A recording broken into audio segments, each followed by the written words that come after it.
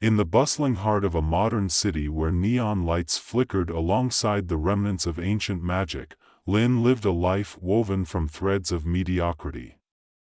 Each morning, he would step into his modest workshop, a space cluttered with tools of his trade, spools of vibrant threads, shards of glass, and uncut stones. Here, he transformed mundane materials into exquisite pieces of art, yet the world outside his door seemed oblivious to his talent. He was a craftsman, yes, but also something more. A weaver. Lin possessed an extraordinary ability.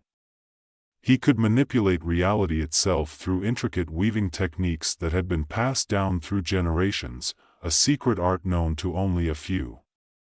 With a deft flick of his fingers, he could weave together strands of matter, creating anything from delicate ornaments to sturdy tools. Yet, in a society enamored with technology, his gifts were largely dismissed as quaint relics of a bygone era. The sun dipped below the horizon, casting a warm glow over the city. Lin felt the familiar tug of restlessness. He had been poring over his latest project, a tapestry that depicted the vibrant life of the city, but as the threads intertwined, his mind wandered. What was the purpose of his craft if no one recognized its value? He yearned for something more, a sense of purpose, perhaps, or adventure. One evening, while rummaging through an old storage unit in the back of his workshop, Lin stumbled upon a peculiar artifact, a small, intricately designed box made of obsidian. It felt strangely warm against his palm, and as he opened it, a soft light emanated from within. Inside lay a shimmering thread, unlike any he had ever seen. It pulsed with an energy that resonated deep within him, awakening a dormant part of his being. The moment he grasped the thread, a vision erupted in his mind, a world fracturing, reality collapsing like a house of cards. Chaos unfolded before him, cities crumbling, people screaming, shadows of a malevolent figure dancing in the flames of destruction. A voice echoed in his mind, warning him of an imminent disaster. Lin stumbled back, gasping for breath. He could feel the weight of the thread in his hand, the pull of its power beckoning him. The vision had been too vivid, too real. He knew he couldn't ignore it. The following days were a whirlwind of uncertainty and fear. The city felt different, an unsettling energy crackled in the air. Rumors circulated about strange occurrences, distorted realities, objects shifting shape, and shadows lurking in places they shouldn't. Lin felt compelled to act, to discover the source of the disturbance. It wasn't long before he encountered others who shared his concerns. While tending to his workshop, he was approached by a young woman named Maya, whose sharp eyes glinted with intelligence. She was a hacker, skilled in uncovering the hidden truths of the digital world. "I've been tracking anomalies in the system," she said, her voice low and urgent. "Something is manipulating reality itself." Intrigued, Lin shared his experience with the obsidian box and the vision that had haunted him. Maya's eyes widened with recognition. This could be connected to a powerful entity known as the Manipulator. He's been rumored to possess abilities that can rewrite the fabric of reality. Before he could process her words, they were joined by a tall, imposing figure named Jean. A warrior with a stoic demeanor, he radiated an aura of confidence. "I've faced the Manipulator before," Jean said, his voice steady. "He seeks to create a new world order by bending reality to his will. We need to stop him before he unleashes chaos on the city." As they strategized, Lin felt a flicker of hope ignite within him. Perhaps he wasn't meant to simply weave objects but to weave reality itself in defense of his home. Yet, doubt crept in. Could he truly harness his abilities against such a formidable foe? Days turned into nights as the trio delved deeper into their mission. They gathered intelligence, observing the shifts in reality that the Manipulator orchestrated. Lin trained alongside Jean, learning to refine his weaving skills. Under Jin's guidance, he discovered that he could create barriers to protect his friends and weapons to fight back against the encroaching darkness. One evening, as they practiced in a secluded part of the city, Lin summoned his courage. "I can create things, objects that can help us fight," he declared. "But what if it's not enough? What if I can't control it?" Jean placed a firm hand on Lin's shoulder.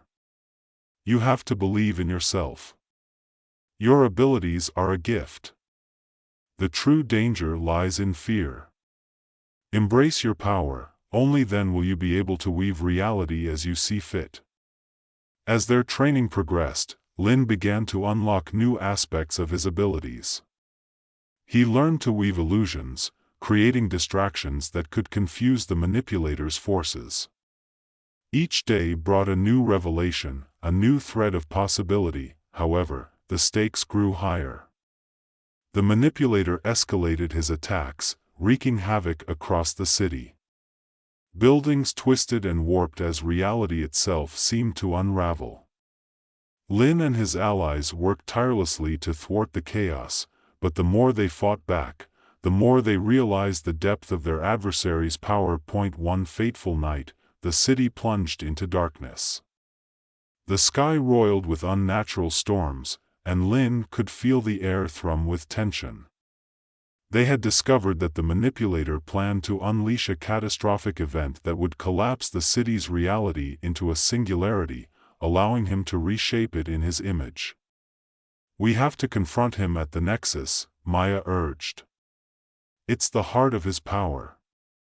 With a mixture of fear and determination, Lin nodded. They set their plan into motion, aware that this could be their last stand. As they approached the Nexus, a swirling vortex of energy loomed before them, distorting everything in its vicinity. Shadows flickered, and amidst the chaos stood the manipulator, cloaked in an aura of malevolence. He turned to face them, a cruel smile playing on his lips. "You think you can stop me? Reality is but a tapestry, and I hold the loom." Lin's heart raced as he stepped forward, weaving the energy around him into protective barriers. The ground trembled as the manipulator unleashed waves of reality-warping energy, but Lin countered with his own creations, blades of light that sliced through the air, shimmering threads that bound the chaos. The battle intensified, each clash of power sending ripples through the very fabric of existence. Lin felt the weight of his fears pressing down on him, threatening to drown him in doubt. Yet, as he fought alongside Maya and Jean, he realized that he was not alone. Together, they were stronger than the sum of their parts. In a moment of desperation, Lin summoned all his energy, weaving a grand tapestry of protection around his friends. The threads glowed brightly, illuminating the darkness. "We can do this," he shouted, rallying his allies. "We can weave our own fate." As they pushed forward, Lin felt a surge of clarity. He embraced his ability to weave not just objects but emotions, courage, and hope into reality. With each thread he conjured, he felt the chaos recede, the shadows falter, but the manipulator wasn't finished. With a roar of frustration, he unleashed a final wave of energy, aiming to obliterate Lin and his friends. In that moment, time seemed to slow. Lin knew he had to act decisively. Drawing upon everything he had learned, he focused all his will into a single, powerful weave. The threads of reality shimmered as he combined his energy with that of Maya and Jean. Together, they formed a brilliant barrier, reflecting the manipulator's attack back at him. In a blinding flash, the two forces collided. The Nexus erupted in a whirlwind of color and sound, reality itself bending and twisting. Lin felt the fabric of existence tremble around him, and for a fleeting moment, he glimpsed a vision of what could be: a world healed, a reality restored. As the dust settled, Lin opened his eyes. He lay on the ground, breathless, surrounded by his allies. The Nexus had transformed into a serene landscape, the chaos dissipating like mist in the morning sun. The manipulator was nowhere to be found, his power broken. Victory surged through Lin, yet he knew the battle had only just begun. There were other forces out there, other realities to protect. But for now, he had woven a fragile peace. With a newfound purpose, Lin stood, looking at Maya and Jean. They shared a smile, a silent acknowledgement of their bond. Lin realized that his journey had transformed him not only as a weaver but as a protector of reality itself. As they stepped forward into the new dawn, Lin felt the threads of fate intertwine once more, a tapestry of hope stretching out before them. As Lin, Maya, and Jean emerged from the remnants of the Nexus, the air felt lighter, almost electric with possibility. The chaotic energy that had once threatened to consume them was now a whisper in the wind. Lin glanced around, absorbing the transformed landscape, a city on the brink of renewal, where the scars of conflict would soon heal. But even in this moment of triumph, Lin couldn't shake the feeling that the battle had merely shifted. They had defeated the manipulator, but his influence lingered in the shadows. The city, although quiet now, bore the weight of uncertainty. What would come next? Would others like the manipulator rise to fill the void he left behind? As they walked, Lin felt a surge of determination. He had tasted the power of creation and the responsibility that came with it. "We need to ensure that something like this never happens again," he said, breaking the silence that had settled around them. Maya nodded, her expression serious. "We can start by documenting what we've learned. There are more like us, people with abilities who might not even know they can wield them. If we can find them, we can build a network, a community to support and educate each other." Jean, ever the strategist, chimed in, "We should also investigate any remaining disturbances.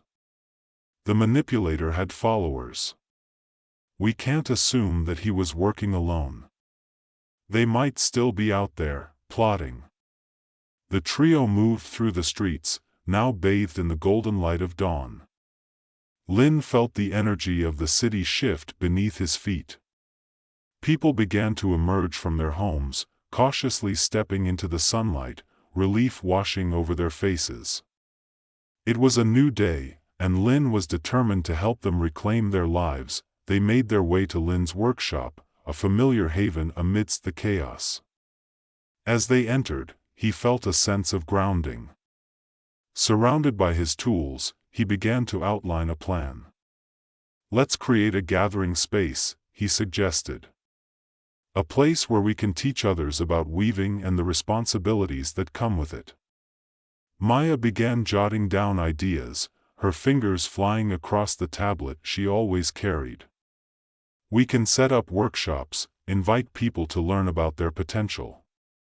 We could hold discussions on ethics, on the balance between creation and destruction." As they brainstormed, Lin's mind wandered back to the obsidian artifact that had set everything into motion. He had tucked it away for safekeeping, and he felt an urge to examine it more closely. "Let me grab something," he said, stepping into the back room. When he returned, he held the box in his hands. The thread inside still shimmered, pulsating with an energy that seemed to resonate with his very being. "This artifact, it's tied to everything that happened. I need to understand it better," Lin explained, feeling the weight of its significance. Maya leaned closer, her curiosity piqued. "It might hold the key to understanding the manipulator's motives. If we can decode its secrets, we could uncover how he was able to alter reality." Together, they examined the thread and the box, their minds racing with possibilities. Lin could feel the threads of destiny weaving around them once more, pushing him toward discovery. As they worked, he sensed that the artifact was more than a tool. It was a bridge between the past and the future, holding the wisdom of those who had come before him. Hours slipped away as they delved into the intricacies of the artifact. Lin felt a connection growing, not just to the thread itself, but to the legacy of the weavers who had come before him. Each twist and turn of the thread seemed to whisper secrets, revealing glimpses of ancient techniques that had long been forgotten. As night fell, Lin's fingers moved deftly, tracing the patterns of the thread. Suddenly, a surge of energy jolted through him, and a vision unfurled in his mind, a vast tapestry depicting the history of weaving, vibrant scenes of creation and destruction intertwined. He saw figures shrouded in shadow, weavers from ages past, their faces marked by both triumph and sorrow. The vision faded, but the knowledge lingered. Lin gasped, breathless with the weight of what he had witnessed. "I saw the history of our craft," he stammered. "There's so much more to it than I realized. We need to honor those who came before us." Maya's eyes sparkled with excitement. "This could be the foundation for our community. We can share their stories, the lessons learned from their struggles. It'll create a sense of unity and purpose." Jean crossed his arms, contemplating. "We should also consider creating a council, a group of leaders who can guide our efforts and ensure that we remain vigilant against future threats. We've seen how quickly things can spiral out of control." The three of them worked late into the night, fueled by inspiration and determination. They drafted plans for their community, envisioning a sanctuary for weavers where knowledge could be shared freely, where the art of weaving could flourish without fear of persecution. They wrote down guidelines that would emphasize responsibility, ethics, and the delicate balance of power. As dawn broke once more, painting the sky in hues of pink and gold, they stood together, surveying their plans. Lin felt a sense of purpose igniting within him, a flame that had been dormant for too long. He was no longer just a craftsman, he was a guardian of reality, a weaver of fate. Weeks passed, and the community began to take shape. Word spread throughout the city about Lin and his allies, drawing in others who possessed abilities similar to his. They gathered at the workshop, a blend of eager faces filled with curiosity and apprehension. Lin stood before them, his heart racing with anticipation. "Welcome," he began, his voice steady. "We stand on the precipice of something new. Together, we will explore the art of weaving, not just as a craft, but as a means of understanding our reality. We will learn from each other, support one another, and ensure that our abilities are used for the greater good." The room buzzed with excitement as discussions blossomed. People shared their stories, some had always known of their gifts, while others had stumbled upon them in moments of crisis. Lin felt a deep sense of connection with each person, recognizing their potential and the importance of their collective journey. As they delved into lessons and practices, Lin and his allies introduced the principles of ethics in weaving. They emphasized that while their abilities granted them power, it was their choices that would define their impact on the world. Together, they wove a new tapestry, a community anchored in understanding and collaboration. However, Lin remained vigilant. He often sensed an undercurrent of unrest, whispers of danger lingered in the air. The shadows that had once been banished felt like distant echoes, but Lin knew better than to dismiss them. One evening, as the sun dipped below the horizon, casting long shadows across the workshop, Lin sat alone, contemplating the path ahead.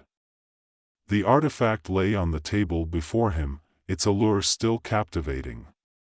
He felt an insatiable curiosity, a need to explore its depths further. In that moment of solitude, a voice broke the silence. "You're lost in thought, Lin." It was Maya, her expression one of concern. "What's on your mind?" Lin sighed, running a hand through his hair. "I just can't shake the feeling that we're not done yet. The manipulator may be gone, but what if there are others who seek to exploit our abilities? What if they're waiting for us to let our guard down? Maya nodded, her brow furrowing. I've been monitoring digital channels, and there's been an uptick in chatter, people speaking of power and control. It's as if someone is trying to rally a following. Jean stepped into the room, a determined look on his face. We need to investigate. We can't afford to let complacency set in. If there are others out there, we need to know who they are and what they want. That night, the trio set out to uncover the whispers that had reached their ears. They combed through the city, moving between dark alleys and crowded marketplaces, seeking any sign of the gathering threat. Their resolve burned bright, but as they delved deeper, they unearthed a network of individuals who revered the manipulator's ideals, those who believed in the supremacy of power over the delicate threads of reality. In a hidden underground meeting, they discovered a group of fervent followers, a motley crew of individuals who had been drawn to the manipulator's vision. They sought to revive his work, to bend reality to their whims, and they spoke of chaos as a path to freedom. Lin's heart raced as he listened to their fervent declarations. He and his allies exchanged glances, the weight of their mission pressing down on them. They had to confront this emerging threat before it could take root. Back at the workshop, the community rallied together. Lin called for a gathering, determined to prepare his allies for the challenges ahead. As the room filled with faces illuminated by flickering candlelight, he spoke passionately. We've built something incredible here, a sanctuary for weavers. But we must protect it. There are those who would use our gifts for destruction. We cannot allow that to happen. Maya stepped forward, her voice strong.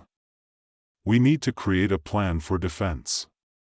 We should train together, prepare for any encounters, and establish a network of communication. If we can't trust the outside world, we must trust each other. Jean added, it's essential that we remain vigilant. We can't let fear dictate our actions, but we must be prepared for the worst. Our strength lies in our unity. With newfound purpose, they organized training sessions, focusing on not just weaving but also strategy and collaboration. The community became a formidable force, learning to channel their abilities together, weaving not just objects, but bonds of trust and resilience. As weeks turned into months, they faced challenges, both internal and external. Some members struggled with the weight of their powers, while others grappled with the ethics of wielding such abilities.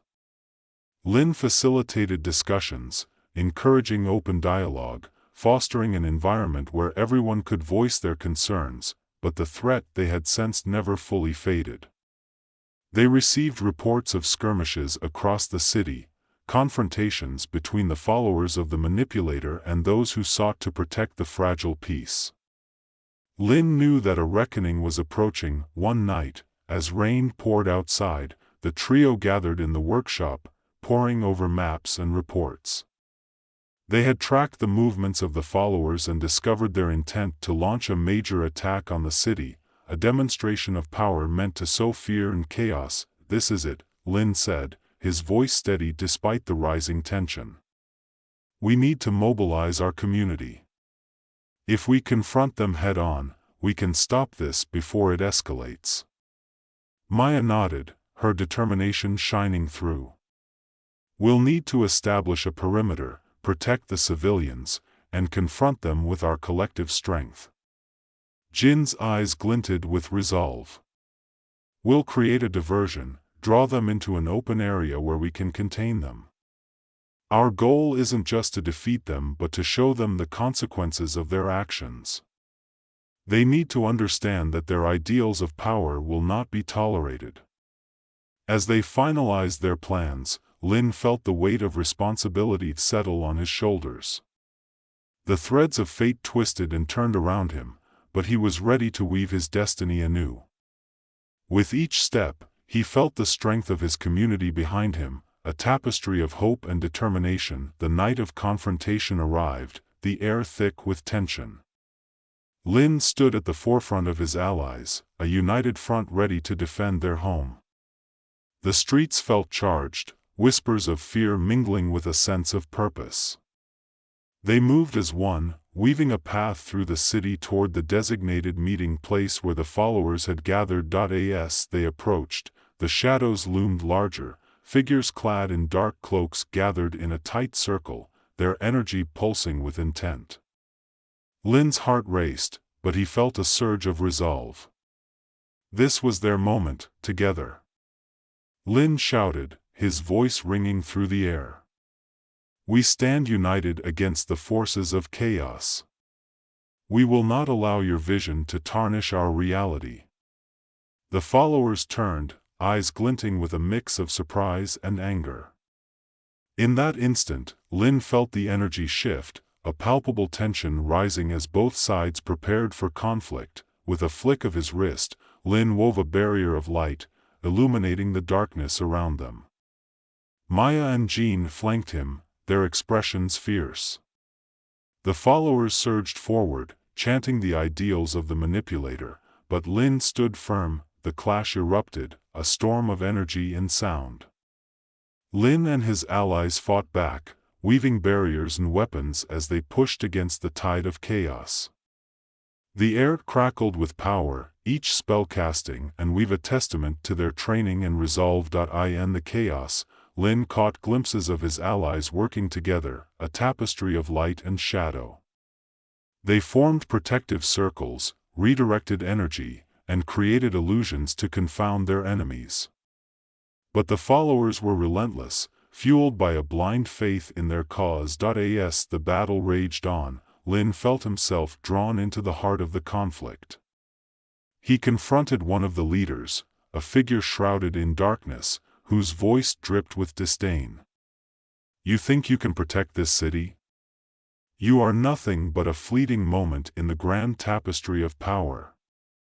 With a fierce determination, Lin replied, we are the weavers of our own fate. Your chaos will not prevail.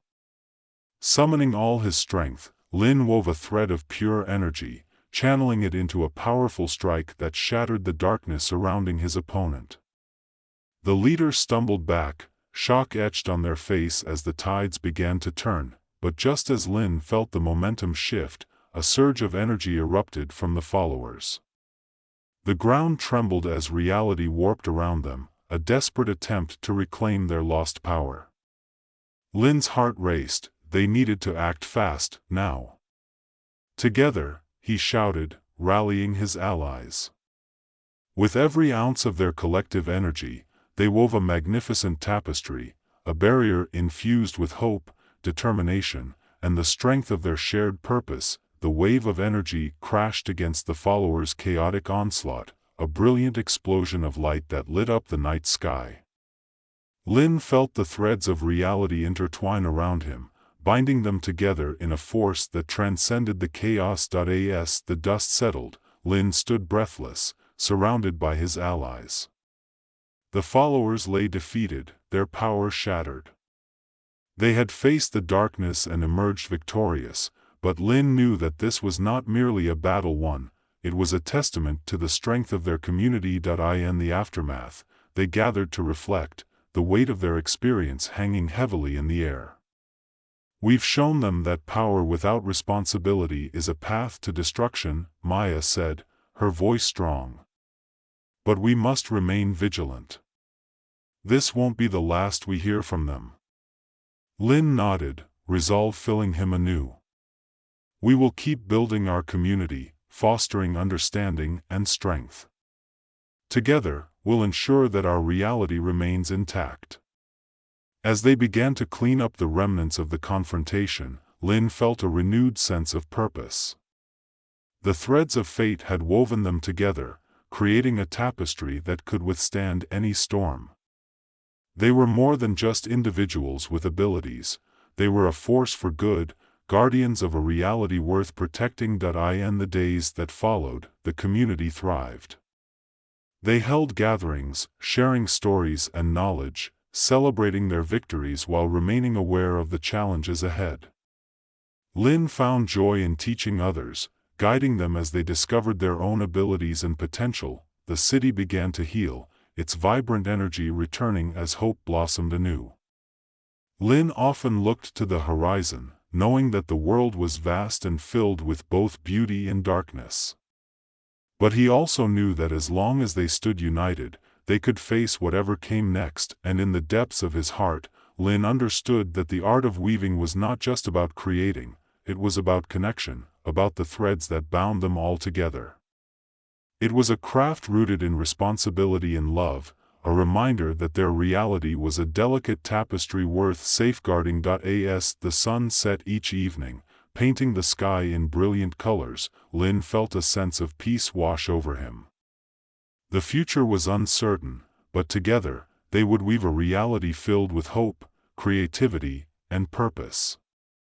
With each passing day, they grew stronger, their bonds intertwining like the threads of a beautiful tapestry, ready to face whatever challenges lay ahead. And so, they continued, a community of weavers standing against the shadows, crafting their own fate in a world brimming with possibility. In the heart of a once thriving metropolis, the world lay in ruins. A global electromagnetic storm had erupted without warning, throwing civilization into disarray.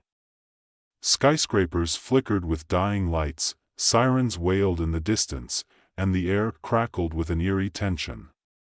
People stumbled through the streets, their faces illuminated by the glow of dying screens, their eyes wide with panic and confusion. Liang Chen stood at the edge of a darkened alley, his heart racing as he surveyed the chaos. A mechanical engineer by training, he had always been fascinated by technology, but now it felt like a distant memory. His hands trembled with a strange energy, a power he had only recently begun to understand. It was during the storm that he discovered his unique ability to manipulate electromagnetic fields, a gift that had come with a steep price. As he peered into the swirling darkness, a voice called out. "Liang." It was Mei, a childhood friend, her face streaked with dirt and desperation. "We need your help. The hospital is out of power, and people are trapped." Nodding, Liang felt the familiar surge of energy course through him.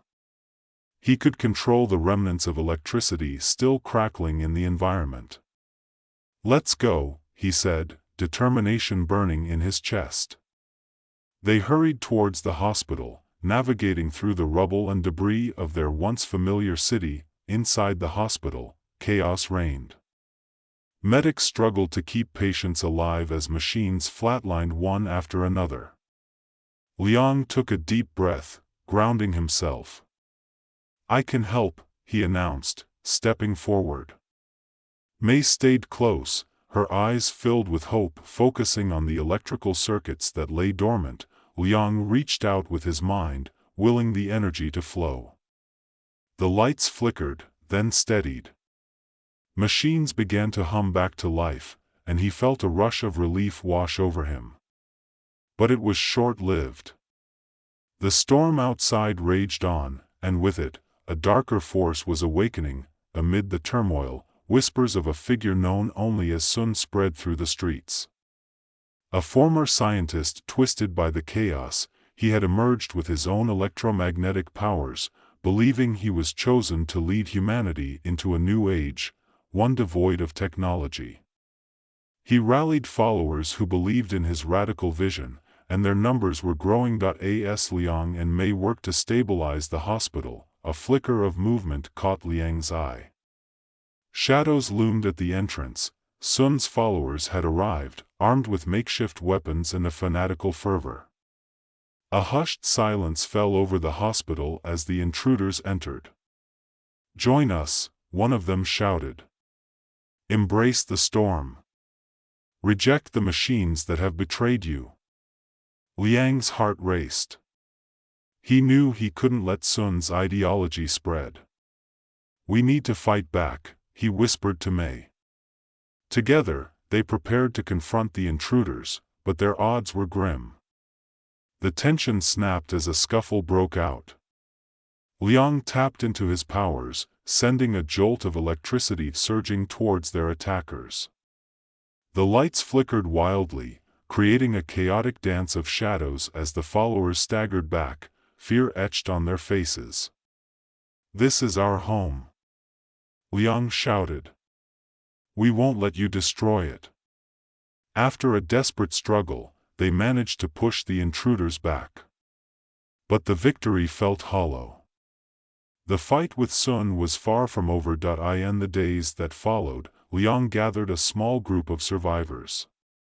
Each member brought unique skills. Mei was resourceful, Alex had a knack for mechanics, and Nora, a former nurse, provided medical support. They trained in the shadows, honing their abilities to manipulate the electromagnetic energies surrounding them. As they prepared to confront Sun, Liang's vision of a world reborn clashed with the reality of the chaos. He could feel the weight of responsibility pressing down on him. "What if we lose?" Nora asked one evening, her voice laced with fear. "Then we fight again," Liang replied, the determination in his voice firm. "We have to protect our home." Days turned into weeks, and the storm showed no signs of abating. Rumors of Sun's growing power filled the air, and his followers struck at random, sowing terror throughout the city. The tension in Liang's group escalated, with moments of doubt creeping in as they faced overwhelming odds. One fateful night, they finally tracked down Sun's base, a fortified location pulsating with dark energy. The air crackled ominously as they approached, their hearts pounding in unison. Liang could sense Sun's presence, an oppressive force that filled the air like a storm cloud. Inside, Sun stood at the center of a chaotic ritual, surrounded by followers chanting fervently. His eyes gleamed with madness, and he raised his arms as if welcoming the storm. "You're too late, Liang," he roared. "This world will fall, and I will rise as its savior." The showdown was inevitable. Liang felt the power surging through him as he faced Sun, their electromagnetic energies clashing in a spectacular display. Waves of energy crackled and burst around them, illuminating the darkened space. The ground trembled beneath their feet as they fought for the fate of humanity. "Your vision is flawed, Sun," Liang shouted, struggling to maintain his footing against the onslaught. "You think you can save us by destroying everything? You're wrong. Let them see the truth." Sun screamed, sending a wave of energy that pushed Liang back. The room spun around him, but he fought to regain control, focusing on the energy that pulsed in the air. With a surge of determination, he unleashed a powerful burst, redirecting the energy around him. It enveloped Sun, momentarily stunning him. Seizing the opportunity, Liang closed the distance, determination etched on his face. "We're stronger together, Sun. We can rebuild," he pleaded, his voice echoing through the chaos. For a brief moment, uncertainty flickered in Sun's eyes. But the darkness was too deep. With a furious roar, he unleashed his power, intent on destruction. Liang's heart sank as he realized the truth. Sun could not be saved. The final clash erupted in a blinding flash. The electromagnetic energies collided, creating a shockwave that rippled through the room. When the dust settled, Sun lay defeated, his followers scattered in fear. But the battle had taken its toll on Liang. He stumbled, exhaustion washing over him. As the storm outside began to abate, the world slowly began to recover. Liang, battered but unbroken, surveyed the damage. The city was scarred, but hope glimmered amidst the ruins. He and his group worked tirelessly to help those affected, restoring power where they could and rebuilding the shattered community. In the aftermath, Liang stood atop a hill overlooking the city, the sun breaking through the clouds for the first time in weeks. The storm had not just ravaged their home, it had forged a new beginning. With May, Alex, and Nora by his side, they formed a new council dedicated to using technology wisely, ensuring that the mistakes of the past would not be repeated. "We'll do this together," Liang vowed, his heart full of hope. They would embrace technology, but they would do so with a newfound respect for the balance of nature and humanity. The world was changing, and as they stood united against the horizon, Liang knew they were ready to face whatever came next. The storm may have brought chaos, but it also brought them together. And together, they would rebuild. As Liang stood atop the hill, the city stretching out before him, he felt the weight of the future pressing against his shoulders. The scars of the storm were still fresh, but in the distance, he could see signs of life returning. People were beginning to emerge from their shelters, tentative at first, but with each passing hour, their confidence grew. The community had come together in a way he had never imagined possible. Neighborhoods were forming coalitions to restore power to homes and hospitals, sharing resources and knowledge. They were learning to rely on each other in ways they hadn't before. And with each shared meal and collaborative effort, a sense of unity blossomed. Liang found solace in small victories. One afternoon, he worked alongside May, repairing a solar panel that had been damaged during the storm. She handed him tools with a steady confidence, her eyes bright with determination. "We can make this work," she said, tightening a bolt. "If we focus on sustainable solutions, we can build something better." "Exactly," Liang replied, feeling the rush of optimism swell in his chest. "We have a chance to redefine how we interact with technology. It doesn't have to control us, we can control it." As the days turned into weeks, they implemented their vision of a community that blended technology with a respect for nature. They organized workshops, teaching others how to harness renewable energy sources and repair what they could. The remnants of the old world were woven into the fabric of a new society, one that valued resilience over reliance, and community over isolation. Yet, even amidst this newfound hope, shadows lurked. Liang had received sporadic reports of small factions still loyal to Sun, remnants of his followers who were unwilling to accept defeat. They roamed the outskirts of the city, whispering promises of a return to a purer existence without technology. It was a dangerous ideology, one that could unravel everything they were working to rebuild. One evening, as the sun dipped below the horizon, casting a warm glow over the city, Liang convened a meeting with his group. The air was thick with a mix of anticipation and concern as they gathered around a makeshift table in the community center. "We need to address the threat from Sun's followers," he began, looking each of them in the eye. "If we ignore them, we risk everything we've fought for." Nora leaned forward, her brow furrowed. "What do you suggest?" "We can't fight them the same way we fought Sun. We need to find another approach." "Education," Liang proposed, a spark igniting in his mind. "If we show them the benefits of what we're creating, maybe we can sway some of them to our side. We need to reach out, hold discussions, invite them into our community. Fear thrives in isolation, we must break that cycle."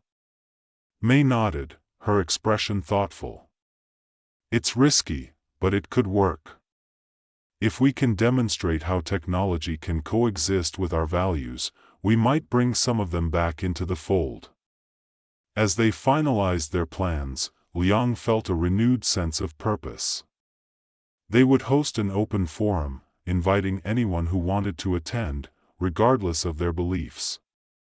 It would be a chance to share ideas, express fears, and hopefully, heal divisions. The next week, banners were hung around the community center, and the word spread through the city.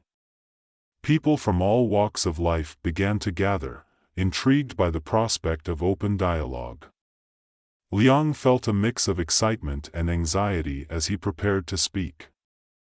Standing before a crowd that filled the hall, he took a deep breath, grounding himself in the moment. "Thank you all for coming," he began, his voice steady. "We stand at a crossroads. The storm has tested us in unimaginable ways, but it has also brought us together. Our community has shown that we can thrive if we work together. Today, I want to discuss how we can harness our past mistakes to create a better future." He spoke passionately, sharing stories of their struggles and triumphs, emphasizing the importance of unity and understanding. As he spoke, he noticed faces in the crowd beginning to soften, expressions shifting from skepticism to curiosity. After the speech, the floor was open for questions. One man stood up, his face shadowed by a hood. "What makes you think we should trust you? You think technology is the answer? Look where it got us." "Trust isn't given, it's earned," Liang replied, his heart racing. "I understand your fear. We've all felt it. But we believe that technology can be a tool for good, not just destruction. It's about how we use it. We want to rebuild, but we want your voices to be part of that process." The man nodded, and Liang sensed a shift in the room. People began to share their own experiences, fears, and hopes. They discussed the loss they had endured, the anger that bubbled beneath the surface, and the dreams they held for their children. For the first time, it felt like a genuine conversation was taking place. Over the following weeks, the forum became a regular gathering. They discussed everything from energy solutions to community gardening, integrating old traditions with new technologies. Some former followers of Sun began to attend, intrigued by the dialogue and the openness they found. Slowly, the rift began to close, and new friendships formed across lines that had once felt insurmountable. But as hope bloomed, so too did the remnants of dissent. One evening, after a particularly successful gathering, Liang received troubling news. A group of Sun's remaining followers had been spotted on the outskirts of the community, organizing protests against the direction they were taking. Rumors spread of plans to disrupt the next forum, intent on instilling fear and chaos once again. Liang called an emergency meeting with his group. "We can't let this continue," he said, tension etched in his features. "We've made progress, but if they're planning to disrupt us, we need to be prepared. We can't allow fear to win." May's expression was resolute. "We need to ensure the safety of our community during the next forum. We can set up a perimeter and have people ready to respond if things escalate." Nora suggested reaching out to the newcomers who had begun to trust them. "They might be willing to help defend our community. They have a stake in this too." As plans solidified, Liang felt the weight of leadership heavy on his shoulders. This was more than just a battle against a physical enemy, it was a struggle for the very soul of their community. The stakes had never felt higher. On the night of the next forum, the atmosphere was charged with anticipation. The hall was filled with a sense of purpose, each face illuminated by candlelight. Liang took the stage again, but this time, he was keenly aware of the shadows lurking beyond the walls. "Tonight, we gather not just to discuss our future but to celebrate our unity," he began, his voice ringing clear. "This community has proven that we can overcome adversity, and together, we can forge a new path. But we must also be vigilant. We are not alone in our beliefs, and there are those who want to tear us apart." A murmur rippled through the crowd as he outlined the challenges they faced. "If any disruption occurs, I urge you to remain calm. We are stronger together, and fear will not dictate our actions." As the forum progressed, the energy shifted. People shared stories, laughter, and hopes, the warmth of connection filling the air. But Liang kept a close watch, feeling the tension coiling in his gut. He knew the storm was not just a natural phenomenon, it was also brewing within the hearts of those who resisted change. Then, amidst the laughter and the exchange of ideas, chaos erupted. A group of Sun's followers stormed into the hall, brandishing signs and chanting slogans against technology. "Return to simplicity," they yelled, their voices rising above the crowd. "Reject the machines." Liang's heart raced as he watched the panic unfold. "Everyone, stay calm," he shouted, but the room was already in disarray. He could feel fear creeping in, threatening to unravel everything they had built. With a quick glance at May and Nora, he moved toward the front of the room. "We need to engage with them," he said firmly. "We can't let this escalate into violence." He stepped forward, raising his hands in a gesture of peace. "I understand your fears," he said, addressing the intruders directly. "But this is not the way. We're here to create a future together. Let's talk instead of fighting." The chanting grew louder, drowning out his voice. But Liang pressed on, drawing from the energy of the crowd behind him. "You were once part of this community. Don't you want to find common ground?" The leader of the group, a tall woman with fierce eyes, stepped forward. "Common ground? You think you can persuade us with your pretty words? We've seen the destruction technology brings." "Then let's talk about it," Liang urged. "Let's share our experiences. We can learn from each other." There was a flicker of hesitation in her eyes, and he seized the moment. "We're not enemies. We all want what's best for our future. Let's find a way to coexist." For a brief moment, the room fell silent. The tension hung in the air, thick and palpable. Liang held his breath, hoping to bridge the gap. The woman's expression softened slightly, and the voices of the crowd began to echo Liang's plea for understanding. "Let's hear him out," someone shouted from the back, and the murmur of agreement spread like wildfire. The leader nodded, her eyes narrowing as she weighed her options. "Fine. But know this: if you betray us, we will not hesitate to act." Liang exhaled, a mix of relief and determination flooding through him. "We won't betray you. We're all in this together.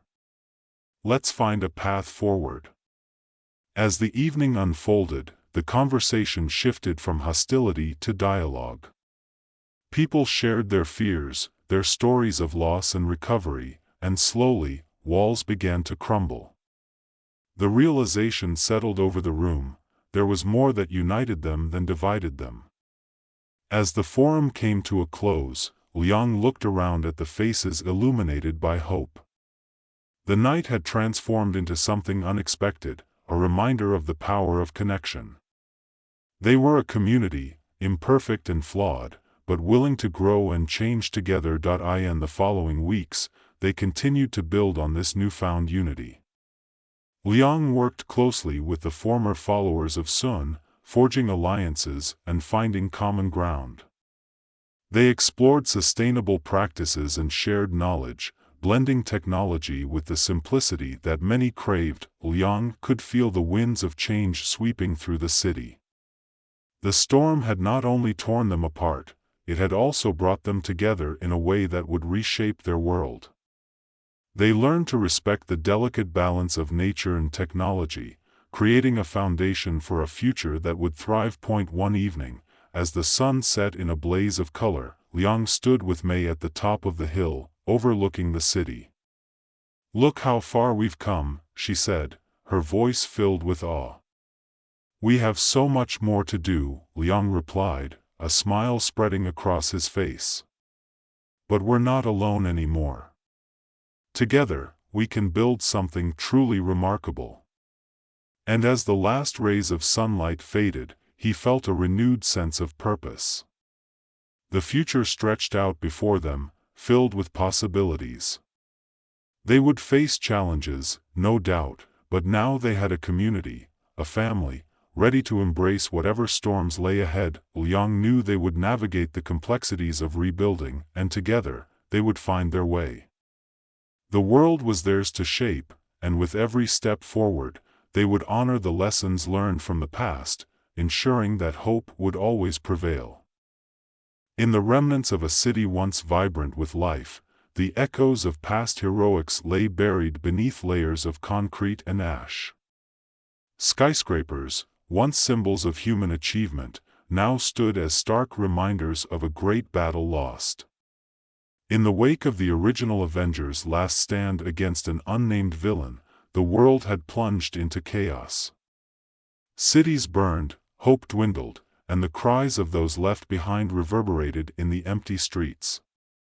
It was in this desolation that a new generation of heroes began to emerge. Ethan Chen, a lanky 19-year-old with tousled black hair and round glasses, shuffled through the rubble of what used to be his neighborhood.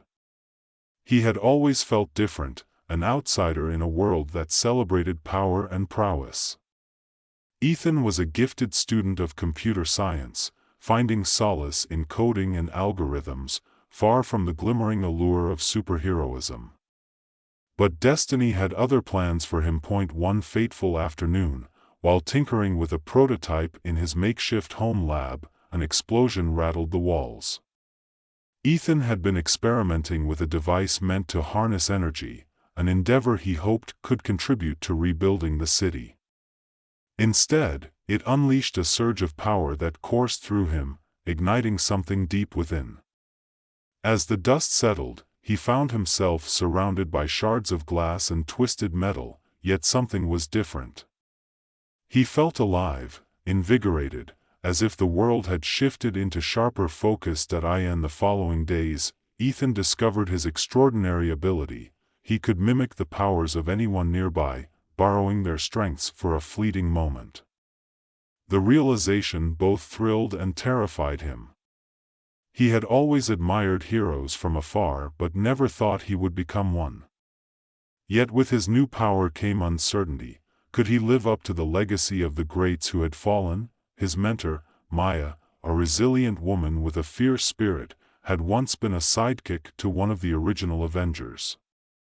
She understood the weight of loss and the burden of carrying on. When Ethan approached her with his newfound abilities, she saw a flicker of hope. "You have the potential to make a difference, Ethan," she encouraged. "But you can't do it alone. You need a team." It wasn't long before the ragtag group of new heroes began to take shape. There was Jade, a tech prodigy with a penchant for gadgets and hacking, whose quick thinking often saved them in tight spots. Then there was Tyler, a speedster with a shadowy past, haunted by memories of battles he couldn't quite escape. Finally, there was Sophia, whose talent for creating illusions blurred the line between reality and fantasy. Together, they formed an unlikely alliance, each struggling with their own demons yet united by a shared goal: to protect their city from the shadows that threatened to consume it. As they trained, Ethan learned not only to harness his mimicry but also the importance of trust. He began to understand that true power wasn't merely in his ability to copy others but in how he combined their strengths with his own. Yet, the path was fraught with challenges. The team's dynamics were fragile, personal egos clashed, leading to disagreements and mistrust. One evening, after a particularly rough training session, tensions boiled over. "You're just a kid playing at being a hero," Tyler snapped at Ethan, frustration etched across his face. "You think you can just copy what we do and be one of us?" Ethan's heart sank. "I'm trying to help. I didn't ask for this power. I just want to make a difference." His voice cracked, the weight of their expectations pressing heavily upon him. Maya stepped in, her voice firm yet compassionate. "We all have our struggles. This isn't about competition, it's about collaboration. You must learn to lean on each other, to become a true team." That night, As the city lay shrouded in darkness, Ethan gazed out from their makeshift headquarters, a crumbling building adorned with makeshift technology and plans for their next moves. He understood that to become a hero meant more than wielding power. It was about standing together, sharing burdens, and learning to trust. Then, the inevitable came.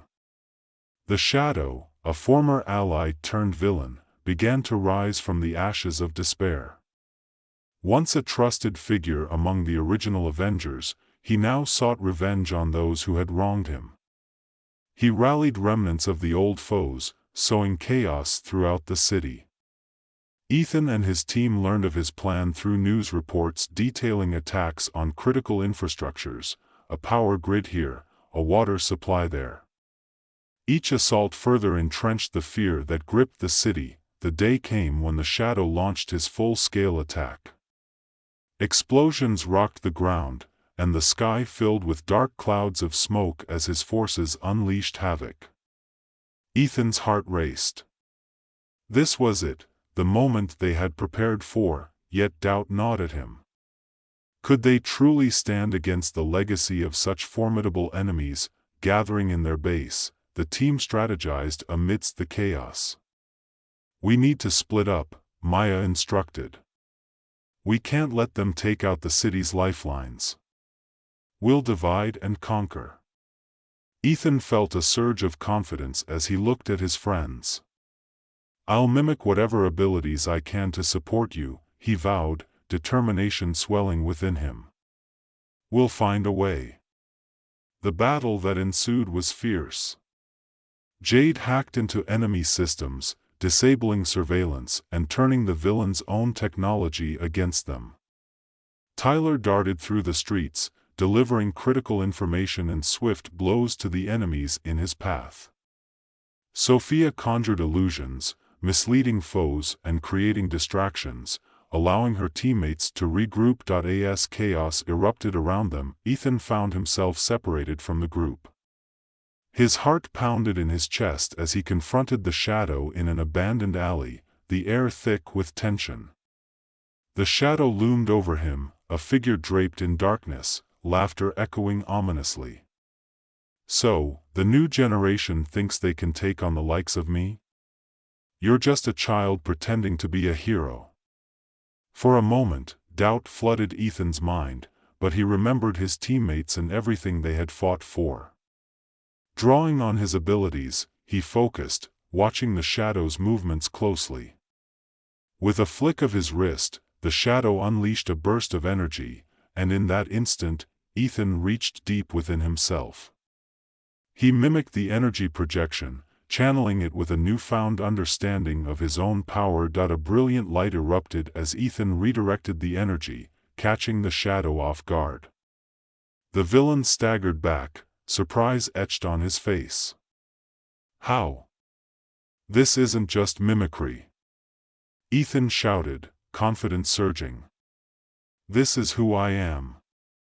With every ounce of willpower, he combined his mimicry with his unique intuition, anticipating the Shadow's next move.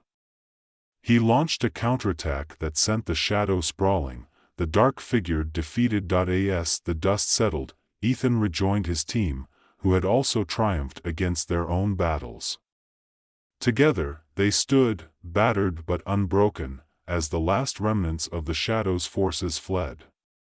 In the aftermath, they took a moment to catch their breath, the weight of victory settling in. Maya approached them, pride shining in her eyes. "You did it. You all did it. You showed what it means to be a team." Ethan looked around at his friends, his heart swelling with gratitude. They had come together, forging bonds stronger than any power alone could create. He realized that he was no longer just a kid trying to copy the greats, he was part of something bigger, an alliance of hope and resilience. As they stood amidst the ruins of the city, the sun began to break through the clouds, casting light on the destruction. In that moment, Ethan understood that they were not just heirs to a legacy but the architects of a new one. They vowed to protect the city, to build it back stronger than before, and to honor the heroes who had come before them, but as the sun dipped below the horizon, casting long shadows, an ominous message flickered on a nearby screen. It was a warning, one that hinted at new threats lurking just beyond the edge of their newfound victory. The new generation of heroes would have to stand vigilant, ready to face whatever darkness lay ahead. Ethan smiled at his team, resolve shining in his eyes. They were ready for whatever came next. They were the Avengers, a new generation forged in fire, united by hope. And they would fight for their city, together. As twilight descended upon the city, Ethan stood with his teammates, the remnants of the battle still echoing in their ears. The victory they had just achieved felt both monumental and fleeting, like sand slipping through their fingers. The ominous message on the screen continued to flicker in Ethan's mind, a stark reminder that their fight was far from over. What do you think it means? Jade asked, her brow furrowed as she analyzed the digital display. The cryptic message had flashed warnings of new enemies rising and hinted at alliances forming among the old foes. It sounds like there's something bigger brewing. Yeah, like a storm on the horizon, Tyler added, kicking a piece of debris. We need to be ready. Whoever it is, they're not going to wait for us to catch our breath. Ethan nodded, feeling the weight of responsibility settle heavily on his shoulders. Maya always said we had to stay vigilant. We can't let our guard down, especially now. He turned to look at his friends, their expressions reflecting a mix of determination and concern. Let's regroup at the base and come up with a plan. We need to figure out who's behind this and how to stop them. The team made their way back to their headquarters, the streets still littered with remnants of chaos. As they entered their makeshift sanctuary, the familiar sounds of whirring gadgets and buzzing screens greeted them. The space was cluttered but filled with potential, a testament to their determination to make a difference. Ethan felt a flicker of hope. They had come so far, and together, they could face whatever challenge lay ahead. Gathering around the main table, they spread out the intel they had collected. Jade pulled up a map on the screen, highlighting the locations of the recent attacks. If we analyze these patterns, maybe we can predict where they'll strike next, she suggested. Her fingers danced over the keyboard, bringing up various surveillance feeds and reports. Sophia, her eyes sharp and focused, chimed in. Look here, she pointed at a series of dots clustering near an abandoned industrial area. This is where they hit hardest. It's like they're trying to draw us in. Or they're preparing for something bigger, Tyler mused. We should go check it out. Get a feel for what we're dealing with. Ethan felt a rush of excitement and trepidation. Are we really ready for this? We just fought off the shadow. What if this is worse? It doesn't matter if we're ready or not, Tyler replied, a steely edge in his voice. We have to be. We can't let fear dictate our actions. Jade nodded, her gaze unwavering. We've trained for this. We've fought together and come out stronger. If we wait, we give them the upper hand. Ethan took a deep breath, feeling the surge of confidence in his friend's words. They were right. They had faced down their fears and come out on the other side. Okay, let's do it. But we stick together. No one goes off on their own. The team quickly geared up, checking their equipment and discussing their strategy for approaching the industrial site. They moved with a sense of urgency, fueled by adrenaline and the weight of their mission. Ethan couldn't shake the feeling that this was a pivotal moment, one that would define not just their legacy but their identities as heroes. As they approached the site, the atmosphere thickened with tension. The air was heavy, charged with the remnants of recent conflict. Shadows danced among the crumbling structures, and the echoes of distant machinery hummed ominously. Ethan felt the pulse of the city beneath his feet, a reminder of what was at stake. "Stay sharp," Tyler whispered as they crept closer, their senses heightened. "We don't know what's waiting for us in there." Ethan's heart raced as they made their way inside, navigating through debris and broken glass. The place felt alive, each creak and rustle amplifying their unease. They split up to cover more ground, staying within earshot, and Ethan felt a surge of power as he approached a large room at the back of the facility. Inside, the air was thick with tension. Flickering lights illuminated a makeshift control center, where a group of hooded figures were gathered around a large screen. The image was grainy, but Ethan recognized the familiar faces of old villains, remnants of the Shadows League. His pulse quickened as he realized this was what they had feared, an alliance of enemies, plotting their next move. Ethan stepped back, signaling to his teammates. "We need to report this," he whispered urgently. But as he turned to leave, one of the hooded figures glanced in his direction. The surprise registered for only a moment before alarms blared throughout the facility. "A move. They know we're here," Tyler shouted, adrenaline surging as they scrambled back to regroup. The team quickly found their way to an exit, but not before encountering the hooded figures, who sprang into action, revealing their powers. Ethan instinctively felt the rush of energy as he mirrored one of the villains, channeling their abilities to create a force field just in time to deflect a powerful blast. "We need to hold them off," he yelled, adrenaline surging through him. Jade jumped into action, her gadgets whirring to life as she set traps and distractions, momentarily stalling their attackers. Tyler zipped around, using his speed to confuse their opponents, while Sophia conjured illusions to create chaos among the enemy ranks. Ethan focused, drawing on their powers and weaving them into his mimicry, but as more villains joined the fray, he felt the strain of managing so many abilities at once. "I can't keep this up," he shouted, desperation creeping into his voice. "Stick together." Maya's voice cut through the chaos. "We need to find a way to regroup and escape." Ethan's heart raced as they pushed through the melee, using their unique abilities to create openings. The chaos intensified, with energy blasts and illusions colliding in a frenzy. Just as they reached a doorway, a powerful wave of energy surged through the air, slamming against Ethan and sending him sprawling to the ground. Dazed, he fought to regain his focus. He could hear his teammates calling out to him, their voices blending into the cacophony of battle. With a surge of determination, he pushed himself back to his feet, drawing on the power within him. He focused on the chaos around him, searching for a way to turn the tide. "Ethan!" Tyler shouted, barely avoiding a strike from one of the villains.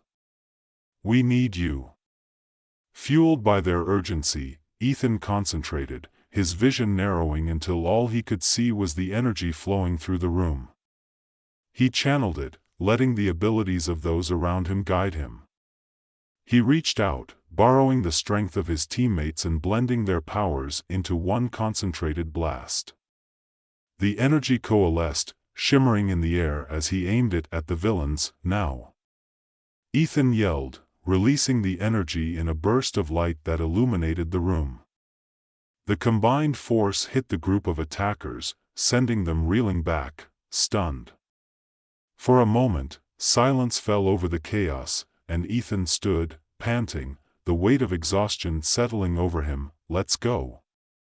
Jade shouted, breaking the stillness. They sprinted through the doorway, moving as one unit, their hearts pounding in unison.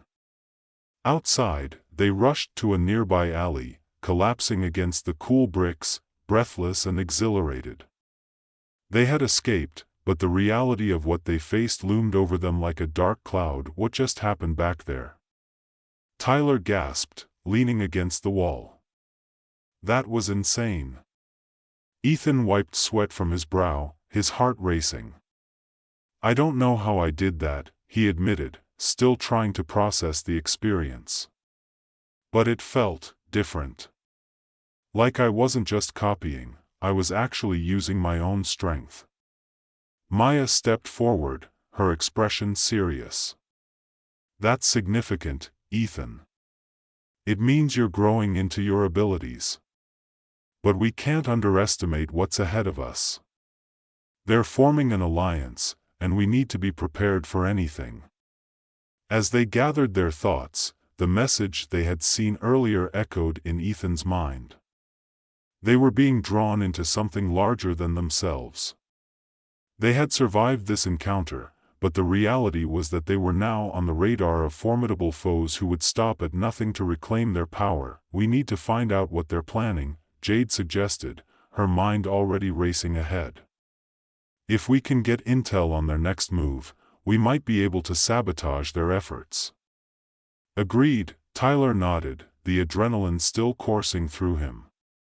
We can't let them get the upper hand. With their resolve renewed, they made a pact to not only defend their city but to actively seek out the enemies lurking in the shadows. They knew the stakes were higher now, and the fight was far from over. The darkness they had faced was merely a precursor to something even more significant.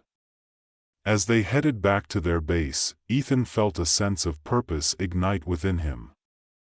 They were not just a group of young heroes, they were a new generation poised to stand against the tide of chaos. Each step forward was a commitment to their city and to each other. In the days that followed, they worked tirelessly, collecting information and training harder than ever. They learned to trust in one another, using their unique abilities to cover gaps in their defenses. As they prepared for the challenges that lay ahead, Ethan began to understand the true essence of being a hero. It was about more than power, it was about courage, resilience, and the bonds forged in battle. The city outside continued to recover, its spirit flickering like a candle in the wind. But within the walls of their base, a new light was igniting, a light fueled by hope, unity, and the belief that they could reclaim their world from the darkness that threatened to engulf it. As they gathered one evening, reviewing their findings, a new message came through on the screen, one that sent a chill down Ethan's spine. It was an invitation to meet, signed by one of the villains they had faced, the Unseen. It promised a truce, a chance to join forces against a greater threat. Ethan exchanged glances with his teammates. "Is this a trap?" he asked, uncertainty creeping in. "Maybe," Jade replied, her eyes narrowed in thought. "But it could also be an opportunity. If they want to meet, we need to find out why." Tyler crossed his arms, weighing the risks. "We can't walk into a meeting like this without a plan. We need to be prepared for anything." Maya nodded, her expression thoughtful. "This could be our chance to gather more information. But we must approach with caution. Trust your instincts, and remember, we're stronger together." The decision weighed heavily on Ethan. They had come so far, and he couldn't shake the feeling that this was a pivotal moment. With every fiber of his being, he wanted to protect his friends, to shield them from the shadows that lurked just beyond their reach. But he also understood that sometimes, stepping into the darkness was the only way to bring light. The next day, they prepared for the meeting with the Unseen. Ethan felt a mix of excitement and dread as they suited up, each of them taking a moment to steel themselves for what lay ahead. They had trained for this, and while the stakes were high, they knew they could count on one another. As they approached the designated location, a deserted warehouse on the outskirts of the city, Ethan felt the weight of anticipation in the air. The sky was overcast, casting a gray pallor over the landscape, mirroring the uncertainty that gnawed at his gut. "Stick together," Maya reminded them as they stepped inside. The warehouse was vast, shadows stretching across the concrete floor. In the center stood the Unseen, a figure cloaked in darkness, their features obscured. "Welcome," the voice echoed, smooth yet chilling. You've shown great promise, new generation. I believe we can be of mutual benefit to one another. Ethan's heart raced. What do you want from us? He demanded, trying to mask the fear in his voice. Information, the unseen replied, stepping forward, the shadows flickering around them. There are forces at play that even we cannot control. Enemies far more powerful than the remnants you've faced. If you want to protect your city, you will need allies. We can help you, but first, you must prove your worth. What's the catch? Tyler interjected, his skepticism clear. Prove yourselves in battle, the unseen stated, a smirk hidden within the folds of the cloak. Join us for a test against a greater enemy. If you succeed, the alliance will be yours. If you fail, you will become just another casualty in this war. Ethan exchanged glances with his teammates, weighing the risk.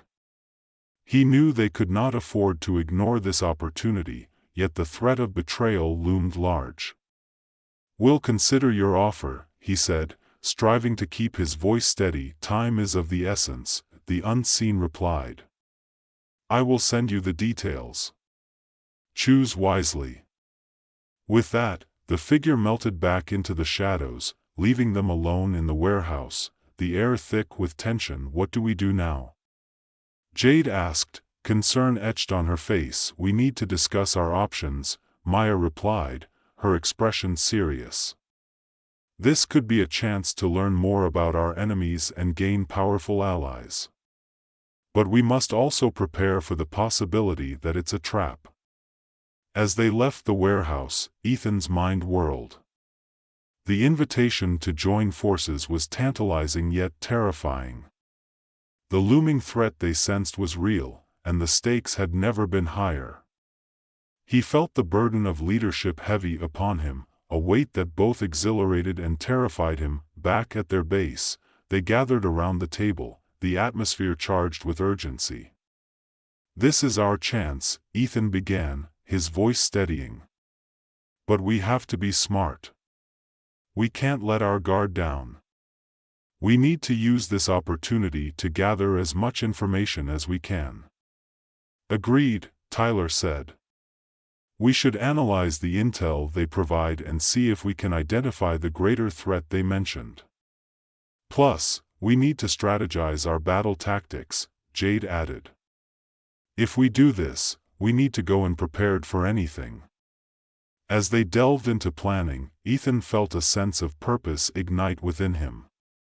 They were no longer just a group of kids trying to imitate their heroes, they were carving out their own identity, standing at the precipice of something greater. In the following days, they trained harder, honing their skills and building their strength as a team. They had faced down shadows before, but now they were preparing to confront the very essence of darkness itself. The threat they sensed was real, and they had to be ready. The night before the battle, they gathered for a final strategy session, the weight of their decisions hanging heavy in the air. We need to remember why we're doing this, Maya said, her voice steady. It's not just about proving ourselves, it's about protecting our city and each other. Ethan looked around at his friends, the determination in their eyes mirroring his own. No matter what happens, we stick together. We trust in each other and our abilities. As the sun dipped below the horizon, casting long shadows, they prepared for the fight ahead. Ethan felt the energy buzzing within him, a reminder of the powers he had harnessed and the strength of his team. They were ready to face whatever awaited them, united by their purpose and the bonds they had forged in battle. The day of the test arrived, and they stood at the edge of the battlefield, adrenaline coursing through their veins. The unseen message had led them to a desolate location, shrouded in mystery. Ethan felt a thrill of fear and excitement as they stepped onto the battlefield, ready to confront the unknown. As they faced their opponents, a rush of energy surged through Ethan, awakening his mimicry. With every blast and strike, he felt the weight of their training, the strength of his friends beside him.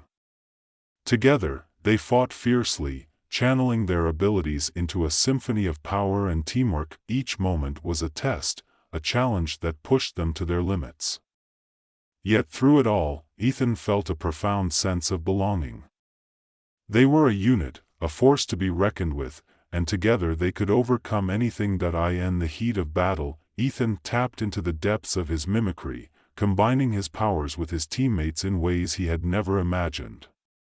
He drew on their strengths, amplifying their abilities as they fought back against the tide of darkness. As the dust settled, Ethan stood with his friends, breathless and exhilarated. They had faced down their fears and emerged victorious, their bond stronger than ever. The shadows that had threatened to consume them had been cast away, revealing the light of their friendship and purpose. And as they looked to the horizon, the dawn of a new day began to break, illuminating the path ahead. They were not just a new generation of heroes, they were a force of hope, ready to stand against the darkness and protect the world they loved.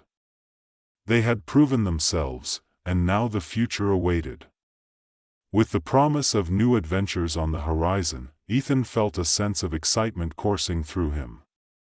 Whatever challenges lay ahead, they would face them together, united in their purpose and unbreakable in their resolve. The story of the new generation had only just begun. Together, they would write a new chapter in the legacy of heroes, standing strong against the shadows and illuminating the path for those who would come after them. And with every step, they knew they would rise to meet the dawn, ready to embrace whatever came next. Their fight was far from over, but they were ready, together. And with that, the echoes of their triumph resounded in the city, a promise of hope and the unyielding spirit of heroes reborn. In a world where whispers of ancient power danced among the mountains, there lived a man named Liang. He was not just any man, he was a giant among mortals, a being whose strength was unparalleled. He could lift mountains as if they were mere pebbles, his sinewy arms capable of reshaping the very landscape of the earth. But with this immense power came an equally great burden. Every time he unleashed his strength, he felt the threads of his life fray, the years he had left slip away like grains of sand in an hourglass. Liang made his home in a secluded valley, cradled by towering peaks and lush greenery, a paradise untouched by the chaos of civilization. Here, he could be at peace, away from the judgment of those who would fear him. As he roamed the mountains, he often marveled at the beauty around him, the rustling leaves, the songs of distant birds, the shimmering rivers. But in the back of his mind, a shadow loomed, whispering doubts and fears he could not ignore. The tranquility of his life shattered one fateful day. As Liang stood at the edge of a precipice, gazing at the horizon, the air around him thickened with a palpable tension. Dark clouds gathered overhead, swirling ominously. Nature itself seemed to tremble. He closed his eyes, feeling the energy in the air shift, and then he heard it, a low, rumbling sound, like thunder rolling across the sky. It was a sound that carried a weight of despair, a herald of doom. He hurried to the ancient texts he had studied for years, dusty scrolls that held the wisdom of his ancestors. They spoke of an entity known as Xian, a cosmic force capable of destruction on a scale that no being could withstand. Xian was awakening, and it sought to consume the world, to snuff out all life in a single breath. Panic surged through Liang as he pieced together the implications of this revelation. The world was in peril, and he had the power to stop it. But at what cost? Days passed as chaos erupted across the globe. Earthquakes shook cities to their foundations, storms ravaged coastlines, and the sky darkened as if the very sun had lost its way. Liang watched from his mountaintop, torn between his desire to intervene and the heavy price he would pay. He could not bear the thought of watching the world burn, yet every moment he hesitated drew him closer to his own demise. Finally, the weight of his indecision became unbearable. Liang set out to find others like him, those with powers that could aid him in this dire hour. He ventured into the depths of the ancient woods, where shadows danced and the air was thick with magic. It was here he sought out the few remaining powered beings, hidden from humanity, wary of the devastation that might arise if they were discovered. The first he found was Jean, a healer whose touch could mend even the deepest wounds. She was gathering herbs in a sun-dappled glade, her hands gentle and sure. Liang approached with trepidation, his heart pounding in his chest. "Jean," he called softly, not wanting to startle her.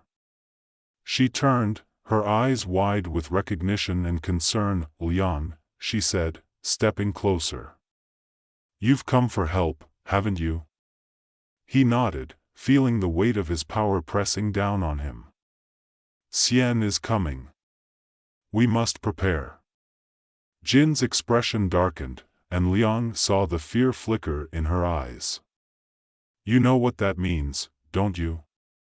The cost of using our abilities. It could mean your life." "I can't stand by and do nothing," he replied, his voice resolute. "Not while the world is in danger." Together, they sought out the others, a sage named Mei, who had witnessed the rise and fall of empires, and a warrior named Kiran, whose heart burned with a fierce desire for glory. The four of them gathered in a clearing beneath the boughs of ancient trees, each bringing their own strengths and fears to the table. As they discussed their plan, the atmosphere crackled with tension. Kiran was quick to argue for an aggressive approach, eager to confront Xian head-on. "We should meet this force in battle, show it the strength of our powers," he urged, his fists clenched in determination. Mei, however, cautioned against such recklessness. "Power without wisdom is a dangerous thing, Kiran. We need to understand what we are up against before we act." Liang listened to their debate, feeling the conflicting tides of his own thoughts. He understood the allure of power, the desire to wield it fearlessly. Yet, he was haunted by the knowledge of what it had cost him in the past. Every time he had used his strength, he felt a piece of himself slip away, and now, with Xian looming, he could not afford any missteps. Jin's voice cut through the tension, soft yet firm. "We must find a balance. We have the strength to confront this force, but we must also be prepared to sacrifice ourselves if it comes to that. Liang, you know this better than anyone." The truth of her words weighed heavily on him. He had always felt alone in his struggle, but now, surrounded by allies, he felt the stirrings of hope. Together, they could prepare, could strategize, could confront Xian with a united front. Days turned into weeks as they trained, honing their abilities under the watchful eye of nature. Liang pushed himself to the brink, testing the limits of his strength while remaining acutely aware of the cost. With every mountain he lifted, he felt the years of his life drain away, but the thought of failure kept him going. Each time they faced the trials of training, he felt the bond with his allies deepen. They shared laughter, fears, and moments of vulnerability, forging a camaraderie that transcended their individual struggles. As they practiced, Jean often came to him, her gentle presence a soothing balm. "You carry the weight of the world on your shoulders," she would say, placing a hand on his arm. "But you are not alone. We are in this together." Her words resonated with him, yet doubt lingered in the corners of his mind. The day of reckoning drew closer, and with it, the realization that he might have to pay the ultimate price. He found himself gazing at the sky, watching the clouds swirl ominously, wondering if he could bear the burden of sacrifice. Finally, the day arrived. The sky crackled with energy, and a deep rumble echoed in the air. They stood together on the edge of a vast plain, where the earth met the horizon. As Xian descended, the landscape twisted and warped, colors swirling in a cosmic ballet of destruction. The being was a dark mass, pulsating with an otherworldly light, and as it approached, the very ground beneath them trembled. "Stay strong," Liang shouted, his heart racing. He could feel the energy surging within him, but the realization of what lay ahead gripped him with icy fingers. This would be a battle unlike any other, and he could not allow fear to hold him back. They charged forward, a united front against the darkness. Liang unleashed his power, lifting boulders and hurling them at Xian, the energy flowing through him like a tempest. But with each use, he felt himself weakening, the toll becoming unbearable. His allies fought valiantly by his side, their powers intertwining in a dazzling display of strength, but Xian was relentless. It retaliated with waves of energy that knocked them back, scattering them across the battlefield. Liang felt despair creeping in as he watched his friend struggle against the force. Kiran, fierce and determined, fought bravely but was quickly overpowered. Mei summoned ancient magic to shield them, but the darkness seeped through, corrupting everything it touched. As Liang witnessed the struggle of his allies, the weight of his choices crashed down upon him. This was the moment he had dreaded. He could save them, but it would cost him everything. He felt the years of his life slipping away with each powerful strike he unleashed, and yet, deep within him, a flicker of resolve ignited. "Together," he roared, the words bursting from his lips like a rallying cry. "We must fight together." As the cosmic energy surged around them, he channeled every ounce of strength he possessed. He felt his life force dwindling, but he pushed through the pain, knowing that his sacrifice could mean salvation for the world. The air crackled with power as he gathered his allies, intertwining their abilities into a single, powerful force. In that moment, he saw the faces of those he fought for, the children, the elders, the people of the world who had never known the fear of such darkness. He would not let it take them. With a final surge of strength, he unleashed the full extent of his power, a blinding light that engulfed everything in its path. The explosion of energy was both magnificent and terrifying. As the light consumed him, Liang felt his life slip away, yet in that moment of transcendence, he knew he had made the right choice. He had chosen to stand for something greater than himself, to become a beacon of hope in a world filled with despair. As the brilliance faded, so too did Liang. The darkness that was Xian dissipated, unraveling into nothingness, and the world around them began to heal. The skies cleared, the earth calmed, and the remnants of chaos gave way to a tranquil beauty. In the aftermath, Jean, Kiran, and Mei stood in the silence, the weight of their loss heavy in the air. They looked around, witnessing the dawn of a new era, one that Liang had sacrificed everything to create. Tears filled Jin's eyes as she felt the absence of her friend, the giant who had given his all for the world. Kiran's voice broke the stillness, filled with a mix of grief and reverence. "We must honor his memory. He gave us everything." "Yes," Mei agreed, her voice steady. "We carry his legacy forward. We will use our powers wisely, not just for ourselves, but for all." In the weeks that followed, the world began to heal, and so did they. The mountains stood tall, the rivers flowed with renewed vigor, and the people learned to respect the power of nature and the beings that protected them.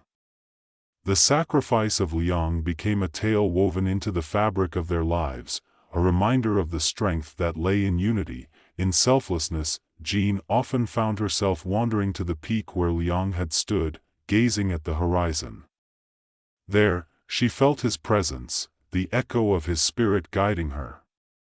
She knew that he would always be with them, a guardian in the hearts of those who remembered. In time, they rebuilt what had been lost, forging a new path forward, forever changed by the sacrifice of the giant who had chosen the world over himself. The legacy of Liang, the king of giants, lived on in every act of kindness, every moment of courage, and every breath taken in a world that now thrived in harmony. In the weeks that followed Liang's sacrifice, the world began to adjust to a new normal. Nature, ever resilient, started to mend the wounds inflicted by Xian's darkness. The mountains that had once been his refuge now stood as monuments to his strength and selflessness, their peaks kissed by the soft light of dawn. Communities banded together, united in their resolve to honor the legacy of the giant who had saved them. Jean, Kiran, and Mei formed a council, a gathering of the powered beings who had fought alongside Liang. Their mission was clear: to educate humanity about the delicate balance of power and responsibility, to ensure that no one would have to bear the weight of such sacrifice alone again. They traveled from village to village, sharing stories of Liang's bravery, urging people to respect the forces of nature and the magic that surrounded them. On one of these journeys, they arrived at a small settlement nestled in a valley. The villagers greeted them with a mix of awe and trepidation. Jean stepped forward, her voice soothing and inviting. "We come in peace," she said, "to share a message of hope and unity. We are here to learn from you and to teach you what we know." The villagers listened intently as Kiran recounted the tale of Liang, his voice rising with passion. He was not just a giant in strength, Kiran emphasized. He was a giant in spirit. His sacrifice teaches us that true power lies in our ability to protect and uplift one another. As the sun dipped below the horizon, casting a warm glow over the gathering, the villagers shared their own stories of struggle and resilience. They spoke of the destruction wrought by the storms, of the fear that had gripped their hearts as Xian approached. But they also shared tales of courage, of neighbors helping neighbors, of finding strength in community. Jean felt a stirring in her heart as she listened. It reminded her of the bond she had shared with Liang, the way he had inspired those around him to see beyond themselves. "We must carry that spirit forward," she said, her eyes shining with determination. "We are not just protectors, we are stewards of this world. We must nurture it and each other." The council spent the night with the villagers, sharing food and laughter, weaving a tapestry of connection that transcended their differences. As the fire crackled and the stars twinkled overhead, Jean felt a sense of peace wash over her. Liang's spirit was alive in their discussions, in the laughter and camaraderie that echoed around the fire. It was a testament to his legacy, a reminder that his sacrifice had not been in vain. Days turned into weeks, and their travels continued. They visited cities, forests, and shores, spreading their message far and wide. With each place they touched, they noticed a shift, a growing awareness among people of the importance of balance, respect, and responsibility. Children listened wide-eyed as Kiran recounted tales of their adventures, while adults shared their own insights and experiences. Yet, even as they celebrated their achievements, a lingering shadow loomed in the back of Jin's mind. She had felt it during their travels, a restless energy that hinted at unease. The whispers of power that had once seemed so distant now stirred, igniting a sense of urgency she couldn't ignore. They had faced Xian, but the universe was vast, and threats could arise from anywhere. One evening, as they camped beneath a canopy of stars, Jean sat alone, lost in thought. The night was peaceful, but her heart was heavy. She sensed the world was still healing, and while hope was blossoming, so too was the potential for darkness to resurface. She felt a familiar presence beside her and turned to find Mei sitting quietly. "Something troubles you," Mei observed, her voice gentle. Jean sighed, feeling the weight of her worries. "I can't shake the feeling that we're not done yet. There are still forces out there, waiting for their moment." Mei nodded, her eyes reflecting the starlight. "You are wise to be vigilant. The balance of power is fragile, and we must be prepared to protect what we've built." "But how?" Jean asked, her voice tinged with frustration. We can't be everywhere at once. What if another threat arises? What if someone else seeks power at the expense of others? May placed a comforting hand on her shoulder. We'll create a network. We can teach others to be guardians, to respect the forces they wield. It starts with education, with instilling the values Liang embodied. In that moment, Jean felt a spark of inspiration. You're right. If we can spread the message of unity and responsibility, we can empower others to act when danger arises. We can't predict the future, but we can prepare for it. The next day, they set forth with renewed purpose. Their council began to take shape, a network of allies who understood the gravity of their mission. They reached out to others with powers, gathering those who had hidden themselves away. They encouraged open dialogue, shared training sessions, and a commitment to vigilance. As the months rolled on, they formed a coalition, a diverse group of beings and humans united by a common cause. They traveled further afield, seeking out those who wielded magic and strength, fostering connections that would bolster their resolve. The world was becoming a tapestry of guardians, each thread interwoven with the shared belief that they were stronger together. One day, during a gathering at a great oak in a clearing, a newcomer approached the council. He was a tall figure, cloaked in dark robes that fluttered like shadows in the breeze. His eyes held a spark of mischief, and his presence commanded attention. I've heard whispers of your coalition, he said, his voice smooth yet unsettling. And I must admit, I'm intrigued.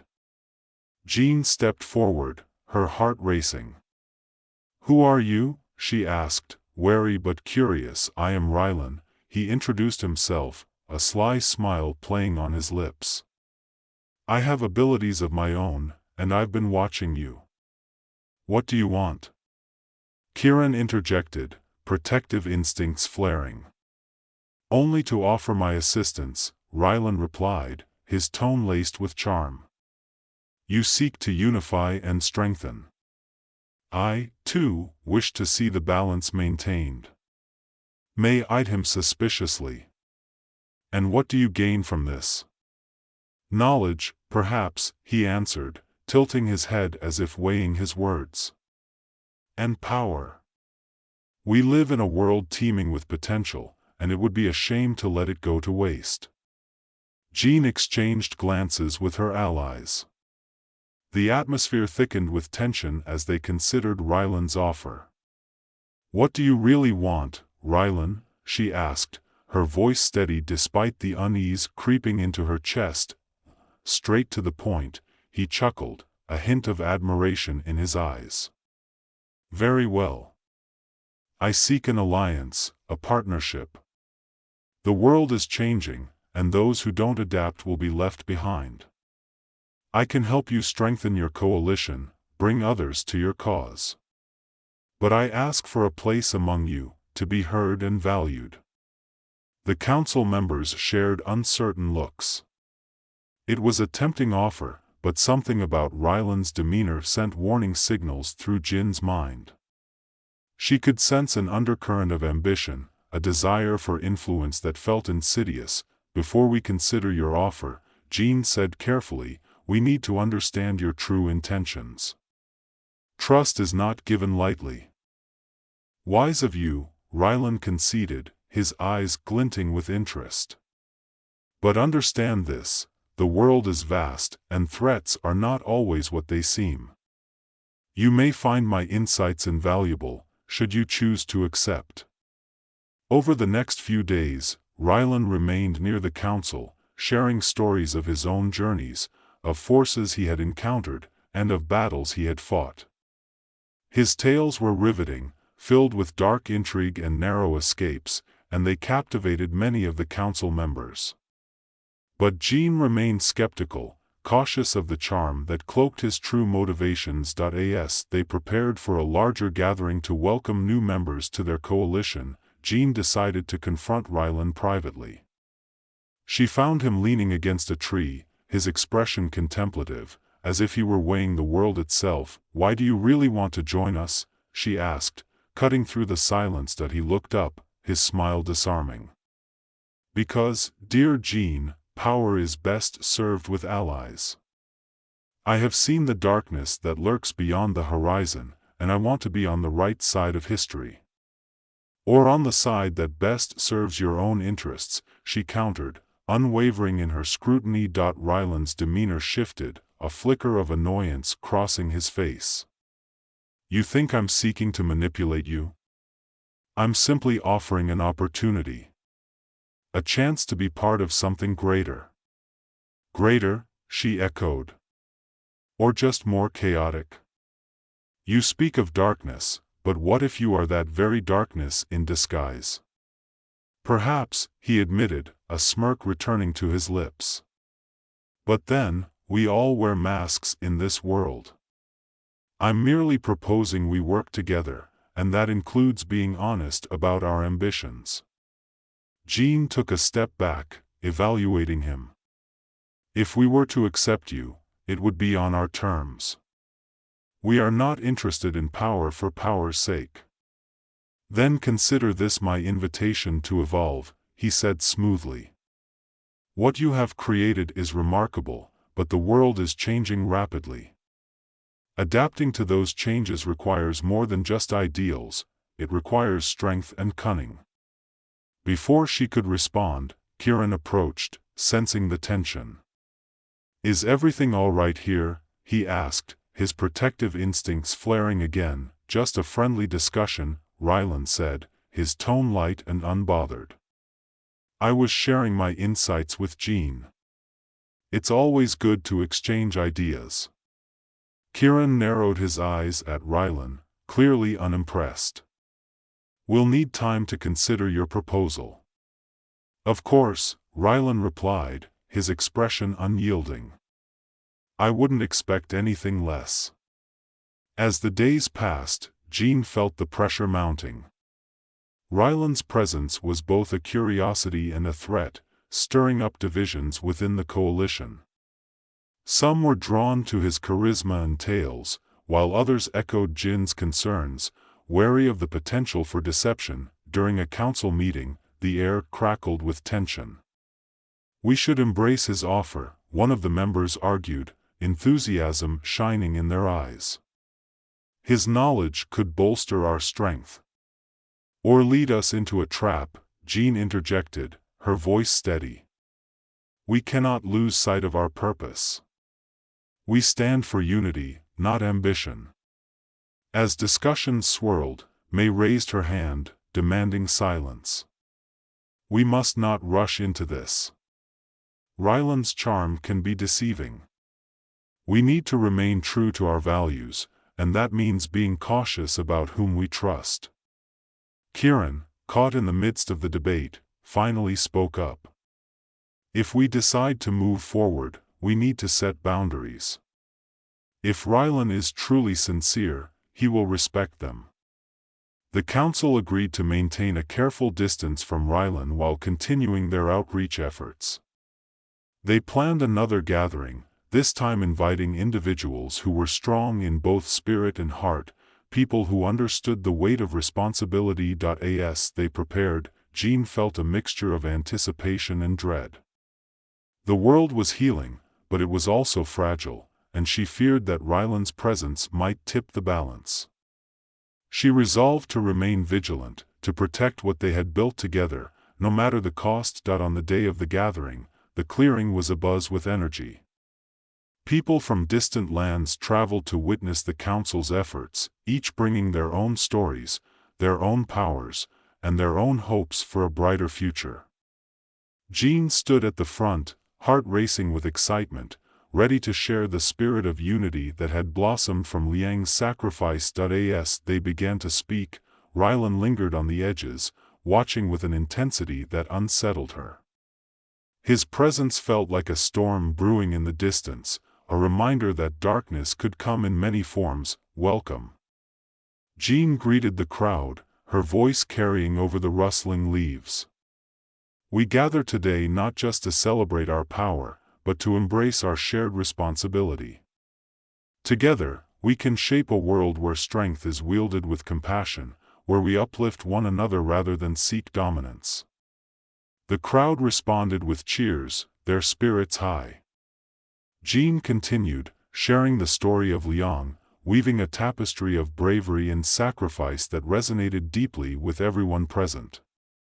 She felt the energy in the air shift, a collective hope igniting among the crowd, but as she spoke, she couldn't shake the feeling of Ryland's gaze upon her. It was a weight that pressed down on her, a reminder that not all who stood among them shared their ideals. She cast a glance in his direction, meeting his eyes for a brief moment, and in that instant, she saw a flicker of something she couldn't quite place, a hunger, perhaps, masked by charm. The gathering progressed with laughter and stories, a vibrant exchange of ideas and hopes for the future. But Ryland's influence loomed like a shadow, tugging at the edges of the celebration.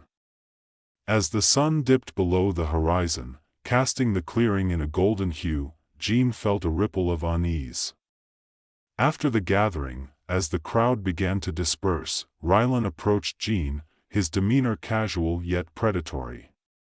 "You have quite the talent for inspiring others," he remarked, an edge of admiration tinged with something darker. "What do you want, Ryland?" she asked, unable to mask her wariness. "Just to observe," he replied, leaning against a nearby tree.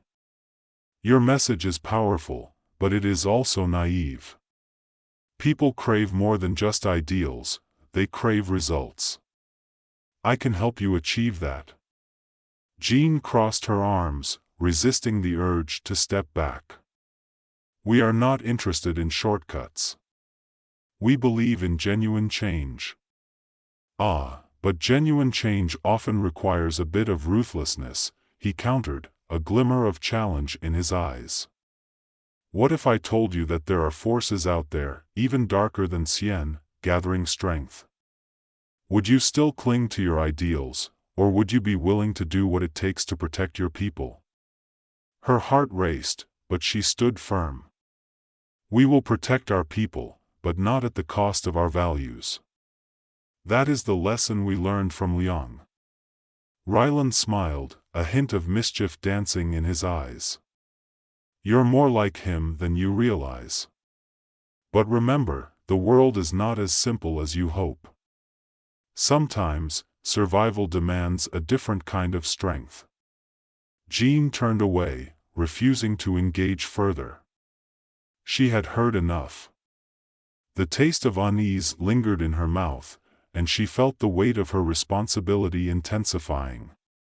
She gathered her allies, sharing her concerns about Ryland and the potential for discord within their coalition. "We must remain united," she urged.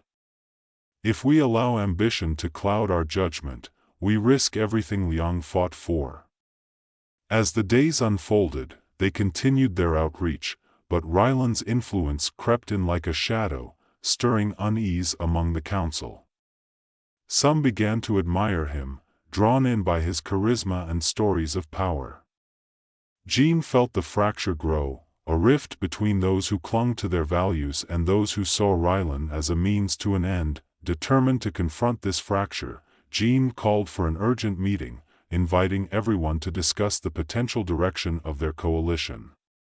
The atmosphere was charged with tension as they gathered in the clearing once more, a mix of eager faces and wary expressions. "I appreciate all of you coming," she began, her voice steady despite the swirling emotions.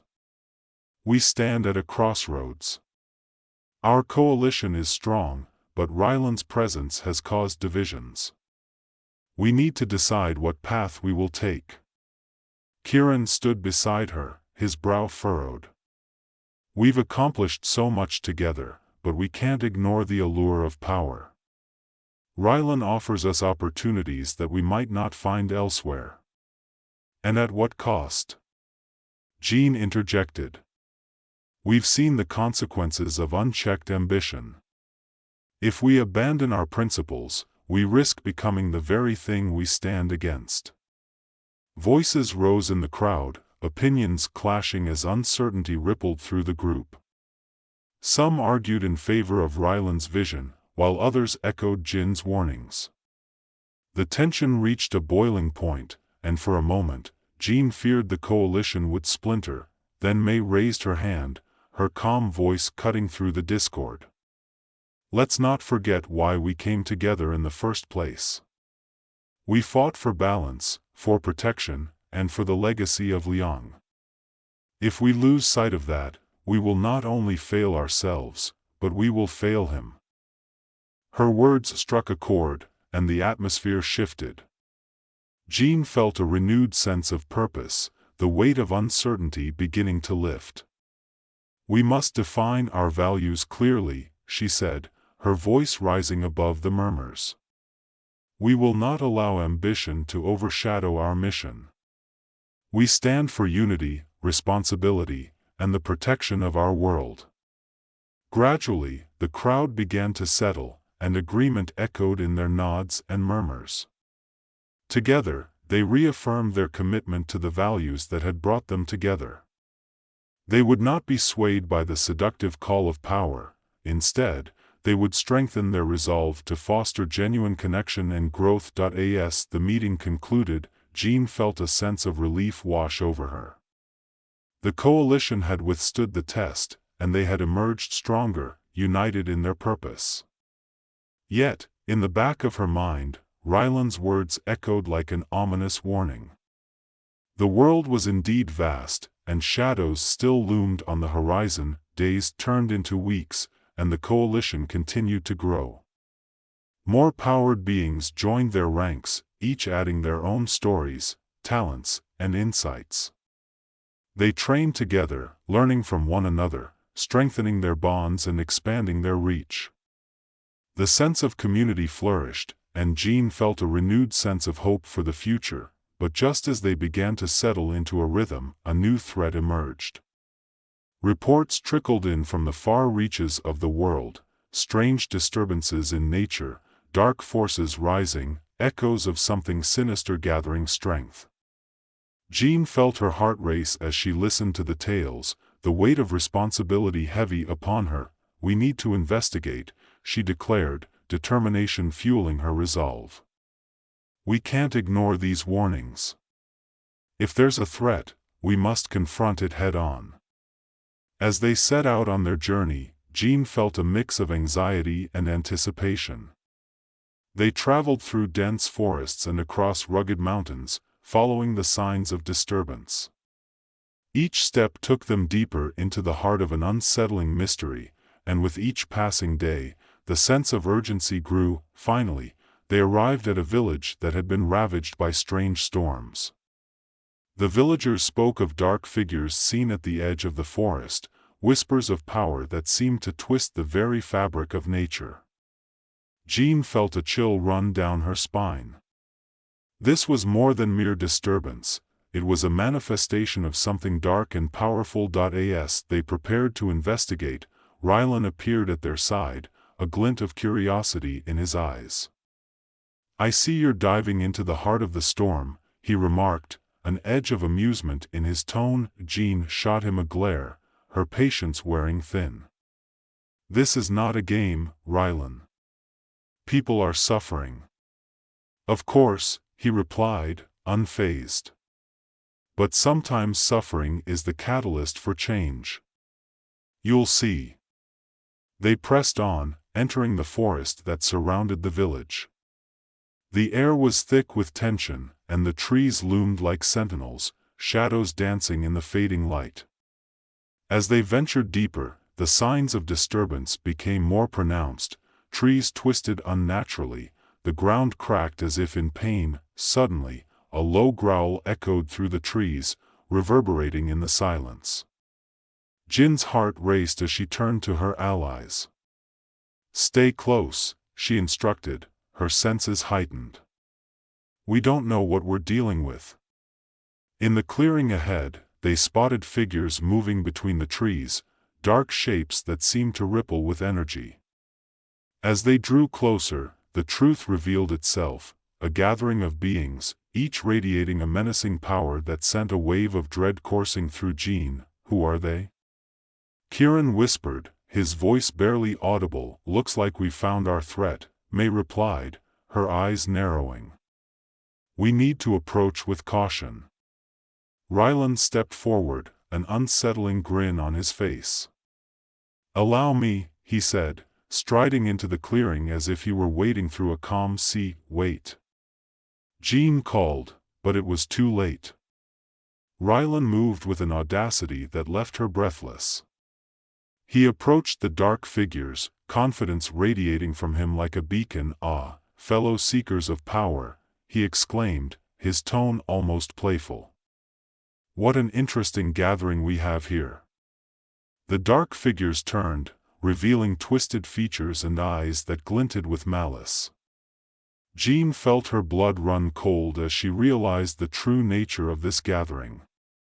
They were beings drawn to darkness, attracted by the allure of power and the promise of chaos. "Ryland, come back," she shouted, but he was already engaging them, his charm masking the danger that lingered beneath the surface.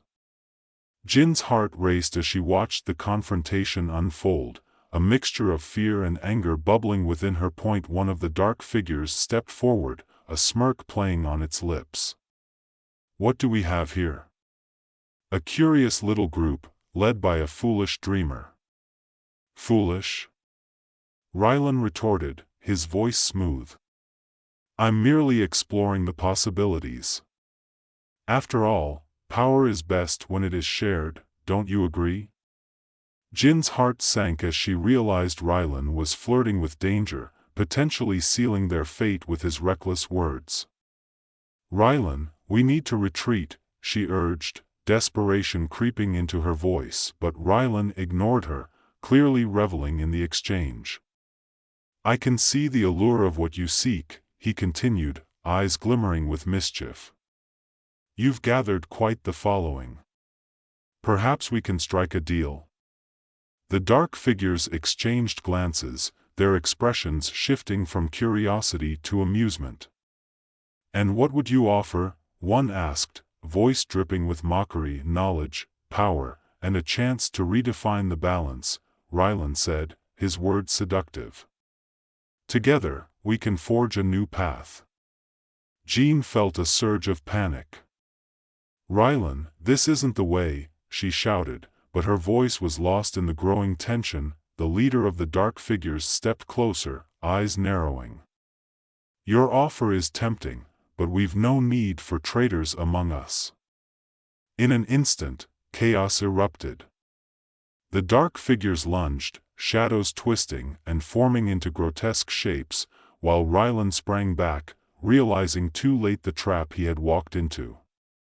Jean felt the pulse of energy around her, the air thickening as she rallied her allies.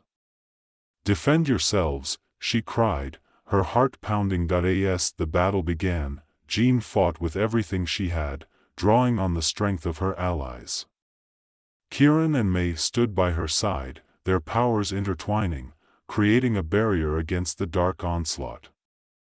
But Ryland was a wild card, darting in and out of danger, his intentions unclear as he swung between ally and adversary. The clash reverberated through the forest, a cacophony of power and chaos. Jean could feel the darkness pressing in, threatening to consume everything they had built. "We have to push back," she shouted, focusing her energy. Together, with a surge of strength, they formed a unified front, channeling their powers into a brilliant wave that pushed against the darkness. The figures faltered, momentarily stunned by the force of their unity. It was a reminder of the bond they shared, the strength that came from standing together. But Ryland, caught up in the chaos, seized the opportunity to make a last-ditch effort.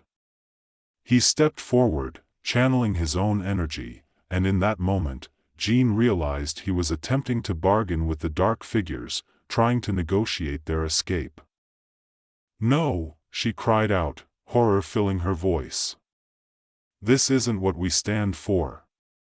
But it was too late. Ryland's words hung in the air, a twisted promise of power that threatened to unravel everything they had fought for. The dark figures paused, intrigued, their expressions shifting as they considered his offer. In a flash, the tide of the battle shifted. The dark figures surged forward, emboldened by the prospect of Ryland's allegiance. Jean felt a wave of despair wash over her as they pressed against her defenses, their shadows threatening to overwhelm. "Ryland, stop," she yelled, desperation clawing at her throat. "You're making a mistake." But Ryland laughed, a sound that echoed eerily through the chaos. "Mistakes are often the path to greater power, my dear. You'll see." With a fierce determination, Jean and her allies rallied, pushing back against the darkness. They fought with every ounce of strength, their resolve shining bright against the encroaching shadows. Together, they wove a barrier of light, standing firm against the tide. In that moment, something shifted within Jean. She remembered Liang's sacrifice, the lessons he had imparted. "We are more than our power," she shouted, rallying her friends. "We stand for unity, for the protection of our world." With renewed vigor, they channeled their energy into a single pulse, a radiant wave that surged through the clearing. The dark figures faltered, their shadows retreating as the light engulfed them. It was a testament to their strength, a reminder that true power lay in unity, not ambition. As the last echoes of the dark figures faded into the night, Jean felt a weight lift from her shoulders. They had stood together against the darkness, their bonds unyielding. But Ryland's betrayal hung heavily in the air, a bitter reminder of the fragility of trust. "What have you done?"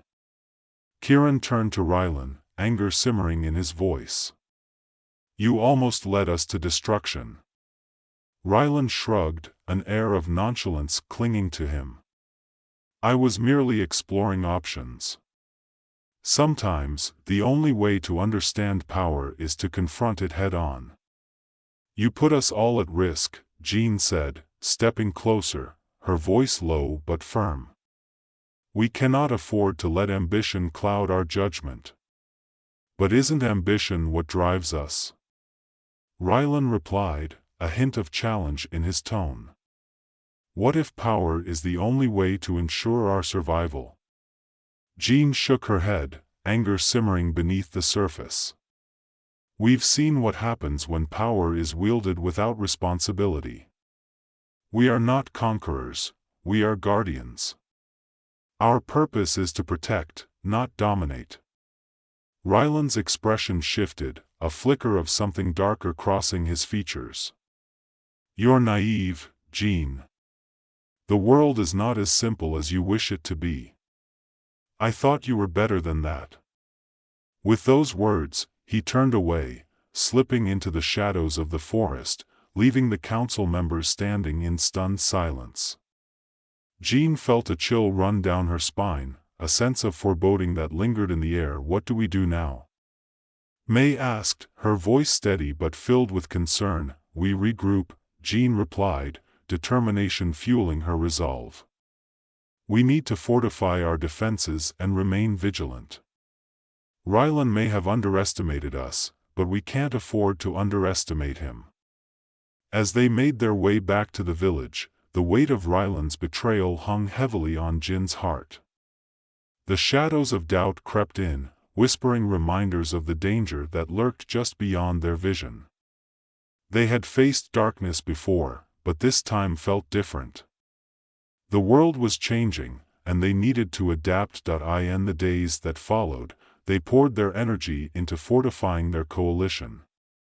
They trained tirelessly, honing their powers, but they also reached out to the villagers, ensuring they felt protected and valued. The bond between the council and the communities grew stronger, a testament to their resilience, yet, the specter of Ryland loomed large, a shadow they couldn't shake.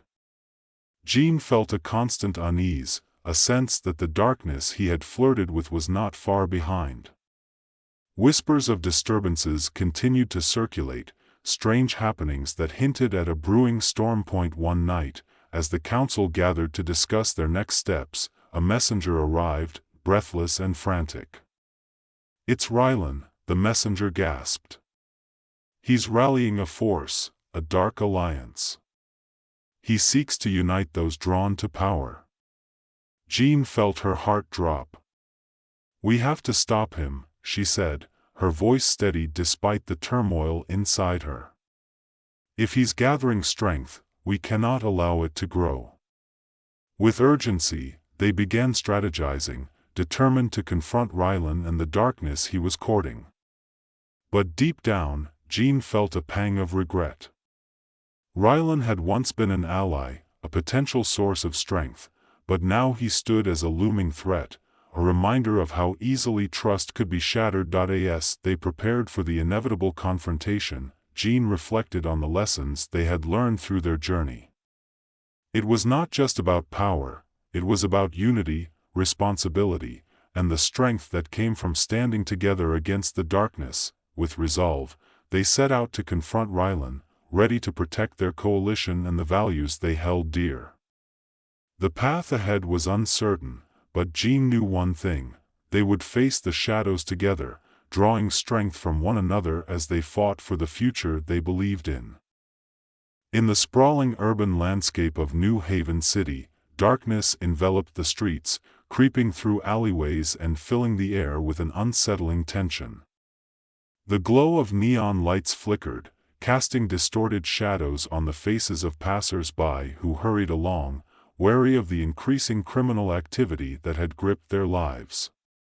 Once a bustling metropolis, the city now felt like a ticking time bomb, with gangs of superpowered criminals roving freely, their enhanced abilities making the police feel like mere spectators in a game of chaos. Officer Li Wei stood in the middle of a chaotic scene, surveying the aftermath of a recent gang skirmish. Debris littered the ground, and the echoes of gunfire still rang in his ears. He was a dedicated cop, but with every day that passed, he felt the weight of inadequacy pressing down on him. His colleagues, seasoned veterans of the force, shared glances of frustration and despair. They were outmatched, outgunned, and increasingly fearful of what lay ahead. It was on one such bleak night that Li Wei received a summons from his superiors. In a dimly lit conference room, he learned of a clandestine program, Project Genesis, designed to enhance police capabilities using cutting-edge genetic modification. Skepticism washed over him, but desperation for change fueled his acceptance. He was injected with a serum that promised superhuman abilities. As the cold fluid coursed through his veins, a sense of trepidation mingled with hope. Days passed, and Li Wei found himself grappling with the enormity of his transformation. During training, he discovered his reflexes had sharpened, his strength magnified. He could now dodge bullets and leap across rooftops with ease. However, each exhilarating experience brought with it an unsettling realization: he was no longer just an officer, he was something more, and that came with its own set of ethical dilemmas. He was no longer just fighting crime, he was becoming a part of it. Tension simmered within the precinct. Some officers eyed him with envy, others with fear. Among them was his mentor, Officer Zhang, a grizzled veteran who had seen it all. Zhang was wary of Li Wei's enhancements, fearing that power could corrupt even the noblest intentions. Despite their differences, an unspoken bond held them together, a shared commitment to the safety of their city. One evening, while patrolling the streets, Li Wei received a call about a gang ambush in progress. As he raced to the scene, adrenaline surged through him.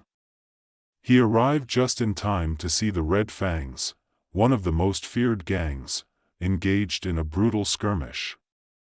With his enhanced abilities, he sprang into action, dodging bullets and disarming criminals with a speed that left onlookers in awe.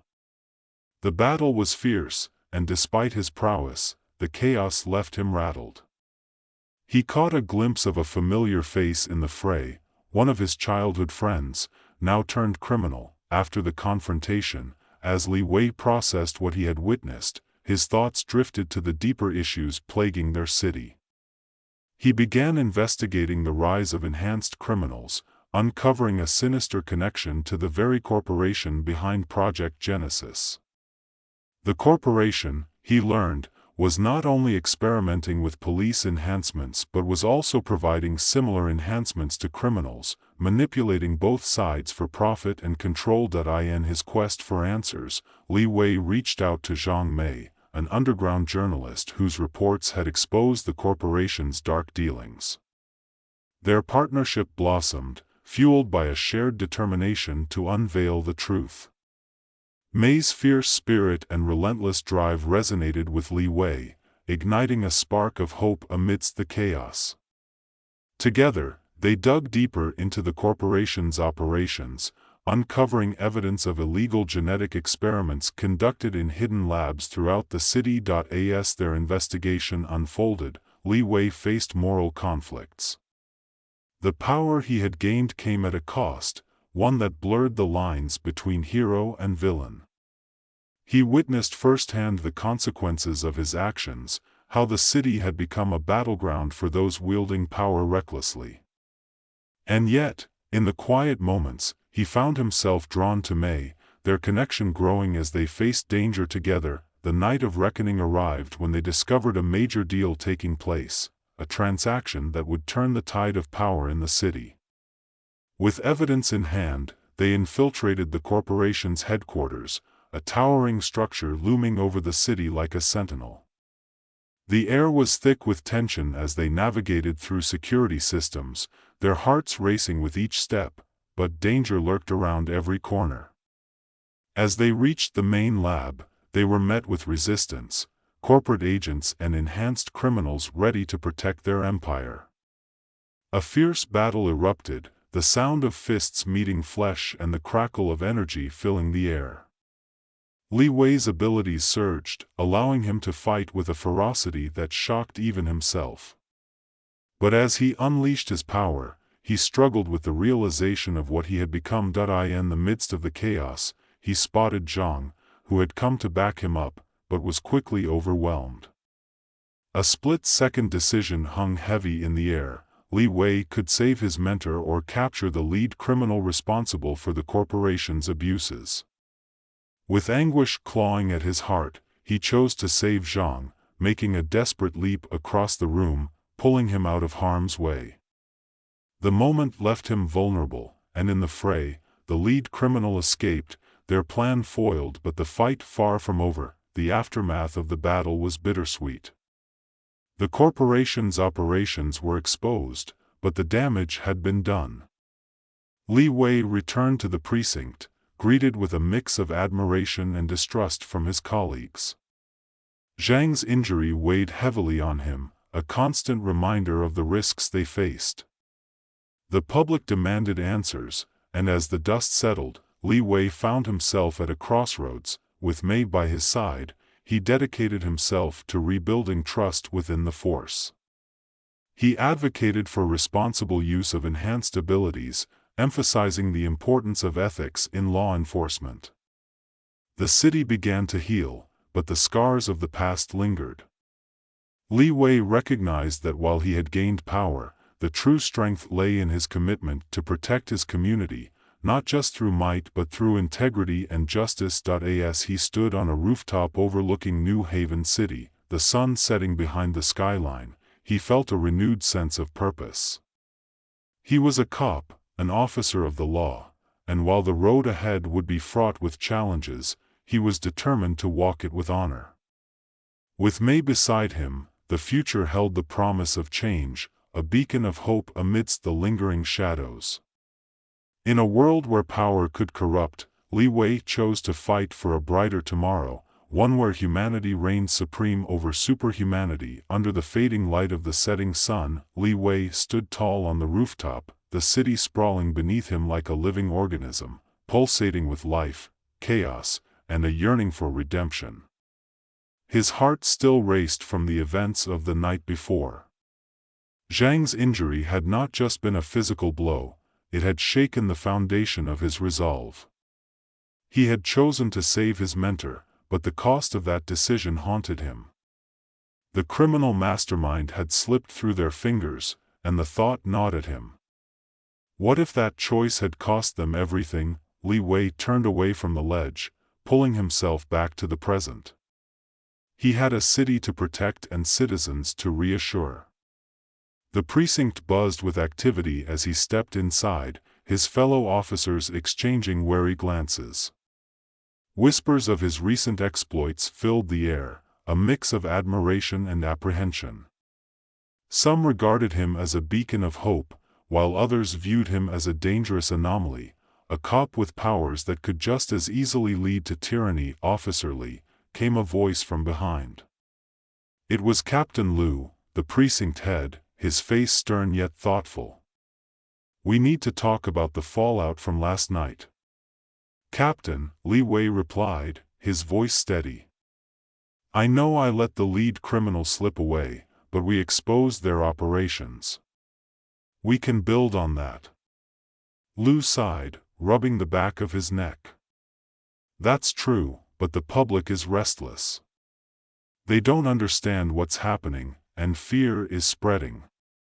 We need a plan, something that reassures them we're still in control."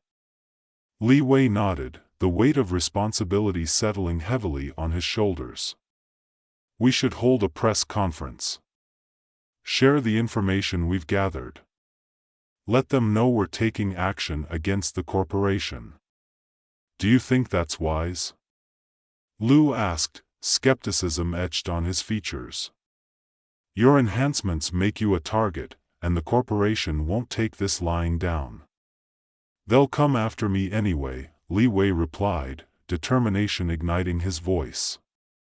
"But if we're transparent, if we show them we're not afraid to confront the truth, we might just regain their trust."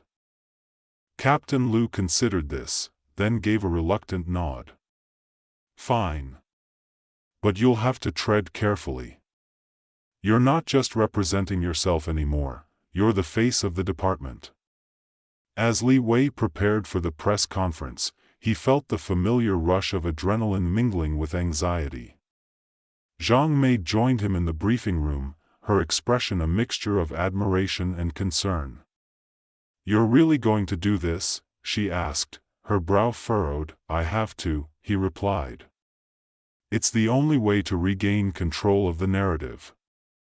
Just remember," she cautioned, "they'll scrutinize every word you say. You need to be careful.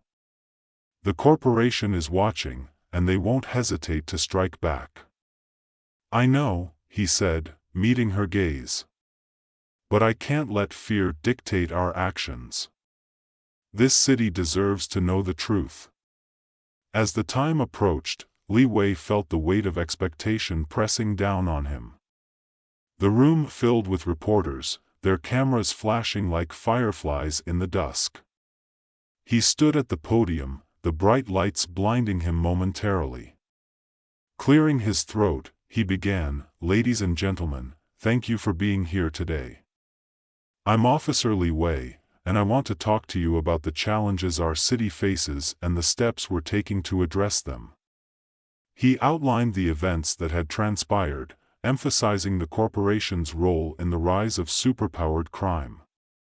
He spoke of the ongoing investigation, of the need for community involvement and vigilance. As he spoke, he could see the faces in the audience shift from skepticism to engagement. The tide was turning, however, as he concluded his remarks, a familiar tension crackled in the air. The moment he stepped down from the podium, the atmosphere shifted again, and he sensed danger. Reporters surged toward him, questions flying, cameras flashing, but he noticed something, a figure lurking at the edge of the crowd, shadowy and intent. "Li!" Zhang Mei called, cutting through the chaos. "Look out!" Instinctively, Li Wei turned, his enhanced reflexes kicking in. A figure lunged from the shadows, a weapon glinting in their hand. In an instant, Li dove forward, tackling the assailant to the ground. The two rolled, fists exchanging blows, the crowd gasping as they watched the spectacle unfold. "Stop! Police!" he shouted, his voice cutting through the noise. With a surge of strength, he pinned the assailant down, wrenching the weapon away. As he stood, adrenaline coursing through him, he recognized the man, one of the criminals from the Red Fangs. "Get back!" Lee yelled to the reporters, who had drawn dangerously close. The crowd began to scatter, panic spreading like wildfire. Zhang Mei rushed to his side, her expression fierce. "Is it him? The one who got away?" Lee studied the man beneath him, breathing heavily. "No, but he's connected. We need to interrogate him." Within moments, officers flooded the scene, subduing the chaos. Lee and Mei watched as the assailant was taken away, a mixture of triumph and frustration swirling in Lee's gut. They had caught a piece of the puzzle, but the mastermind still eluded them. In the following days, the city buzzed with the fallout from the attempted attack. Li Wei became a household name, the face of the fight against the rising tide of enhanced crime. But with that fame came scrutiny. Every move he made was analyzed, every decision questioned. The pressure was mounting, but he remained steadfast, fueled by a sense of duty to protect his city. As investigations continued, Li and Mei worked tirelessly to piece together the threads of the corporation's network. They scoured through files, connecting dots that led them deeper into a labyrinth of corruption.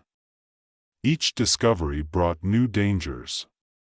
The corporation had eyes everywhere, and soon, Li began to receive threats, anonymous messages warning him to back off or face the consequences, yet he pressed on, determined not to let fear dictate his actions.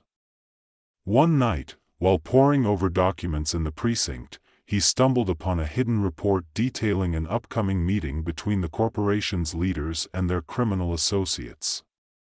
It was a chance, a potential strike against the heart of the operation. "Mei," he said, excitement and urgency rising within him. "This could be our shot.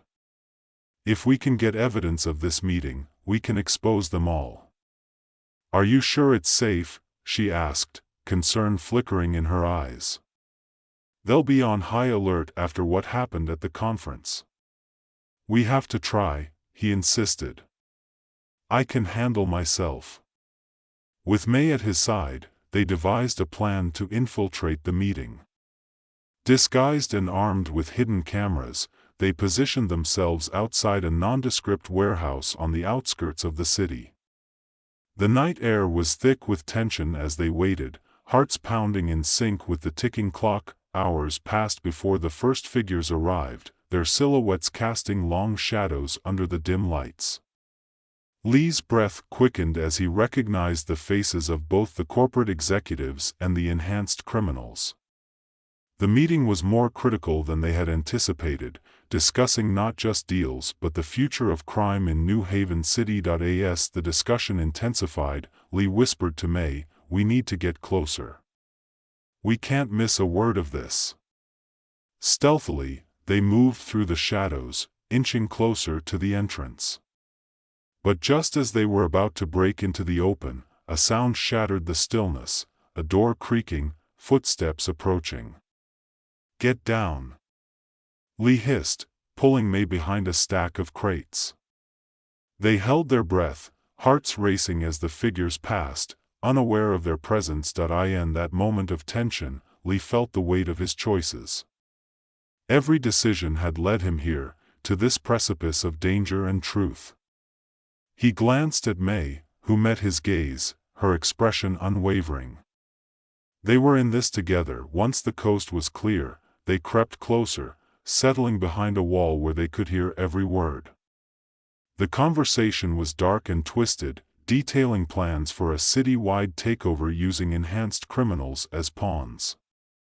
Lee's blood ran cold as he realized the magnitude of the threat they were facing. Just as he prepared to record, a sudden crash echoed through the warehouse. The door burst open, and armed agents flooded in, brandishing weapons and barking orders. The meeting had been a trap, Lee. May shouted, panic flooding her voice. We have to go.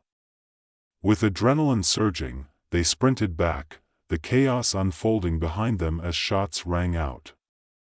Lee's instincts kicked in, and he maneuvered through the debris, shielding May as they darted toward the exit. Just as they reached safety, a bullet whizzed past, grazing Lee's arm. He winced but pressed on, the fire of determination burning brighter. Outside, they didn't stop running until they reached the safety of their vehicle. As they sped away, Lee glanced at May, her eyes wide with a mix of fear and exhilaration. That was insane, she exclaimed, breathless. We could have been killed.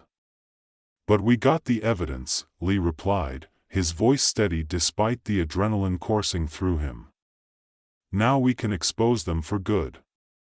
Over the following days, they worked tirelessly to compile the footage and testimonies from their narrow escape. With each passing moment, the gravity of their discoveries settled in. The corporation was deeply entrenched, and it would take everything they had to bring it down. Finally, they called a press conference, but this time, it was different.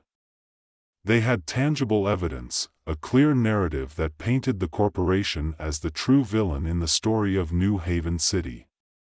As Lee stood before the crowd once more, he felt the weight of the moment, a chance to finally reclaim the city from the shadows that had gripped it for too long. Ladies and gentlemen, he began, his voice strong and unwavering.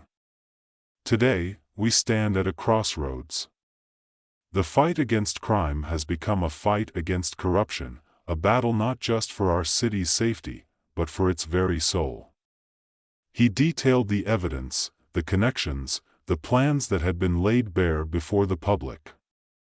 The crowd listened, rapt, the fear in their eyes slowly transforming into resolve. As he spoke of unity and the power of community, he could feel the shift, a tide turning as the citizens began to reclaim their narrative. When the conference concluded, the atmosphere crackled with energy. Lee Wei and May were approached by a wave of support, citizens thanking them for their bravery and commitment. For the first time in a long time, Lee felt a glimmer of hope, but the calm was short-lived. That night, as Lee returned home, he noticed a figure lurking outside his apartment building. Tension surged as he stepped cautiously toward the entrance, heart pounding. The figure turned, and Lee's blood ran cold. It was the lead criminal, the one who had escaped their grasp time and time again. You think you can expose us? The man sneered, his voice low and menacing.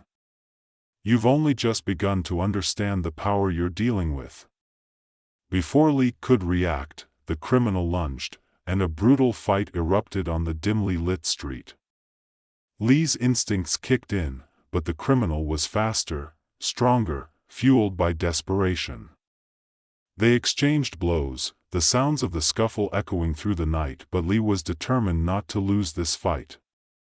Channeling his enhanced abilities, he fought back with ferocity, the weight of his mission propelling him forward. Each punch, each movement, was a testament to his commitment to protect the city he loved. As the battle raged on, Lee finally gained the upper hand, pinning the criminal against the ground. You're done, he gasped, adrenaline pumping through his veins. The man glared up at him, fury and desperation in his eyes. You have no idea what you're up against. You may win this battle, but the war is far from over. With that, Lee cuffed him, breathing heavily as he took in the gravity of the moment. The criminal was finally in custody, but the fight against the corporation was far from over. He knew this was just a small victory in a larger war. In the following weeks, the tides shifted even further. With the criminal in custody and the evidence out in the open, public outcry grew against the corporation. Protests erupted, demanding accountability and justice. Lee watched as the citizens banded together, united in their determination to reclaim their city. As the investigation unfolded, the corporation's corrupt leaders were brought to light, their grip on the city weakening. The battle had ignited a fire within the community, one that Lee had hoped for but hadn't dared to believe could manifest so quickly. Yet, with each step forward, he remained acutely aware of the dangers that lurked just out of sight. One evening, while working late at the precinct, Lee received a call from May. "We need to meet." "There's something you need to see," she said, urgency lacing her tone. When they met, she handed him a folder filled with documents. "I've been digging deeper. There are more players involved than we realized. The corporation has connections that run deep." Lee's brow furrowed as he scanned the pages. "This goes beyond just the local gang scene. We're talking organized crime on a much larger scale." "Exactly," May said, determination shining in her eyes. "We can't let this slide. If we want to protect the city, we have to take them down completely." With renewed vigor, they set a plan into motion, reaching out to trusted allies within the department and the community. They needed to gather evidence and rally support, preparing for a fight that would test every ounce of their resolve. As the days turned into weeks, Lee and May led the charge, navigating a treacherous landscape filled with deceit and danger. They held community meetings, engaging citizens and empowering them to take a stand. As momentum grew, so did the corporation's desperation. Threats began to surface, warnings aimed at Lee, at May, and at their families. Despite the risks, they pressed on, the belief that change was possible igniting their spirits. The city was ready to rise, and together they would reclaim it. On a rainy evening, Lee and May sat in a small diner, strategizing over coffee. Outside, the storm raged, mirroring the turmoil brewing within their hearts. "This is it, isn't it?"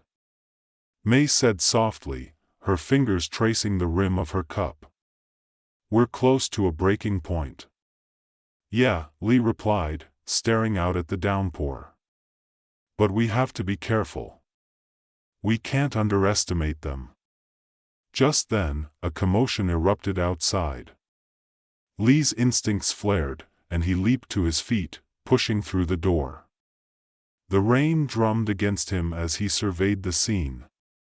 A group of citizens had gathered, their faces twisted in fear. In the middle of the street, a flash of movement caught his eye. Before he could process it, he saw figures emerging from the shadows, armed men, faces obscured by masks. "They were here to send a message, Lee," May shouted, rushing to his side. "We have to get out of here." But Lee's resolve hardened. "No. We stand our ground." As the masked men advanced, Lee's adrenaline surged. "Everyone, get to safety," he yelled, positioning himself protectively in front of May. The crowd dispersed, panic spreading, but he wouldn't back down. The first assailant lunged, and Lee dodged with reflexes that felt almost second nature. He retaliated, landing a solid punch that sent the attacker staggering back. But the odds were against him, and soon he found himself surrounded. May joined him, fighting fiercely by his side.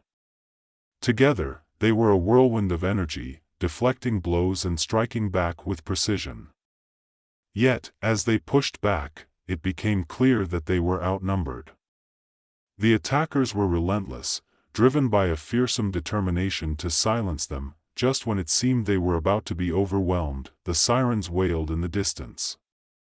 Reinforcements arrived, officers spilling onto the street. The attackers hesitated, their resolve faltering as they turned to flee. "Don't let them get away," Lee shouted, adrenaline fueling his every move. He took off after one of the fleeing figures, determined to capture at least one of them. In the chaos, he felt the familiar rush of purpose. He could feel the tide shifting. This wasn't just a fight for survival, it was a fight for the future of New Haven City. With every encounter, every victory, they were gaining ground. Lee and May continued to work together, forging a path toward change. They became symbols of resilience, hope, and unity, inspiring citizens to take a stand against the darkness that threatened to engulf them. As the final confrontation loomed closer, Lee felt a sense of clarity settling over him. He understood now that power could be both a weapon and a shield, and it was his responsibility to wield it wisely. The fight against the corporation and the crime syndicate would require more than just strength. It would take courage, collaboration, and an unyielding belief in justice. In a final meeting with the precinct, they gathered their allies and strategized for the impending confrontation. "This is our chance," Lee addressed them, the room buzzing with energy. "If we expose their connections and take them down, we can bring true justice back to this city." With a plan in place, they set out to confront the corporation one last time. The air was thick with anticipation as they gathered outside the corporate headquarters, a massive building that had loomed over the city for far too long. Citizens stood shoulder to shoulder with officers, united in their determination. As they stormed the building, the atmosphere crackled with resolve. Lee led the charge, bolstered by the support of his fellow officers and the citizens who had come to reclaim their city. Every step was a testament to their journey, the struggles, the sacrifices, the unwavering belief that they could overcome the darkness. Inside, they faced off against the corporation's leaders and the enhanced criminals they had once feared. The battle was fierce, each punch thrown a statement of defiance against the corruption that had held them captive for too long. But with every blow, they also fought against the doubts that had once plagued Lee, about his powers, his choices, and his place in this fight. As the dust settled and the last remnants of resistance crumbled, Lee stood at the center of the chaos, breathless and victorious. They had done it. They had dismantled the corporation's hold on their city. As the sun began to rise, casting a golden light over New Haven City, Lee felt a wave of hope wash over him. The city was far from perfect, but it was a beginning, a chance to rebuild, to redefine what it meant to be a community. He glanced at May, who stood beside him, her eyes sparkling with pride and determination. "We did it," she said, disbelief mingled with joy. "Yeah, we did," Lee replied, a smile breaking through the exhaustion. "And this is just the start." Together, they looked out over the city, a place filled with promise, resilience, and the undeniable spirit of its people. The fight had forged them into something greater, a bond that would carry them through whatever challenges lay ahead. With unity and courage, they would continue to protect New Haven City, embracing the power they had both gained and the responsibility that came with it. As the dawn broke, Lee knew that while darkness might still linger, light had begun to shine through. The city was alive with possibility, and he was ready to face whatever came next.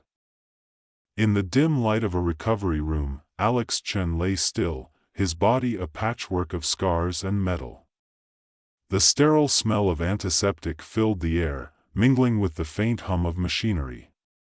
Outside, the sounds of the ravaged city crept in, a cacophony of sirens, distant explosions, and the low drone of hovercrafts patrolling the skies. Once a proud soldier, Alex now felt like a ghost haunting the remnants of his former self. Months of war had led to this moment, and as he stared at the ceiling, memories flooded his mind. He remembered the roar of gunfire, the adrenaline coursing through his veins, and the moment everything changed, when an enemy grenade shattered his arm and leg, leaving him for dead. He had been brought here, to this high-tech medical facility, a sanctuary of sorts, where hope was stitched together with circuits and metal. His gaze drifted to the window, where the sun struggled to break through the haze of smoke that lingered over the city. He thought of his comrades still fighting, the sacrifices they made, and how he yearned to return to the front lines. A sudden jolt of movement drew his attention. He flexed his fingers, now crafted from titanium and powered by advanced nanotechnology. The mechanical limbs responded perfectly, giving him a sense of power he had never known. "You're doing great, Alex," Dr. May Tanaka's voice cut through his thoughts. She was a brilliant scientist, her expertise in biomechanical engineering a lifeline for many soldiers like him. "Just a little more. Let's see how you can move." He swung his legs off the bed, the new mechanical limb whirring to life as he tested its strength. With each step, he felt invincible, but beneath the thrill lay a shadow of fear. Was this truly him, or was he becoming something else? Days passed as he trained, pushing himself to adapt to his new body. The initial exhilaration faded, replaced by an unsettling feeling. Whispers filled his mind, a chorus of suggestions that urged him to unleash the power coursing through him. "Embrace it," they murmured. He shook his head, trying to drown them out. He didn't want to lose himself to this technology. One evening, while practicing in the facility's training room, he caught a glimpse of his reflection. The man looking back at him had hollow eyes, his face a mask of determination mixed with uncertainty. The more he pushed his limits, the more he felt the machine within him clawing for dominance. It was as if the technology was testing him, probing for weakness. "Alex," Dr. Tanaka's voice interrupted his thoughts. "You need to be cautious. The enhancements can amplify emotions, both good and bad. You must stay grounded." He nodded, but doubt gnawed at him. The world outside the facility was spiraling into chaos. News reports spoke of an organization called the Iron Hand, a sinister group utilizing similar technologies to exploit soldiers for their own gain. They were not just a threat to civilians but to everything Alex once believed in. It was on a day like any other when the tipping point came. As he scrolled through a news feed on his tablet, a live report flashed across the screen. "Breaking news: the Iron Hand has taken hostages in the downtown sector, including former military personnel." His heart raced. Among the captured was Liam, a friend and fellow soldier, now in the clutches of the enemy. Determination surged within him. He couldn't sit idly by while his friends suffered. Ignoring Dr. Tanaka's earlier warnings, he donned a tactical suit and prepared for the mission. The hum of machinery filled his ears as he activated his enhancements, feeling the power course through him. The city was alive with chaos as he navigated the darkened streets, the shadows swallowing him whole. He had trained for this moment, yet as he approached the Iron Hand stronghold, the whispers returned, urging him to unleash the full potential of his enhancements. They promised victory, but at what cost? The stronghold loomed ahead, a fortress of steel and concrete, heavily guarded. Alex steeled himself, recalling the lives depending on him. He moved with a fluidity that felt both natural and foreign, slipping past guards and obstacles with newfound speed. Adrenaline coursed through his veins, urging him onward. As he reached the interior, the scene was chaotic. Hostages were held in a central chamber, surrounded by Iron Hand operatives, their faces obscured by masks. A surge of anger boiled within him.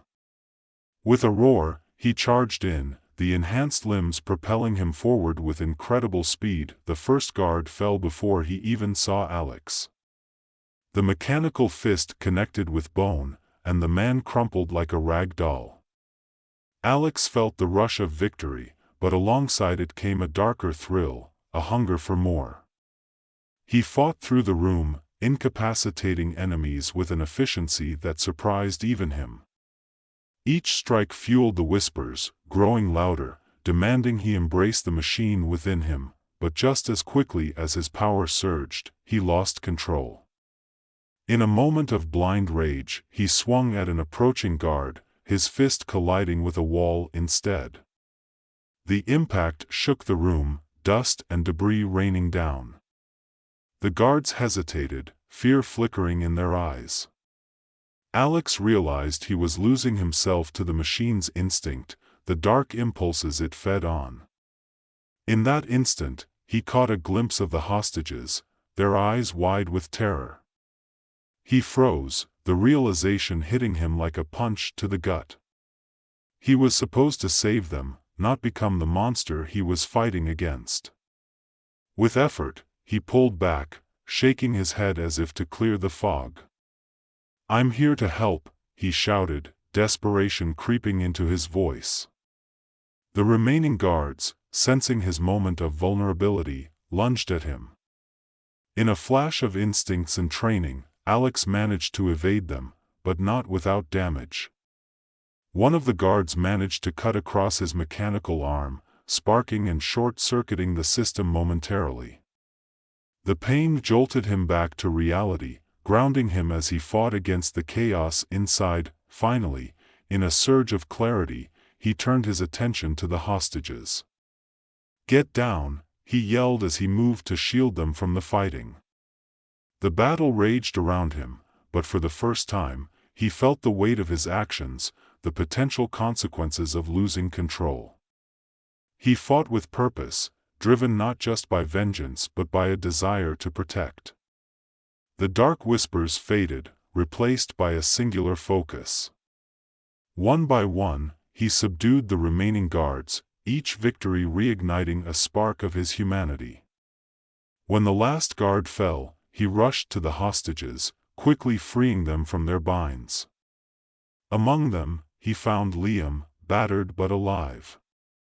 Relief washed over him, yet it was tainted by the realization of how close he had come to losing everything. "Alex, we need to get out of here," Liam gasped, his voice raspy. Alex nodded, adrenaline still pumping through his veins. They pushed through the wreckage of the stronghold, leading the hostages toward the exit. Outside, the city was a battleground. Sirens wailed in the distance, and the sky was thick with smoke. As they reached safety, Alex looked back at the stronghold, the sense of victory mingling with regret.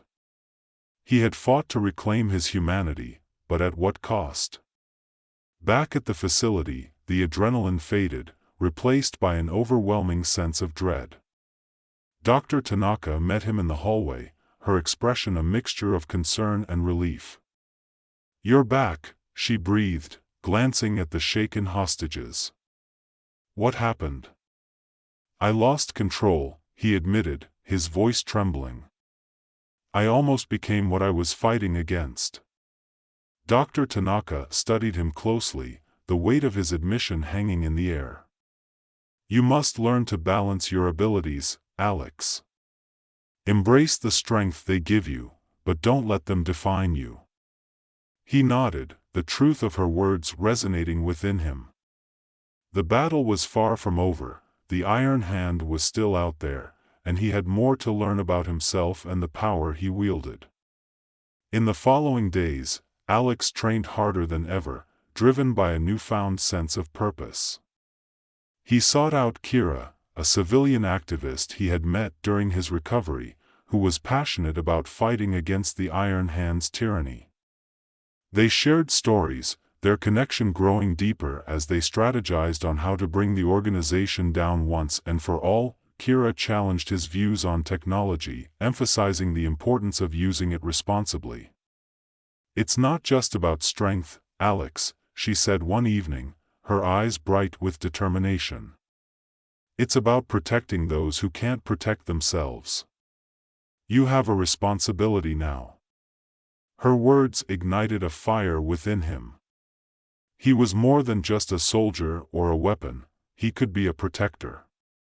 Together, they began gathering allies, other survivors, former soldiers, and civilians willing to stand against the Iron Hand. With each passing day, Alex felt the mechanical parts of him shifting from a source of fear to a tool for good. He learned to control the impulses, channeling his abilities into something greater than himself. The whispers that once urged him toward darkness now transformed into a quiet confidence, a reminder of the power he wielded. The day of their final confrontation arrived, the plan meticulously crafted. They infiltrated the Iron Hand's headquarters, a high-tech labyrinth of security and danger. As they moved through the halls, Alex's heart raced with anticipation. This was it, the moment he could prove to himself that he was not just a machine, but a man fighting for a cause. The battle erupted as they encountered the Iron Hand's guards, and this time, Alex fought with precision. He moved fluidly, his enhancements responding to his every command, each blow calculated and focused. The chaos around him felt different.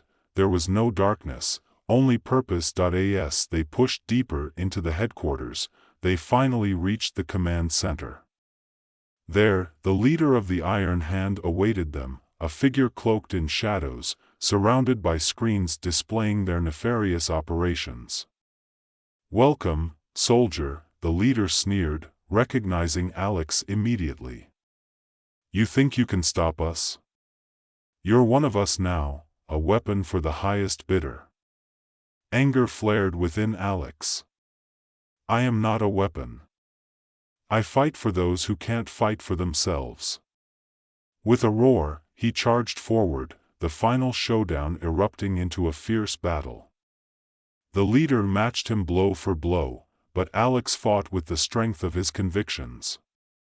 Every strike was fueled by the determination to reclaim his humanity. In the chaos, he found a moment of clarity. As the leader lunged at him, Alex sidestepped, countering with a powerful blow that sent the man crashing against a wall. The leader lay defeated, and for the first time, Alex felt the whispers fade entirely. With the command center secured, they freed the remaining hostages and dismantled the operations of the Iron Hand. The echoes of battle faded, replaced by the sounds of triumph. As dawn broke over the city, Alex stood with Kira and their allies, gazing out at the horizon. The battle had been won, but the war for humanity continued. He had faced the darkness within him and emerged stronger, a testament to the resilience of the human spirit. "I may be part machine," he said, his voice steady, "but I will never lose my humanity again." Kira smiled, a flicker of hope igniting in her eyes. "And together, we'll make sure others don't either." With newfound purpose, they turned toward the rising sun, ready to face whatever challenges lay ahead. As the sun climbed higher, illuminating the city, Alex felt the weight of his experiences settling into a hard-won understanding. The battle against the Iron Hand had been a turning point, not just for him, but for many. The people he had fought to protect now looked to him as a leader, a symbol of hope in a world marred by conflict. In the following weeks, the group worked tirelessly to help those affected by the Iron Hand's tyranny. They organized community meetings, shared resources, and educated others on the dangers of unchecked technological advancements. Alex found purpose in these efforts, his mechanical limbs no longer a source of fear but a symbol of resilience. Yet, beneath the surface, the echoes of his darker impulses lingered. During quiet moments, he would catch himself reflecting on how close he had come to losing control, how easily he could have become the very monster he sought to destroy. He confided in Kira, sharing his struggles with the temptation of power. "Power isn't inherently bad, Alex," Kira said one evening as they reviewed plans for a community outreach event. "It's how we choose to use it that defines us. You have the strength to protect and to inspire others." Her words resonated deeply, and he committed himself to not only mastering his abilities but also understanding them. Dr. Tanaka continued to work with him, providing guidance on how to maintain the balance between his humanity and the technology that enhanced him. One night, as Alex trained in the facility, he felt the familiar stirrings of darkness rise within him.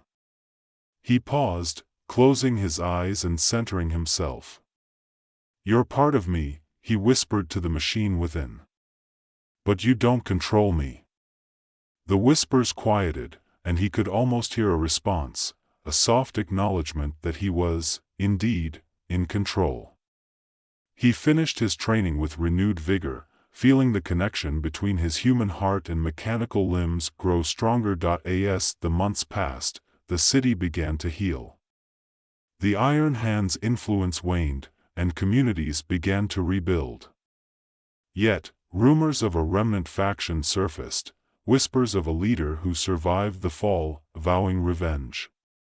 Alex knew that complacency was dangerous. The fight for humanity was far from over. During one of their meetings, a former soldier named Marcus approached Alex, his expression grim. "I've heard from contacts that the Iron Hand is regrouping. They're not finished yet." A chill ran down Alex's spine. "We need to be prepared," he replied. "If they're coming back, we'll need to strike first." With Kira's support, they organized a coalition of former soldiers, activists, and civilians. They began to strategize, pooling their resources and intelligence to prevent the resurgence of the Iron Hand. The community had come together, united by the shared goal of protecting their home. Days turned into weeks as they prepared for the inevitable confrontation. The group trained rigorously, refining their skills and learning from one another. Alex felt the sense of camaraderie grow. They were no longer just fighting for themselves but for each other, for their city, and for the future. Then came the day when the remnants of the Iron Hand made their move. A coordinated attack targeted several key locations around the city, plunging it back into chaos. Alex rallied his team, their resolve unwavering. This time, they would not be caught off guard. As they moved through the streets, the sounds of battle echoed around them. Alex felt the surge of adrenaline, the mechanical limbs pulsing with power. This was it, the moment he had been preparing for. He fought alongside Kira, their movements synchronized as they faced the remnants of the Iron Hand. In the midst of the chaos, Alex's instincts kicked in. He moved fluidly, his mind clear, the darkness that had once haunted him now a distant memory. Each strike was precise, each decision deliberate. They fought not just to win but to protect the innocent caught in the crossfire. In the heart of the city, they confronted the new leader of the Iron Hand, a shadowy figure known only as Spectre.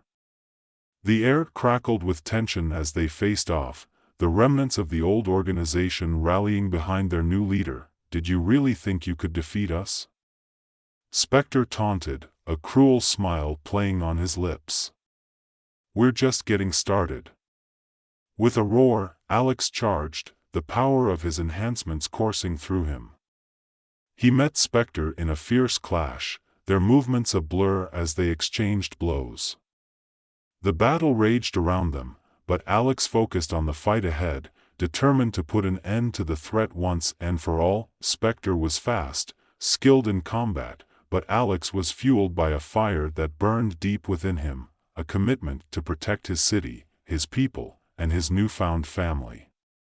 As they fought, Alex felt the whispers of power urging him forward, but he fought against the tide, channeling his strength into something positive. In a moment of clarity, he saw an opening. With a swift movement, he executed a maneuver he had practiced countless times, bringing Spectre down to the ground. The remnants of the Iron Hand hesitated, uncertainty flickering in their eyes as they witnessed their leader's defeat. With the tides turned, Alex rose, breathing heavily but resolute.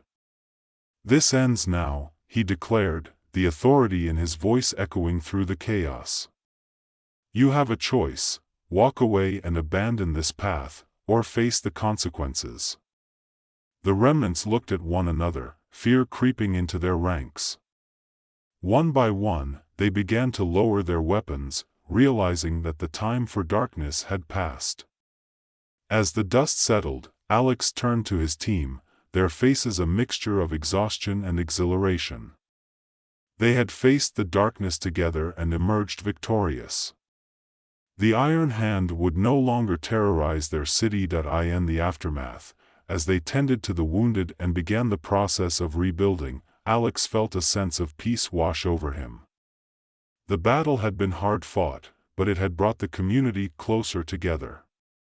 They were no longer just survivors, they were allies, friends, a family forged in the fires of conflict. With Kira by his side, he looked out over the city, a vision of hope rising from the ashes. "We did it," he said softly, feeling the weight of his journey settle into a sense of purpose. Kira smiled, her eyes bright with determination. "And we'll keep doing it. This city needs us." As they walked through the streets, the sun shining brightly above, Alex felt a renewed sense of hope. He was part machine, yes, but more importantly, he was human, fighting for humanity, with a heart that beat strong against the darkness. Together, they would face whatever challenges lay ahead, ready to protect the future they were building, one step at a time. And in that moment, as the community rallied around him, he knew he had found his true calling, not as a soldier defined by his past, but as a guardian of hope in a world that desperately needed it. As the days turned into weeks, the community began to rebuild. Streets once ravaged by violence now buzzed with the sounds of life returning. Children played in the parks, laughter echoing through the air as families gathered for the first time in what felt like ages. Alex found himself drawn into this resurgence, becoming a pillar of support, his mechanical limbs serving as a reminder of resilience and strength. Kira stood by his side, her passion for community activism igniting a fire in everyone they met. Together, they organized workshops focused on responsible technology use, helping residents understand the balance between innovation and ethics. Alex often found himself sharing his experiences, emphasizing the importance of retaining one's humanity in the face of PowerPoint. One evening, as the sun dipped below the horizon, painting the sky in hues of orange and pink, Kira approached him, her expression serious. "Alex, we need to talk about the future." "What do you mean?" he asked, wiping sweat from his brow after a long day of outreach. "Things are looking up, but we can't afford to become complacent. The remnants of the Iron Hand may have scattered, but there's still a threat out there." He nodded, understanding the weight of her words. The specter of violence still lingered, an unwelcome shadow that threatened the peace they had fought to achieve. "You're right. We need to remain vigilant," Kira continued, her voice steady. "I've been in contact with other communities. They've been facing similar issues, remnants of organizations like the Iron Hand still trying to regroup. If we band together, we can create a network of support." "Sounds like a solid plan," Alex replied. "We can't fight this alone. I'll reach out to my contacts from the military, see who's willing to join." The next few weeks were a whirlwind of activity. Alex and Kira traveled to nearby communities, sharing their story, forming alliances, and uniting resources. Each meeting revealed new faces, new stories, and a shared determination to forge a future free from oppression. However, it wasn't without challenges. Old wounds ran deep, and the scars of distrust lingered in some groups. During one particularly tense meeting, a former soldier from a neighboring town voiced his concerns. "You expect us to trust you? You're one of them. You've tasted the power, and it changes people." Alex felt the weight of his past, the memories of losing control still fresh in his mind. "I understand your hesitation. I've struggled with that darkness myself. But I chose to fight against it. I'm here to help, not to dominate." The room fell silent, eyes fixed on him. He sensed their uncertainty but also their curiosity. "We all have our demons," he continued, his voice steady. It's how we confront them that defines us. Together, we can build a future that honors our past while safeguarding what's important. Slowly, nods of agreement began to ripple through the crowd. Trust was a fragile thing, but Alex was determined to earn it, one conversation at a time. As their network grew, they received reports of increasing activity from rogue factions trying to exploit the chaos left by the Iron Hand's fall. Alex knew they had to act swiftly.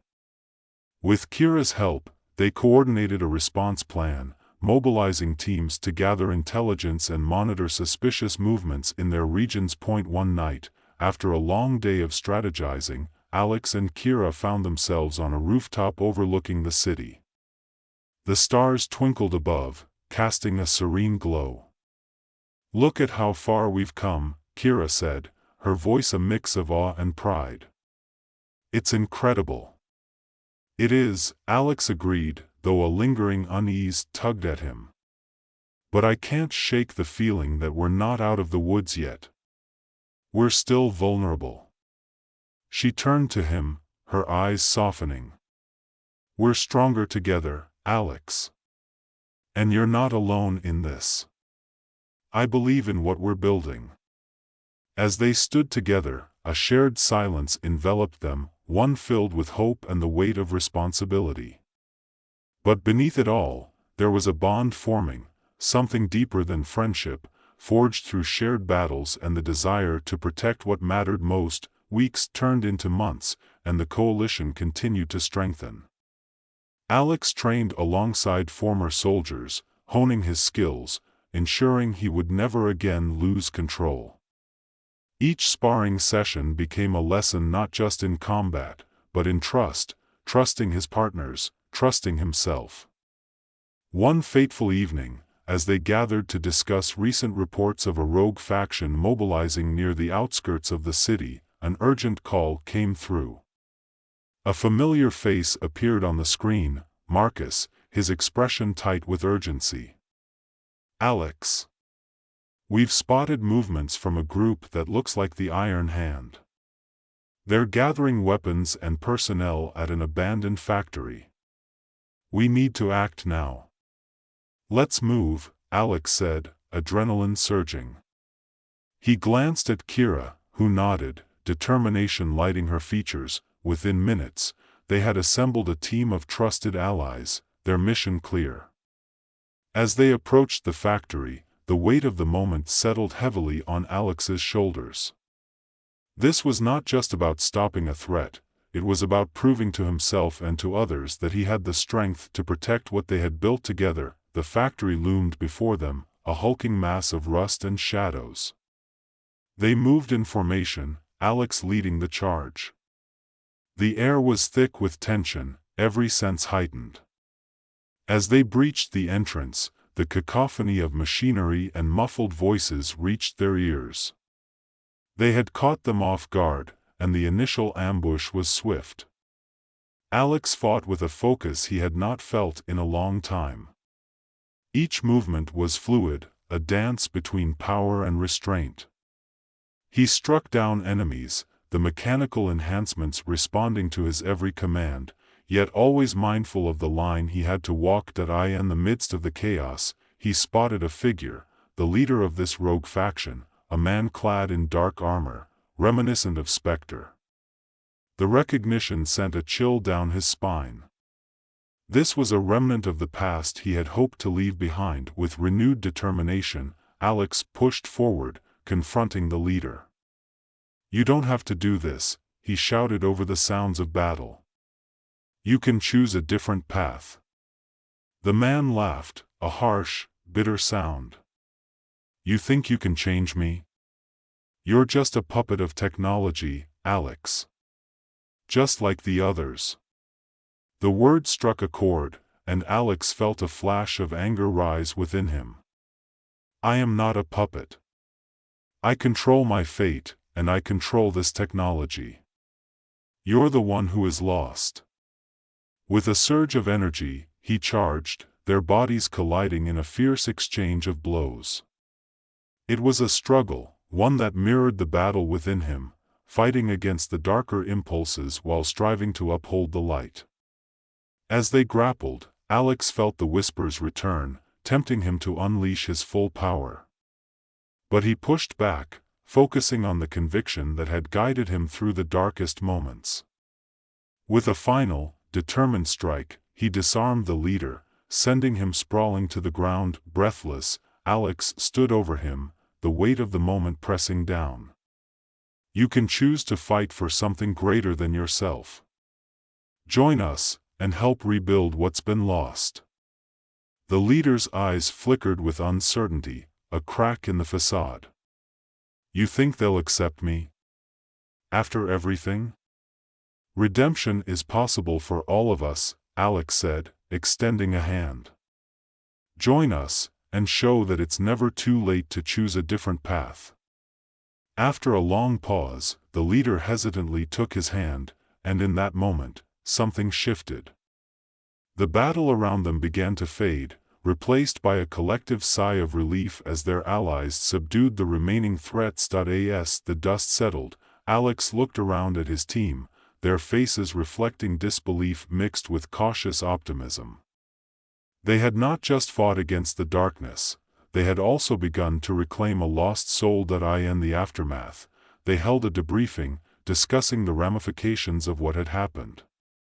The former leader of the rogue faction, now an ally, shared valuable intel about other groups still lurking in the shadows. Together, they formed a plan to continue their work, expanding their coalition and solidifying their resolve. As they prepared to head back into the community, Alex took a moment to reflect. The journey had been arduous, filled with trials and tribulations, but through it all, he had found not just his place in the world but also a sense of belonging. Standing beside Kira, he felt a warmth spread through him. We did it, he said softly. We did, she replied, her smile radiant. And we'll keep doing it, together. With a shared sense of purpose, they moved forward, ready to face whatever challenges lay ahead. The road would not be easy, but together they would forge a brighter future, one where humanity and technology could coexist without fear. As they walked through the revitalized streets, surrounded by the vibrant community they had helped rebuild, Alex knew that the journey was only just beginning. There would always be new battles to fight, new challenges to overcome, but they would face them as a united front. He glanced at Kira, their hands brushing together, a silent promise forged in the fire of their experiences. They were partners in every sense, bound by a commitment to protect what mattered most. And as the sun dipped low on the horizon, casting a golden glow over the city, Alex felt a profound sense of hope blossom within him. He was not just a soldier, he was a guardian of a new era, one where the light of humanity would always prevail over the shadows of despair. This was their moment, and together, they would ensure it lasted. In the not-so-distant future, the skyline of New Beijing shimmered under the fluorescent glow of digital billboards. Hover cars zipped by, leaving trails of light against the night sky, while the hum of life pulsed through the crowded streets below. Amid this technological wonder, Li Wei walked with his head down, lost in the throng of pedestrians. He blended in seamlessly, an unassuming figure in a world driven by spectacle and power. Li Wei was just another face in the crowd, a software engineer by day, a reclusive dreamer by night. Yet, he held a secret that had shaped his life since childhood.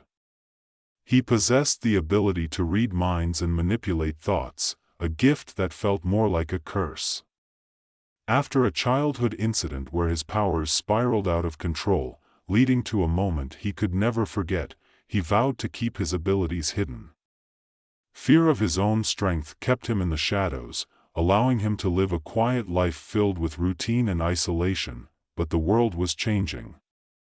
News reports had been buzzing about a series of mysterious attacks, violent events that seemed to defy explanation.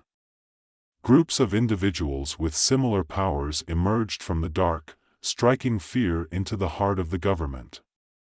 Li Wei, Ever the observer, watched the chaos unfold on his small apartment screen, a knot tightening in his stomach. The first attack happened at the National Institute for Advanced Mental Research, a facility dedicated to studying the very powers Li Wei had sought to hide. Armed assailants with glowing eyes and eerie calm swept through the halls, using their abilities to incapacitate guards and civilians alike. Li Wei felt their mental signatures from miles away, chaotic, hungry, and unrelenting. The images burned in his mind as he witnessed the destruction, the terror echoing in his ears. Weeks passed, and each incident grew bolder, more brazen. The world was on edge, and whispers of the mind rebellion flooded social media. Governments faltered under pressure, unable to comprehend or counteract the onslaught. Li Wei's heart raced as he realized he couldn't ignore the threat any longer, especially when the news broke that a close friend, Xiao Mei, had been taken by the attackers during one of their raids. They had used her as a pawn, an innocent caught in the crossfire of a war that had just begun. That night, the weight of his decision bore down on him like a heavy fog. He stood on the balcony of his modest apartment, gazing at the bustling streets below. He knew he couldn't hide forever. The stakes were too high, and he had to act. As if summoned by fate, a vision flickered in his mind, a glimpse of a team. Others like him, struggling with their own powers, searching for purpose. They could fight back. Li Wei pulled out his phone, fingers trembling. He needed to find them. Over the next few days, he scoured forums, chat rooms, and underground networks, his heart racing with each potential lead.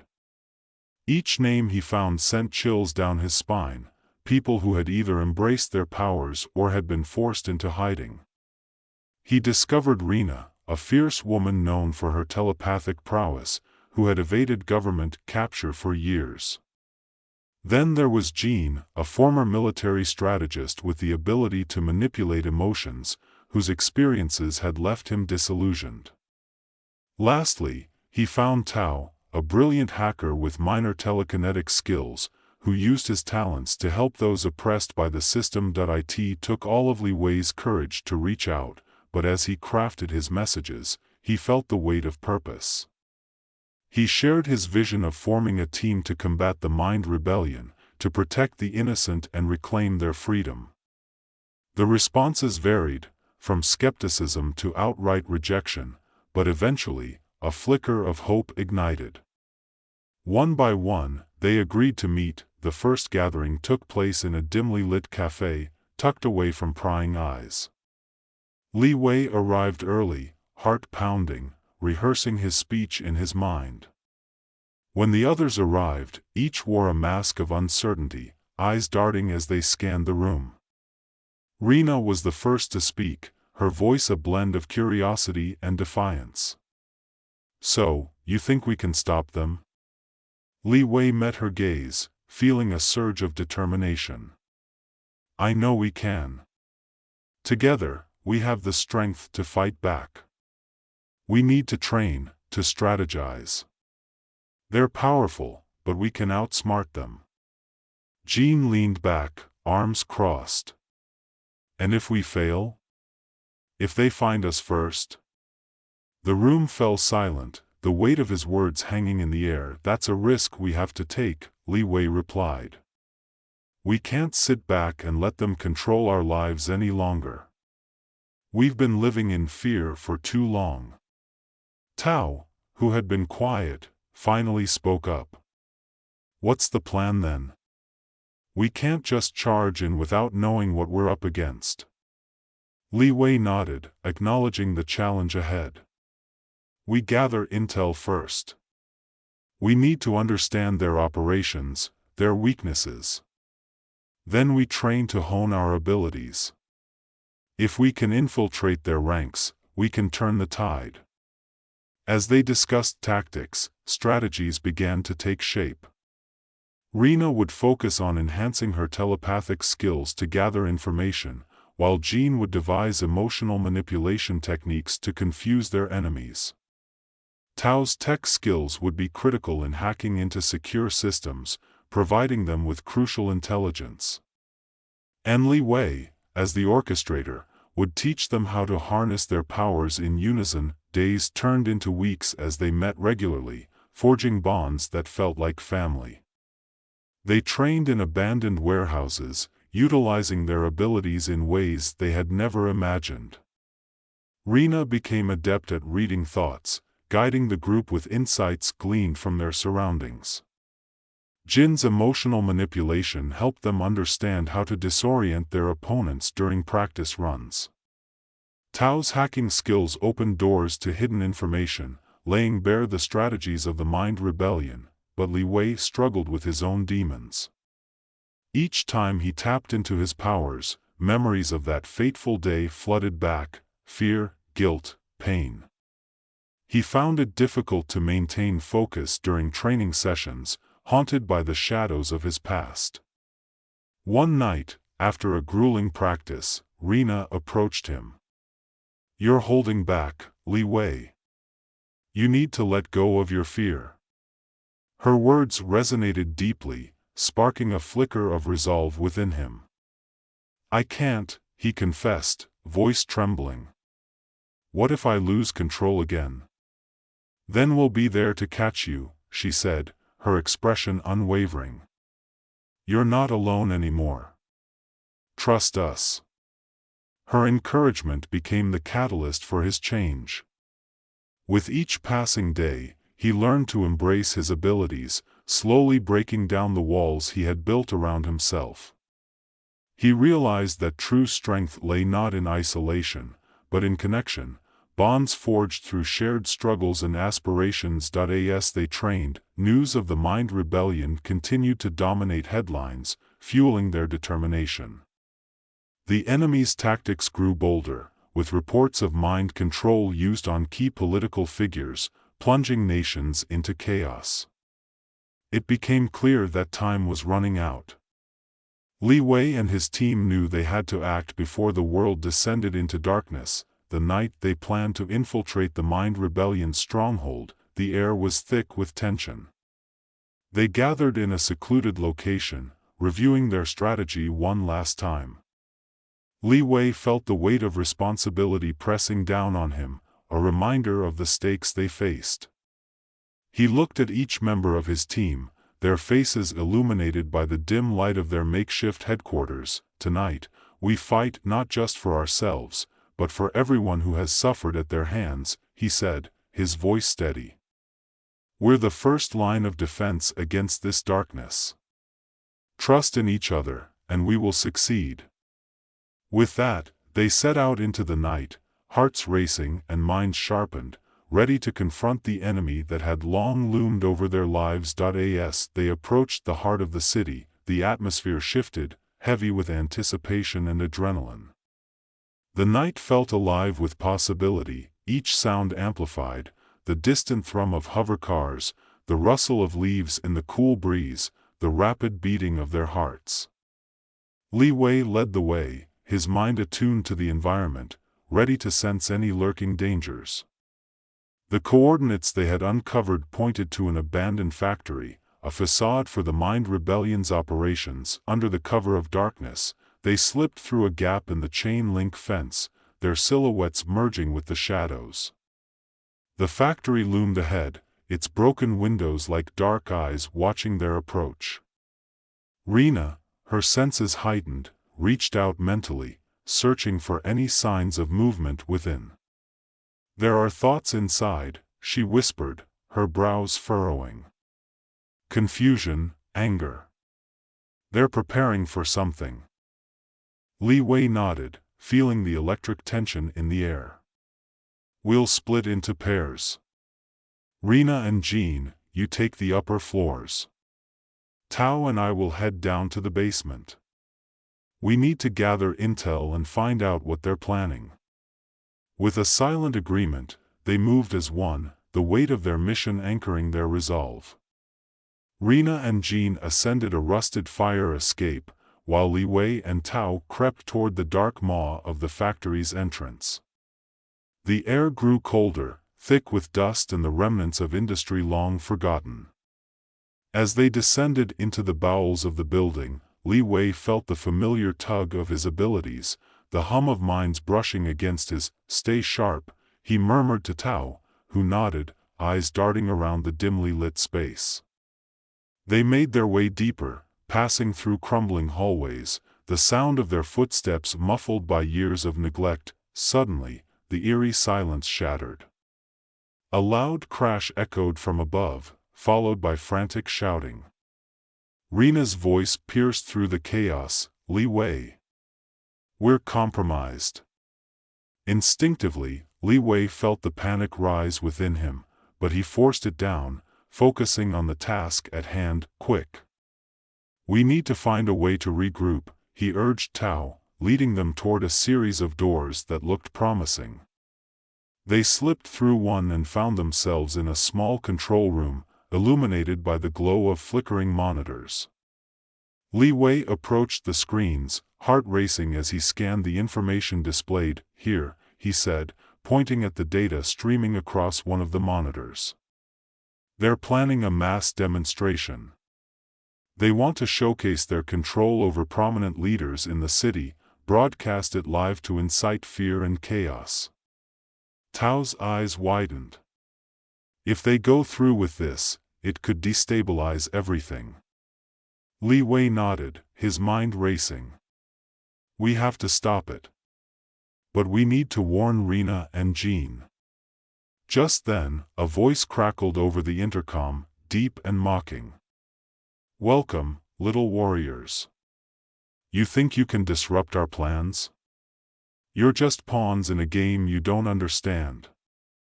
Li Wei's stomach dropped as he recognized the voice, Shadow, the enigmatic leader of the Mind Rebellion. The realization struck him like a thunderbolt.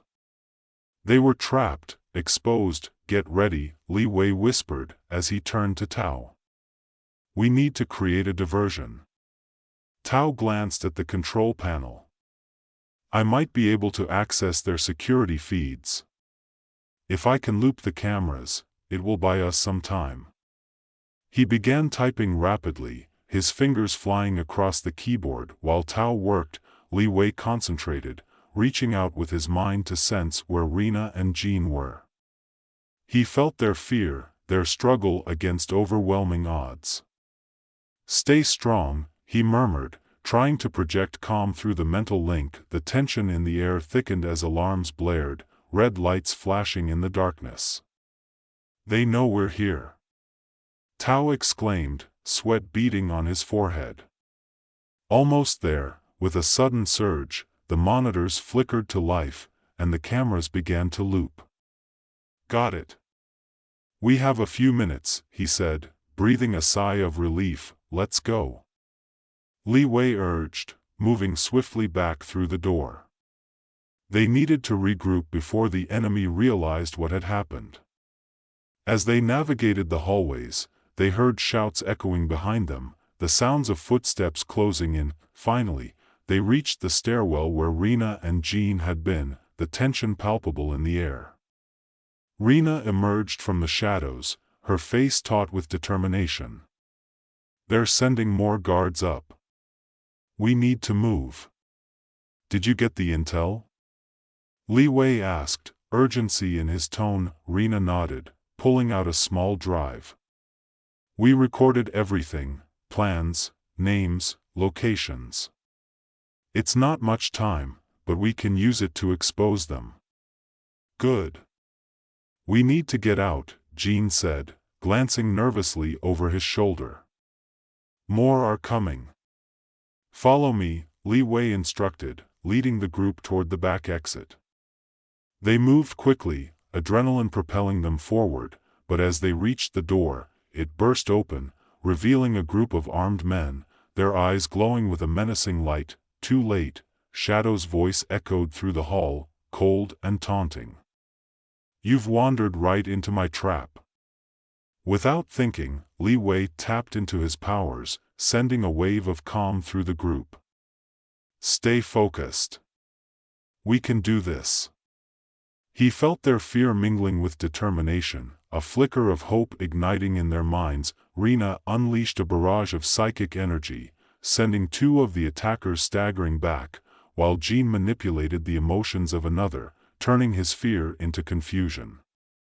Tao ducked and weaved, using his telekinetic abilities to shove objects into the path of the attackers, buying them precious seconds. Push forward. Li Wei shouted, leading the charge through the chaos. They fought their way through, working in harmony, their abilities complementing each other's. As they reached a stairwell leading to the roof, they pressed on, desperate to escape the clutches of the Mind Rebellion. The roof was bathed in the glow of the city, the horizon stretching endlessly before them. But their victory was short-lived. Shadow stood at the edge, arms crossed, a wicked smile on his face.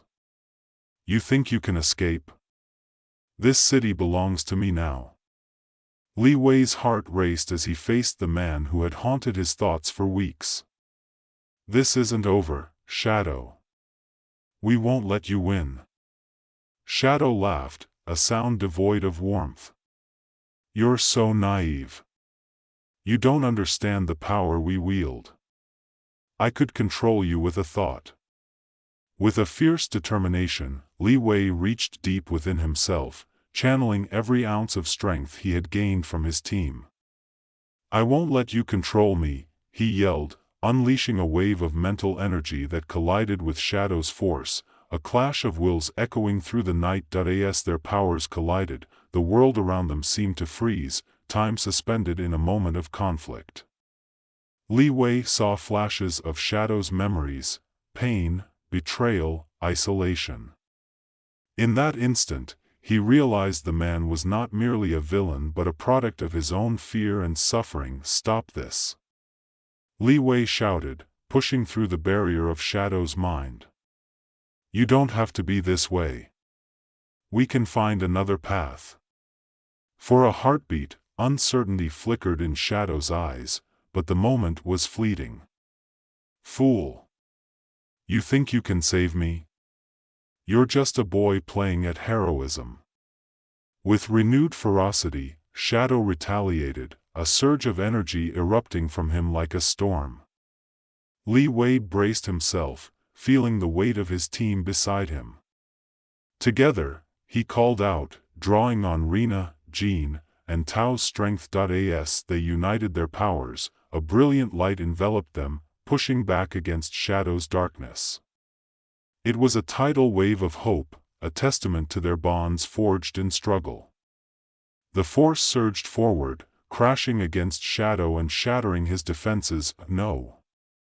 Shadow cried out, the sound echoing in the night as he was swept away, his form dissolving in the blinding light. The factory trembled, and the air crackled with energy, the clash of their powers echoing through the streets below. The moment of chaos fell into stillness as the light faded, revealing a roof empty save for Li Wei and his team. They stood panting, adrenaline still coursing through their veins, the weight of their actions hanging heavy in the air. We did it, Rena whispered, disbelief mingling with relief. Not just us, Jean said, looking around. We're not alone anymore. Li Wei's heart swelled with pride as he looked at his friends. We can't stop here. There are still others who need our help, others like us who are afraid. We can't let fear win. As the first light of dawn broke over the city, casting a golden hue across the skyline, they made their way down from the roof, renewed purpose guiding their steps. They were no longer just individuals with powers, they were a team, a force for good. And together, they would stand against the darkness. The world was changing, and they were ready to lead that change, to become the protectors of those who had suffered in silence for too long. As they stepped into the morning light, Li Wei felt a sense of hope he had never known before. This was just the beginning. In the heart of a city that never slept, where neon lights flickered against the darkened sky and the streets buzzed with life, a storm was brewing beneath the surface. This was a city teetering on the edge of chaos, plagued by a rising tide of crime, fueled by an enigmatic organization known as the Nexus. Among its many victims was Gene, a young man gifted and cursed with extraordinary speed. Gene had once been a promising athlete, his feet seemingly gliding across the track, a blur to the untrained eye. But everything changed the night of the accident. A lab experiment, an unexpected surge of energy, and suddenly he could move faster than the eye could see. The speed was intoxicating, a high that came with devastating consequences. Each burst of velocity left him with a searing pain that shot through his limbs, a brutal reminder of the limits of his gift. Despite the excruciating cost, he had learned to embrace his abilities, though he often questioned the price that on an ordinary evening. Gene sat on the edge of his bed, fingers idly tapping against his phone, lost in thoughts of the past and the burdens of the present. His sister, Lien, filled his mind, a bright, curious girl who had always looked up to him. She was his anchor, the one person who could pull him back from the edge of his reckless speed. That evening, her voice crackled through the phone, sharp and frantic. "Gene. They've taken me. The Nexus, they know about you. I'm at." The call abruptly ended, leaving only silence in its wake. Jin's heart raced, panic flooding his system. He knew the dangers of the Nexus all too well. They were ruthless, a shadowy cabal that thrived on fear and control. Without hesitation, he threw on a jacket and bolted out of his apartment, adrenaline surging through him. With a single thought, he unleashed his power, feeling the familiar rush as he propelled himself through the streets. Buildings blurred past him, pedestrians became mere phantoms in his wake, their shouts dissolving into the wind. He had never pushed himself this hard before, but Lien was in danger, and he would do whatever it took to save her. The night was a blur of speed and desperation, each moment a test of his limits. He darted between cars, leaped over obstacles, and rounded corners with precision that bordered on supernatural. Yet, with each burst of speed, pain lanced through his muscles, warning him that he was stretching the boundaries of his body far too thin. But he pushed on, driven by fear and love, the two forces intertwining into a singular purpose. Arriving at the last known location Lien had mentioned, a dilapidated warehouse on the outskirts of the city, Gene skidded to a stop. He crouched behind a rusted container, scanning the area. Shadows moved, and his breath caught in his throat as he saw them, the dark figures of the Nexus, armed and menacing. He needed a plan, but his thoughts raced as quickly as his body that he caught sight of an old security camera, its lens gleaming under the moonlight. Gene moved closer, instinctively using his speed to scale the warehouse wall and peer inside. Through the grimy glass, he spotted Lien, bound and frightened, surrounded by thugs who were plotting their next move. The sight ignited something primal within him. He had to act, and he had to do it fast. Steeling himself, he prepared to breach the building, the pain in his limbs momentarily forgotten in the face of impending doom. He unleashed his speed, bursting through the door with a force that caught the thugs off guard. "Get away from her!" Gene shouted, the intensity of his voice filling the warehouse.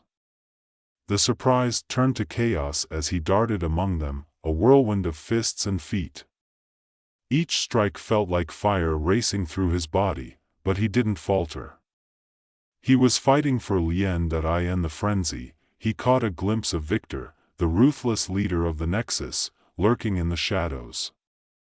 A man with cold eyes and a chilling smile, Victor was the puppeteer of this operation. The realization fueled Jin's resolve. If he could take down Victor, he might end the Nexus's reign of terror once and for all. But as he took down another thug, pain shot through his side, a reminder of the toll his powers were taking.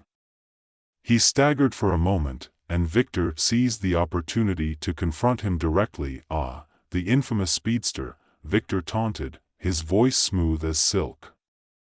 You think you can save her? You're merely a tool, and tools can be broken. Jin's eyes blazed with defiance, even as his body screamed for respite. I'm not just a tool. I'm her brother. And I will not let you take her from me. The tension in the room crackled like electricity.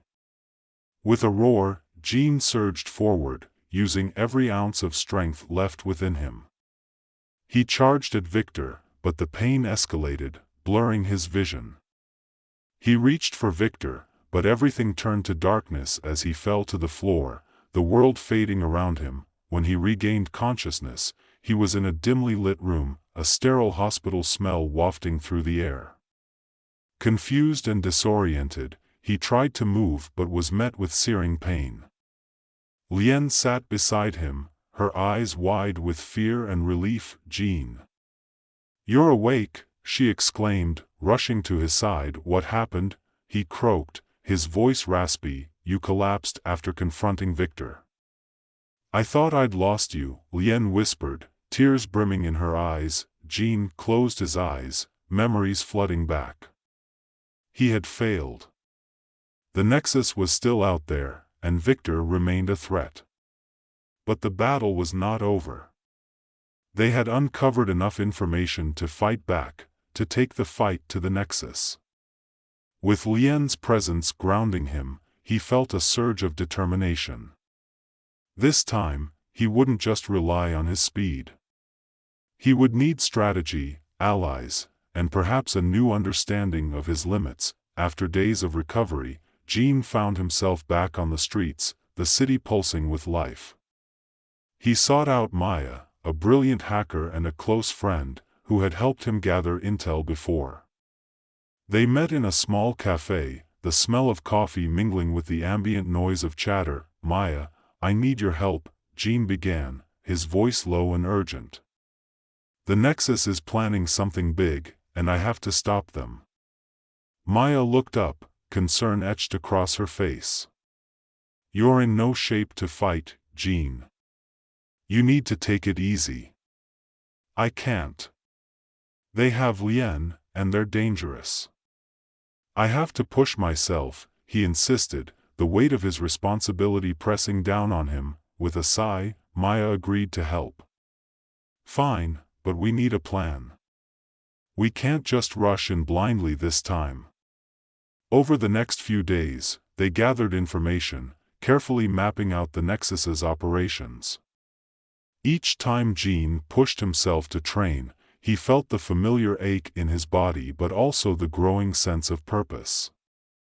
They discovered that the Nexus was working on a new mind control weapon, a technology that could enslave thousands. With this knowledge, they formulated a plan to infiltrate the main facility. Jin would use his speed to breach security, while Maya would hack into their systems and disable the weapon. It was a risky endeavor, but they had no other choice. On the night of the operation, Jin's heart raced with anticipation. He could feel the adrenaline coursing through his veins as they approached the facility, its imposing structure looming like a fortress. He turned to Maya, determination etched on his face. No turning back now. They slipped inside, and the world outside faded away as they navigated the labyrinth of hallways. Jin moved swiftly, evading guards and sensors, his speed becoming second nature. But with every burst of energy, the pain in his body amplified, echoing in his bones. He had to ignore it. Lien was counting on him. Finally, they reached the main control room. Maya got to work, fingers dancing over the keyboard as she hacked into the system. Jin stood guard, his senses heightened, ready for anything. But just as they thought they were in the clear, alarms blared, and the door slammed shut behind them. Jin. Maya cried, panic lacing her voice. We're trapped. He felt the surge of urgency as the sound of footsteps echoed down the hallway. The Nexus had found them. We need to get out, now. Jin focused, pushing through the pain as he prepared to burst into action. "I'll create a distraction. You keep working." With that, he sprinted toward the door, a blur of motion as he charged at the guards rushing in. They were no match for his speed, and he took them down one by one, but each strike left him gasping for breath, the toll on his body becoming unbearable. As he fought, the door behind him swung open, revealing Maya. "I'm in. I just need a minute," she shouted, urgency in her voice, but time was slipping away. The guards were regrouping, and Jean felt the walls closing in on him. He knew he had to make a choice, push himself further and risk everything, or retreat and lose Lien forever. In that moment, he remembered Lien's face, the fear in her eyes, and the love that bound them. He couldn't turn back. With one last surge of energy, he raced toward the guards, moving faster than he ever had before. He felt a rush of exhilaration mingling with pain, his body protesting with every movement, but he embraced it, channeling his fury and determination. He spun, dodging their attacks, striking with precision, until finally, they were down. But as the last guard fell, darkness edged into his vision, and he stumbled. Maya's voice cut through the haze, "Jean, now." He turned, forcing himself to focus. Maya was finishing her work, the countdown ticking down ominously. With the last of his strength, Jean sprinted to her side, "Done." "Let's go," she shouted, grabbing his arm. They raced down the hall just as the facility began to explode around them, the sound of chaos enveloping them. Jean felt the heat on his back, but they were moving toward freedom. Bursting through the exit, they barely made it outside as the building detonated in a fiery eruption, debris raining down around them. Jean collapsed on the ground, breathing heavily, the adrenaline fading. They had done it. They had thwarted the Nexus's plan, at least for now. As sirens wailed in the distance, Jean looked over at Maya. "We did it," he said, a faint smile breaking through the exhaustion. "Yeah, but it's not over yet," she replied, scanning the horizon. "Victor will come after us." "Let him," Jean said, determination blazing in his eyes. "I'll be ready. For Lien. For everyone." With that, he pushed himself to his feet, the pain still there but overshadowed by the resolve to keep fighting. Together, they would face whatever came next. Jean steadied himself, pushing through the exhaustion that threatened to engulf him. The night air was thick with the acrid scent of smoke, and the distant sound of sirens grew louder, reminding him of the urgency still at hand. He glanced at Maya, who was frantically scanning the surroundings, her brow furrowed in concern. "We need to move." "They'll send reinforcements soon," she urged, her voice steadied despite the chaos. Nodding, Jean took a deep breath, forcing himself to focus. They had disrupted the Nexus's plans, but Victor wouldn't take that defeat lightly.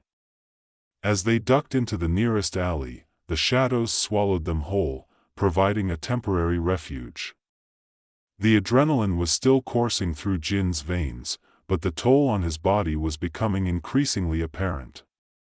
Every muscle screamed in protest as they moved further from the explosion. "Where to now?" Maya whispered, peering around the corner. "We need to find somewhere safe to regroup," Jean replied, wincing as he pressed a hand against his side, where pain throbbed like a heartbeat. "Somewhere we can lay low and come up with a plan." They moved quickly, sticking to the back streets, relying on the dim light of flickering street lamps to guide them. They eventually found a rundown diner, its neon sign buzzing faintly. Jean pushed the door open, and the familiar smell of coffee and grease wafted over them, a stark contrast to the chaos outside. Inside, the diner was mostly empty, save for a few late-night patrons nursing cups of coffee and their own secrets. Jean chose a booth in the back corner, where they could keep an eye on the entrance while remaining hidden. They slid into the booth, and for a moment, silence enveloped them, punctuated only by the distant sounds of the city outside. "What now?" Maya asked, pulling out her laptop and connecting to the diner's weak Wi-Fi signal. "We need to find out what Victor has planned next," Jean said, rubbing his temples as he tried to gather his thoughts. "If he comes after us, we need to be ready." Maya's fingers flew over the keyboard, her focus intense. "I'll see what I can dig up. They'll likely be scrambling to recover from tonight's chaos, but if I can get into their systems, we might find something useful." As she worked, Jean couldn't shake the feeling of impending doom. Victor would not rest until he had exacted his revenge, and Jean knew he had made a powerful enemy. He had seen the way Victor operated. He thrived on fear and manipulation. It was a game of chess, and Jean was determined to outmaneuver him. Minutes stretched into what felt like hours, and the diner slowly filled with more patrons. Jean sipped his coffee, forcing himself to stay alert, while Maya continued her work, the glow of the screen illuminating her concentrated face. Finally, a triumphant smile broke across her lips. "Got it.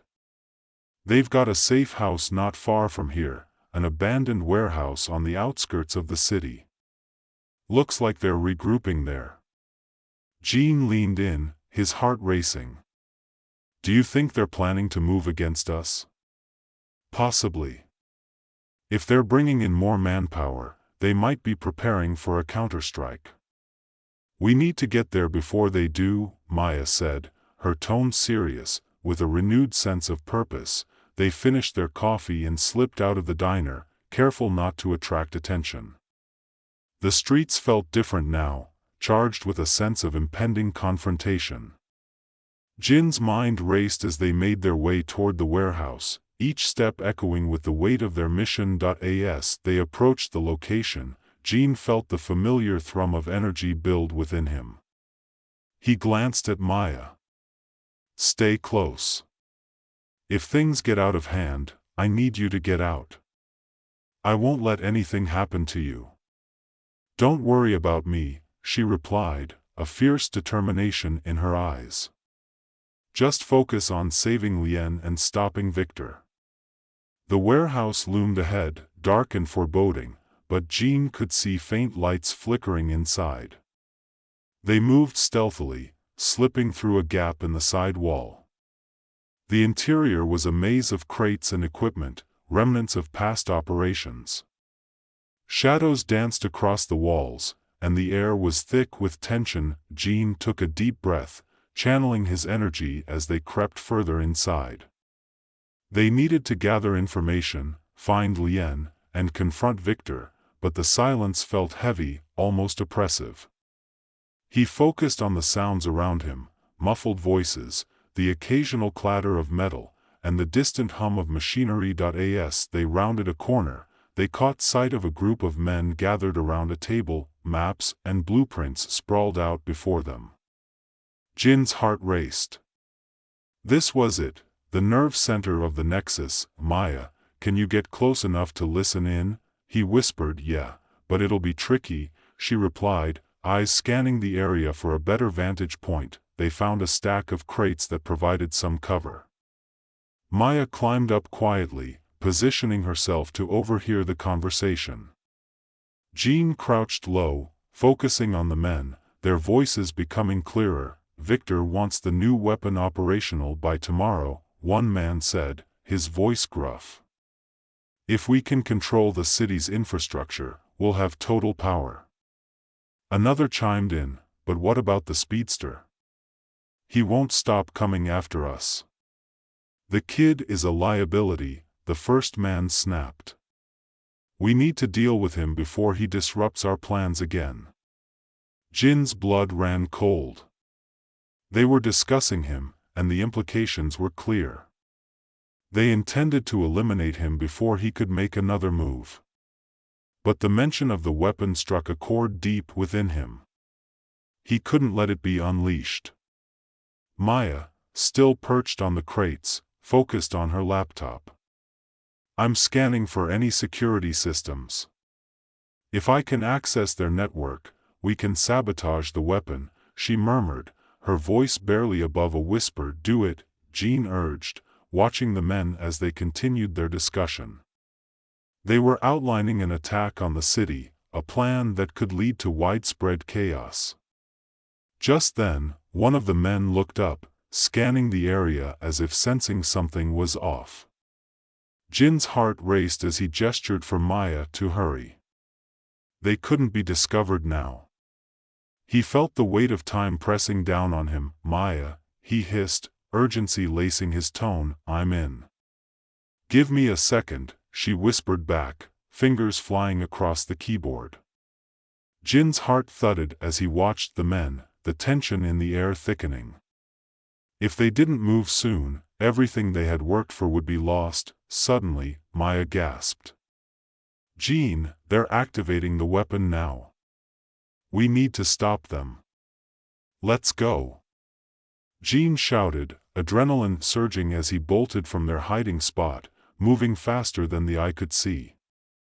The men barely had time to react before Jean was upon them, fists flying.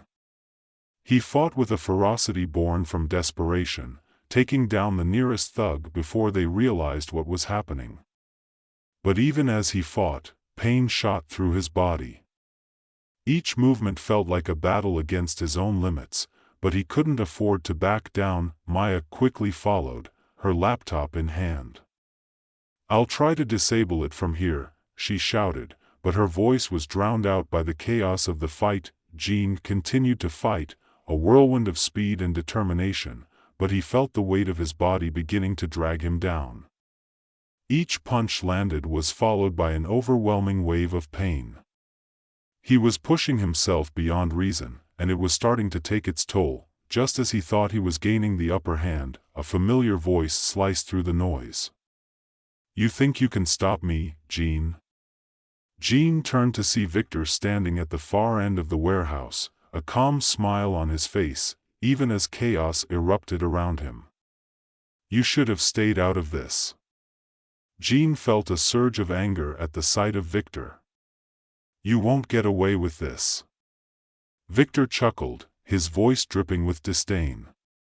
You have no idea what you're up against. My plans are already in motion. You're just a boy playing hero. I'll stop you, Jean vowed, pushing through the pain and charging at Victor. But as he moved, Victor gestured, and a group of armed guards stepped forward, blocking Jin's path. Jean fought hard, but fatigue was creeping in, slowing his movements. He had to find a way to turn the tide. As he fought, he could see Maya in the corner of his eye, frantically trying to bypass security protocols. Just a few more seconds, she yelled, her voice strained with focus. With a renewed sense of purpose, Jean redirected his energy, darting among the guards with a precision born from desperation. He ducked and weaved, using the environment to his advantage, but he felt each clash take a toll on his body. It was a race against time, and he was painfully aware that he couldn't keep this up forever. Finally, he managed to break through the guards, racing toward Victor. This ends now, he shouted, his voice fierce, but Victor smiled, unperturbed. You think you can take me on alone? You underestimate the power of the Nexus. With a flick of his wrist, he activated a nearby control panel, and the room filled with blaring alarms. Jean hesitated for a split second, realizing what Victor was doing. Maya! Get out of here, he shouted, but she was already working frantically, her fingers flying across the keyboard as she fought to disable the weapon. Victor laughed, the sound echoing in the chaos. You're too late. This city will belong to us. With a surge of desperation, Jean lunged at Victor, but just as he reached him, the floor beneath them trembled, and a violent explosion rocked the warehouse. Jean was thrown backward, crashing against a stack of crates. The world spun as he fought to regain his footing. "Maya," he shouted, scrambling to his feet, pain radiating through his body. Dust and debris filled the air, obscuring his vision. He could hear the panicked shouts of the guards as they struggled to regain control. "I'm almost there." Maya's voice cut through the noise, but it was laced with urgency and fear. Jean forced himself to move, pushing through the debris, searching for her. The air was thick with smoke, and he could barely see. He reached the control panel where Maya was working, her face a mask of concentration. "Just a little longer," she urged, but the sound of footsteps grew closer, and Jean knew they had to hurry. With a final, desperate effort, he surged forward, taking down the last of the guards standing in their way. But as he did, Victor slipped through the chaos, a smirk on his face as he made his escape. "Maya, we have to go," Jean shouted, grabbing her arm as she finished her work. "I did it."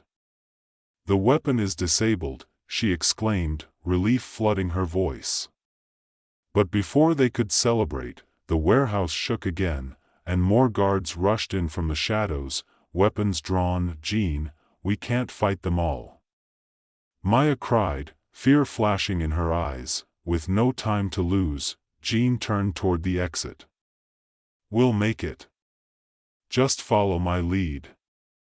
They raced toward the exit, dodging incoming fire as they sprinted through the collapsing structure. Jean felt the heat behind him, the flames licking at his heels. They burst through the exit just as the warehouse began to implode, the force of the explosion propelling them forward. They hit the ground hard, rolling to safety as the building crumbled behind them. Breathing heavily, Jean looked over at Maya, who was equally shaken but unharmed. "We made it," he said, relief flooding his voice. "Barely," she replied, her eyes wide as she took in the destruction. "But what now? Victor won't stop coming after us." "We need to warn others," Jean replied, determination igniting within him. "We've delayed their plans, but we can't let them regroup. We have to strike back, take the fight to them." Maya nodded, her expression shifting from fear to resolve. "You're right. We can't let them gain any more power." They got to their feet, dusting themselves off as the distant sound of sirens approached. "We have to move," Jean urged, scanning the area for any sign of danger. "Let's find somewhere safe to regroup and plan our next move." They started down the alley, their minds racing with thoughts of what lay ahead. Jean knew they would need allies, information, and a strategy. But as they disappeared into the shadows, he felt a glimmer of hope. They had faced the darkness and emerged stronger. Together, they would stand against the Nexus, no matter the cost. As they navigated the winding streets of the city, they came across a small community center, its lights flickering in the distance. It was a familiar place, one that had once served as a safe haven for many in the neighborhood. They slipped inside, the door creaking quietly behind them. Inside, the atmosphere was warm, and a few locals were gathered, chatting and laughing. It felt like a world apart from the chaos outside, and for a moment, Jean allowed himself to breathe. He knew they had to act quickly, but the sense of normalcy was a comforting balm against the turmoil in his heart. "Do you know where we can find anyone who can help us?" Maya asked, scanning the room. Jean nodded. "There's an old contact of mine who used to work with some community leaders. If anyone can rally support against the Nexus, it's him." They moved through the community center, finding a corner where an older man sat, his weathered face etched with lines of wisdom and experience. He looked up as they approached, his expression shifting from curiosity to concern. "Jean? Is that you?" he asked, recognition dawning in his eyes. "Mr. Chen," Jean replied, a wave of nostalgia hitting him. "We need your help. The Nexus is planning something big, and they're not going to stop until they've taken control of this city." Mr. Chen's brow furrowed with worry. I've heard whispers of their activities. It's dangerous to confront them directly. I know, Jean said, determination in his voice. But if we don't act, they'll hurt more people. We need to unite those who are willing to fight back. After a moment's hesitation, Mr. Chen nodded. All right. I'll help you. We can gather some of the old crew and make a plan. We may not have the resources they do, but we have the heart of this community. As Mr. Chen began making calls, Jean felt a flicker of hope ignite within him. It was a small step, but it was a start. He turned to Maya, who was watching with a mixture of concern and admiration. Are you ready for what comes next? He asked, his voice low. I've been ready, she replied, her eyes fierce. We've come this far. There's no turning back now. As the community center buzzed with activity, Jean felt the weight of responsibility settle on his shoulders. They were fighting for more than just themselves. They were fighting for a city that had been caught in the crossfire of a dangerous game. And with every passing moment, the stakes grew higher. By the time they had gathered a small group, a mix of old friends and new faces, Jean felt a sense of solidarity that had been missing in his life for too long. They all shared a common goal: to reclaim their city from the Nexus. As they discussed their plans, Jean found himself at the center of the group, their eyes fixed on him, expectant. We need to be smart about this, he began, his voice steady. Victor won't underestimate us again. We need to hit them where it hurts. The group nodded, the atmosphere shifting from fear to resolve. They talked late into the night, strategizing and gathering resources. Jean felt a renewed sense of purpose. This was not just about his family anymore, it was about protecting a community that had always stood together in the face of adversity. As the first light of dawn crept through the windows, Jean stood with Maya by his side, looking out over the city that had been both a battleground and a home. He knew the fight ahead would be dangerous, but he felt ready to face whatever came next. Are you sure about this? Maya asked, glancing up at him. I have to be, he replied, determination in his eyes. For Lien, for all of us. With the dawn breaking, they stepped into the light, ready to face their fate. They would confront Victor and the Nexus, and they would fight for their city with everything they had. As they moved forward, Jean felt a sense of unity and strength swell within him. They were not alone, they were a force to be reckoned with. The path ahead was uncertain, but together, they would forge their destiny. And no matter the outcome, Jean was ready to embrace the fight. As they set their plan into motion, the city thrummed with life around them, oblivious to the storm that was about to unfold.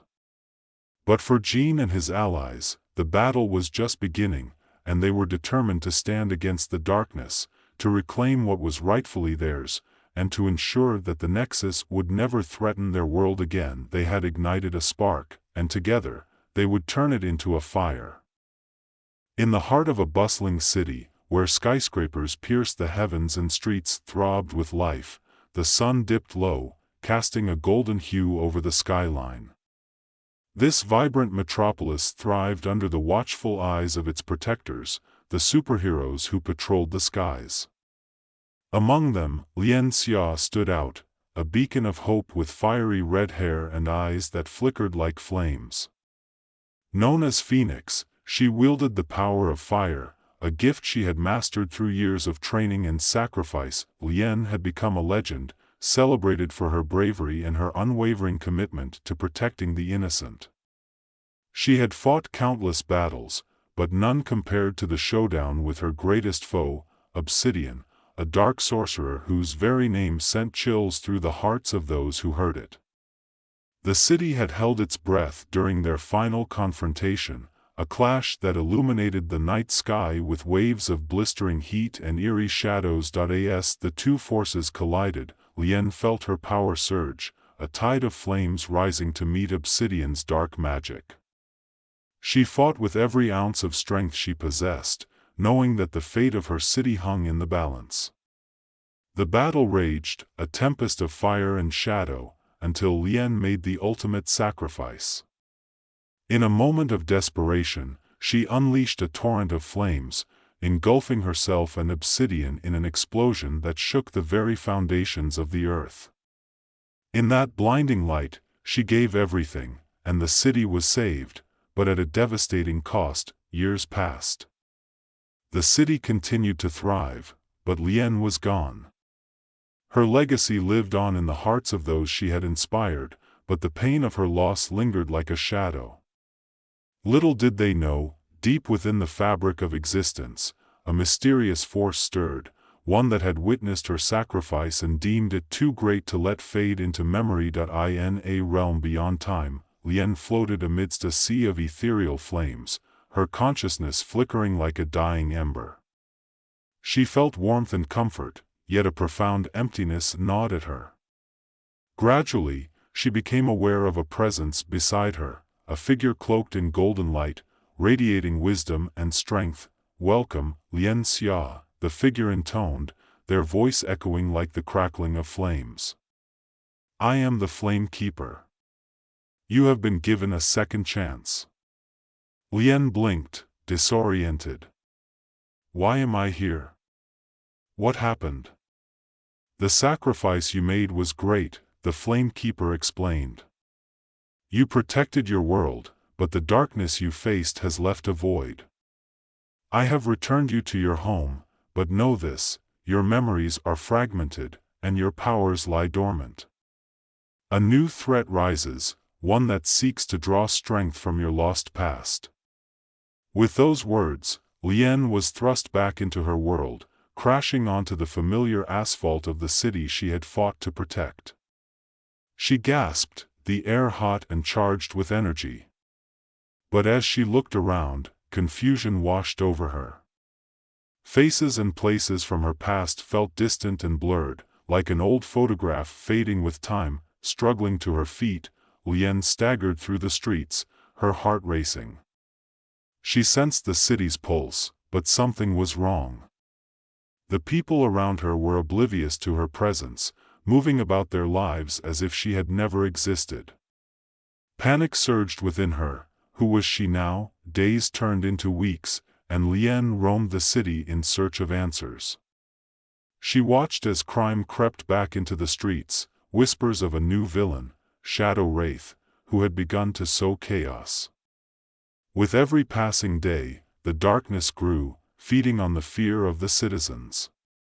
Lien felt it deep within her, a primal urge to act, but she struggled to summon the fire that once defined her. It was during one of her aimless wanderings that she encountered Jean, a young man with bright eyes and a quick wit, who had taken notice of her struggles. "You look like you've seen a ghost," he remarked, a teasing grin on his face. "Or maybe a phoenix." Lien managed a weak smile, intrigued by his playful spirit. "More like a lost bird." "You're not the only one," Jean replied, his expression shifting to one of empathy. "This city needs heroes now more than ever. I've been following the news, and Shadow Wraith is a real problem. You look like you could use some help." Lien felt a flicker of recognition at his words. "I used to be a hero." "Used to be? Why not again?" Jean leaned closer, eyes bright with determination. "You have that fire in you. You just need to remember how to use it." Inspired by his belief, Lien agreed to train with him, hoping it would rekindle her lost abilities. As they began their sessions, Jean introduced her to various techniques to control her flames, igniting the spark of her former self. Together, they practiced in secluded parks, amidst the sounds of nature, where Lien could safely explore the depths of her powers. During one particularly intense training session, Lien felt the warmth of the sun on her skin, and a memory washed over her like a wave, a a time when she had stood atop a building, fire spiraling around her as she defended the city. The sensation was overwhelming. It was as if a piece of her had been reignited. She grasped Jin's shoulder, breathless. "I remember," she exclaimed, her heart racing. "I remember who I was." But the moment of triumph was short-lived. As she began to feel her strength returning, a surge of darkness swept through the city. News reports flooded in about Shadow Wraith's attacks. Places she had once called home were being engulfed in fear and destruction. With renewed determination, Lien and Jean set out to confront this new threat. They arrived at the scene of the latest chaos, a once bustling market now filled with frightened people, shadows creeping along the walls. Lien's heart pounded as she felt the pulse of fear coursing through the crowd. "Stay back," a voice echoed from the center of the chaos. Shadow Wraith, a figure cloaked in darkness, stood tall, drawing power from the fear surrounding him. "This city belongs to me now." Lien's instincts kicked in, but doubt clouded her mind.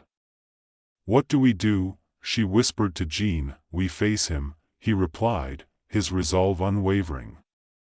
"You're Phoenix. You can do this."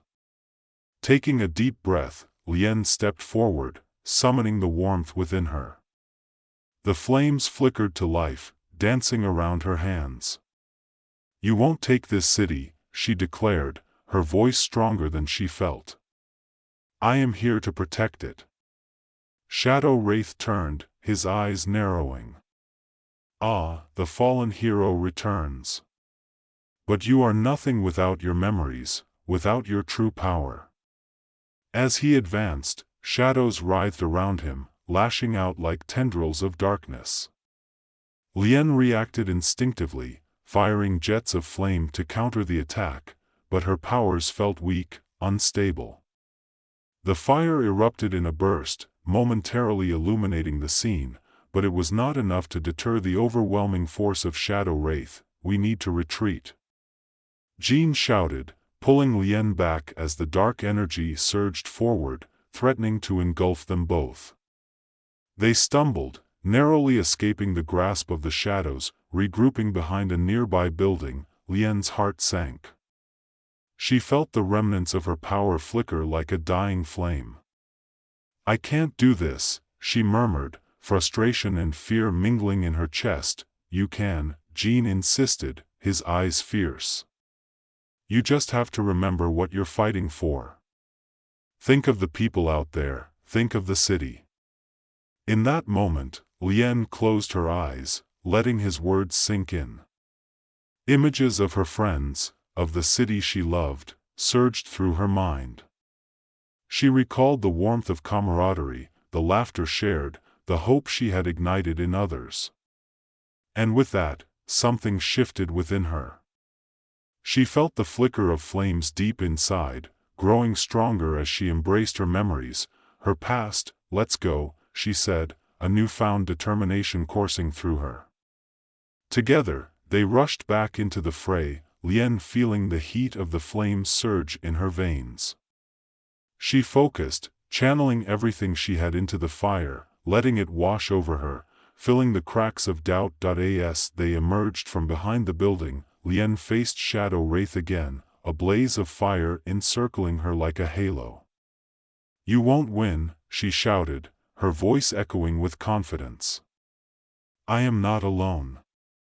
I am the Phoenix." The battle resumed, this time with renewed vigor.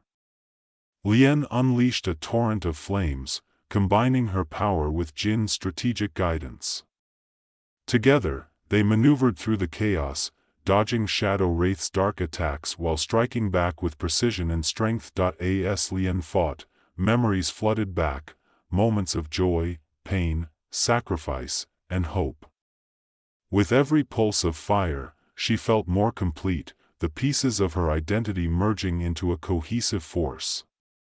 She wasn't just a hero, she was a protector, a symbol of resilience. Finally, in a climactic surge of energy, Lien launched a final, blazing strike, intertwining her flames with Jin's innovative tech that created a blinding light. The shadows writhed and shrieked, dissipating into the air as Shadow Wraith staggered back, his power waning, and oh, he cried, but it was too late. Lien's fire enveloped him, consuming the darkness and restoring light to the city. The air crackled with energy, and as the shadows faded, the citizens emerged from their hiding places, awe and gratitude replacing fear. Breathless, Lien and Jean stood amidst the cheers of the crowd, their hearts racing with the thrill of victory. Yet as the realization settled in, Lien knew this was just the beginning. The world was vast, filled with challenges and adversaries, and she was ready to embrace it all. The flames danced around her, a reminder of her rebirth, of the phoenix that had risen from the ashes. With newfound strength and a purpose ignited in her heart, Lien took a deep breath, ready to protect her city, her home, and all those who needed her. In the aftermath of the battle, the city began to heal.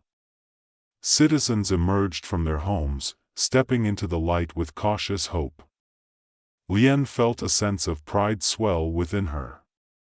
She had reclaimed not just her powers but also her identity. No longer a lost memory, she was Phoenix once more. As days turned to weeks, Lien and Jean became a formidable team. They trained together tirelessly, honing their skills and strategies, ready to face any new threats that dared to challenge their city.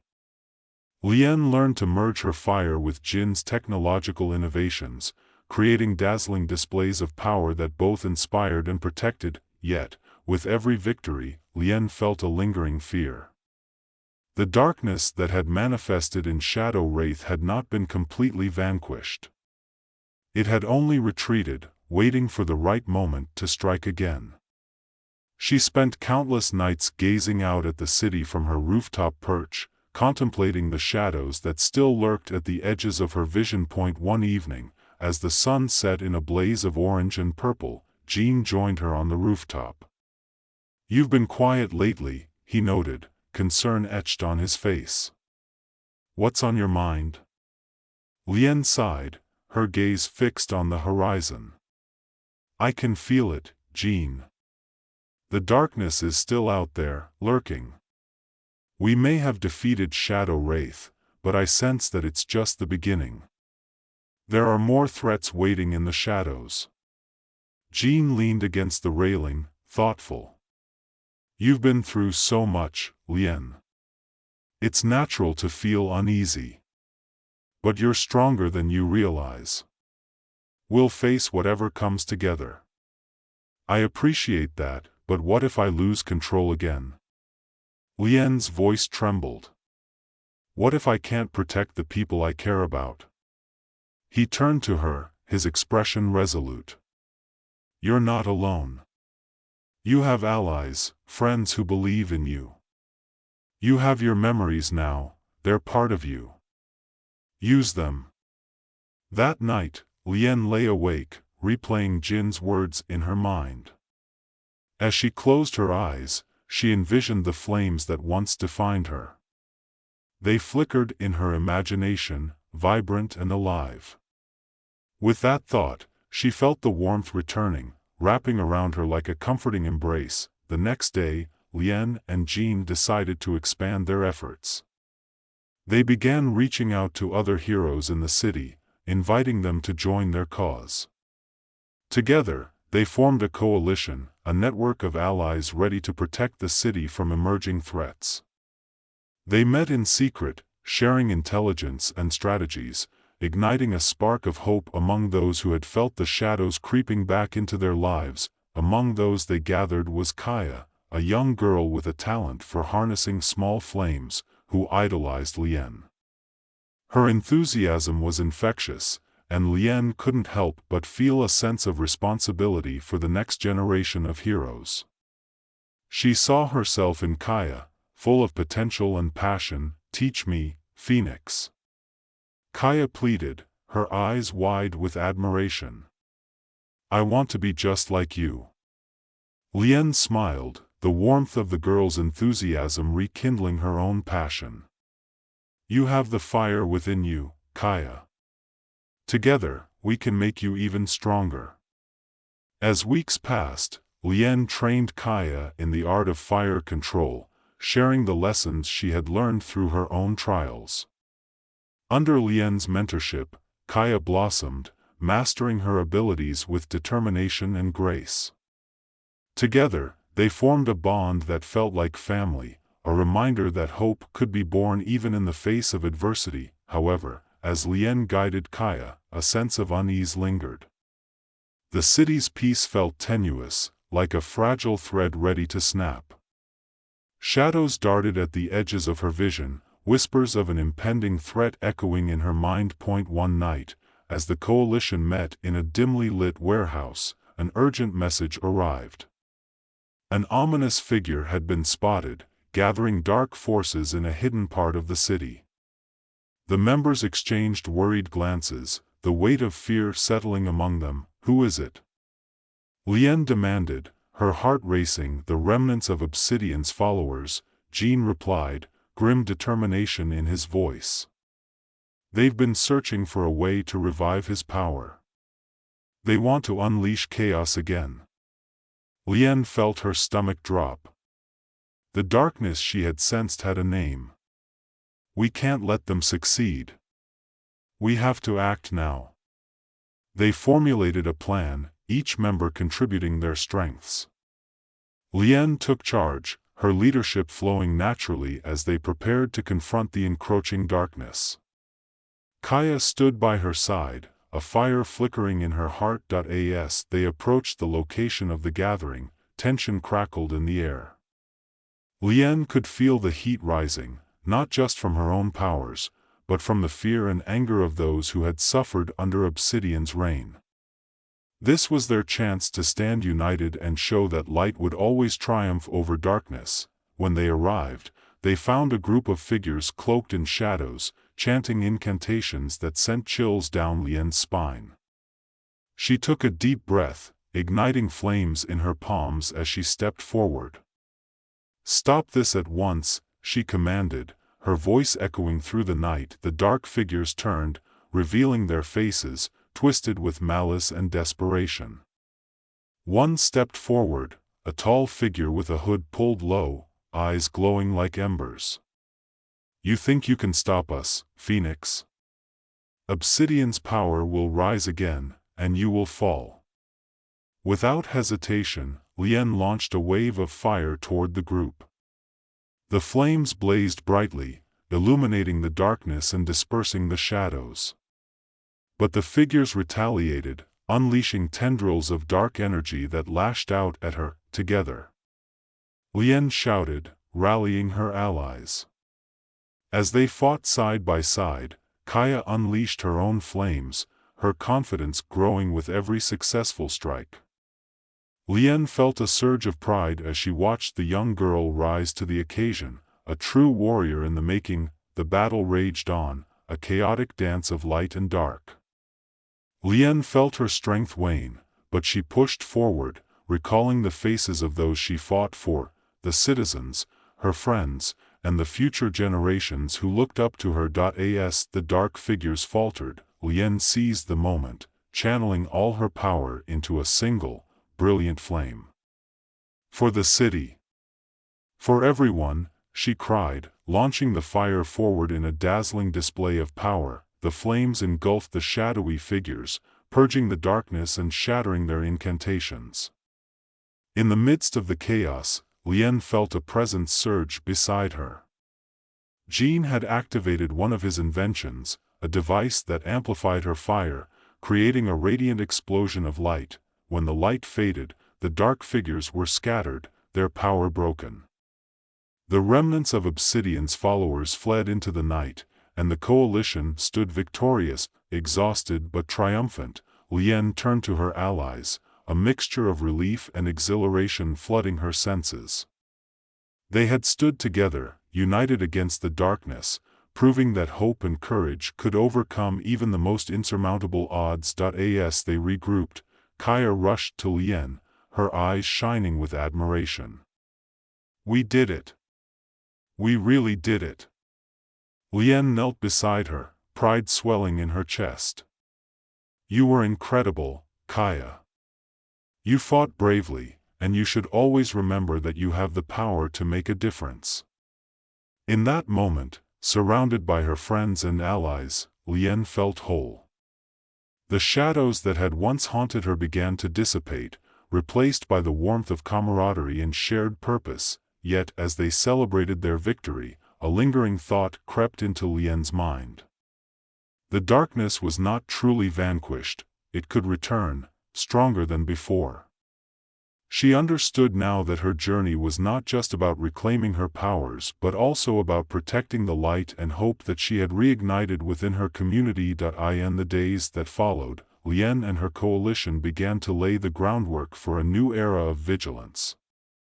They established training programs, mentorships, and community outreach initiatives, ensuring that the next generation of heroes would be prepared for whatever lay ahead. Lien had found her purpose, not just as a hero, but as a mentor and protector. She was the phoenix, not merely rising from the ashes, but soaring with newfound strength and wisdom. One evening, as she stood on her rooftop overlooking the city, she felt a sense of peace wash over her. The flames danced in the distance, the city alive with possibility. Lien knew that while darkness may always linger at the edges, it could never extinguish the fire of hope. With Kaya and her friends by her side, she was ready to face whatever came next, determined to protect her home and the people she loved. As long as the phoenix burned bright within her, she would rise again and again, a guardian against the shadows. The skyline of New Chicago glittered under the evening sun, a sprawling testament to humanity's technological marvels and ambitions.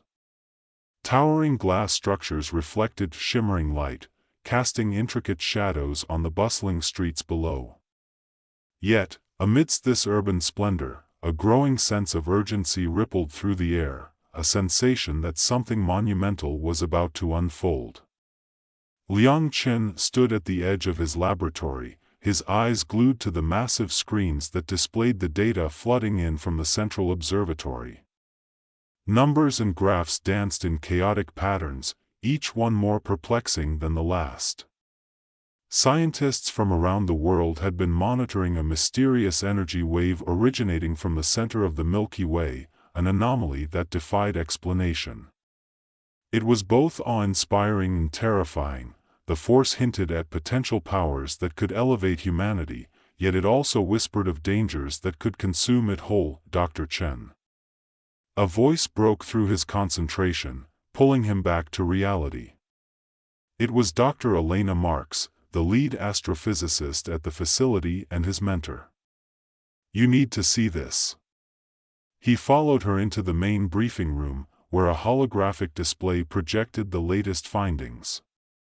The room filled with an eclectic group of scientists, government officials, and military personnel. Liang felt a familiar knot of anxiety in his stomach. This was not the first time they had gathered to discuss the unknown. Ladies and gentlemen, Elena began, her voice steady but tinged with urgency.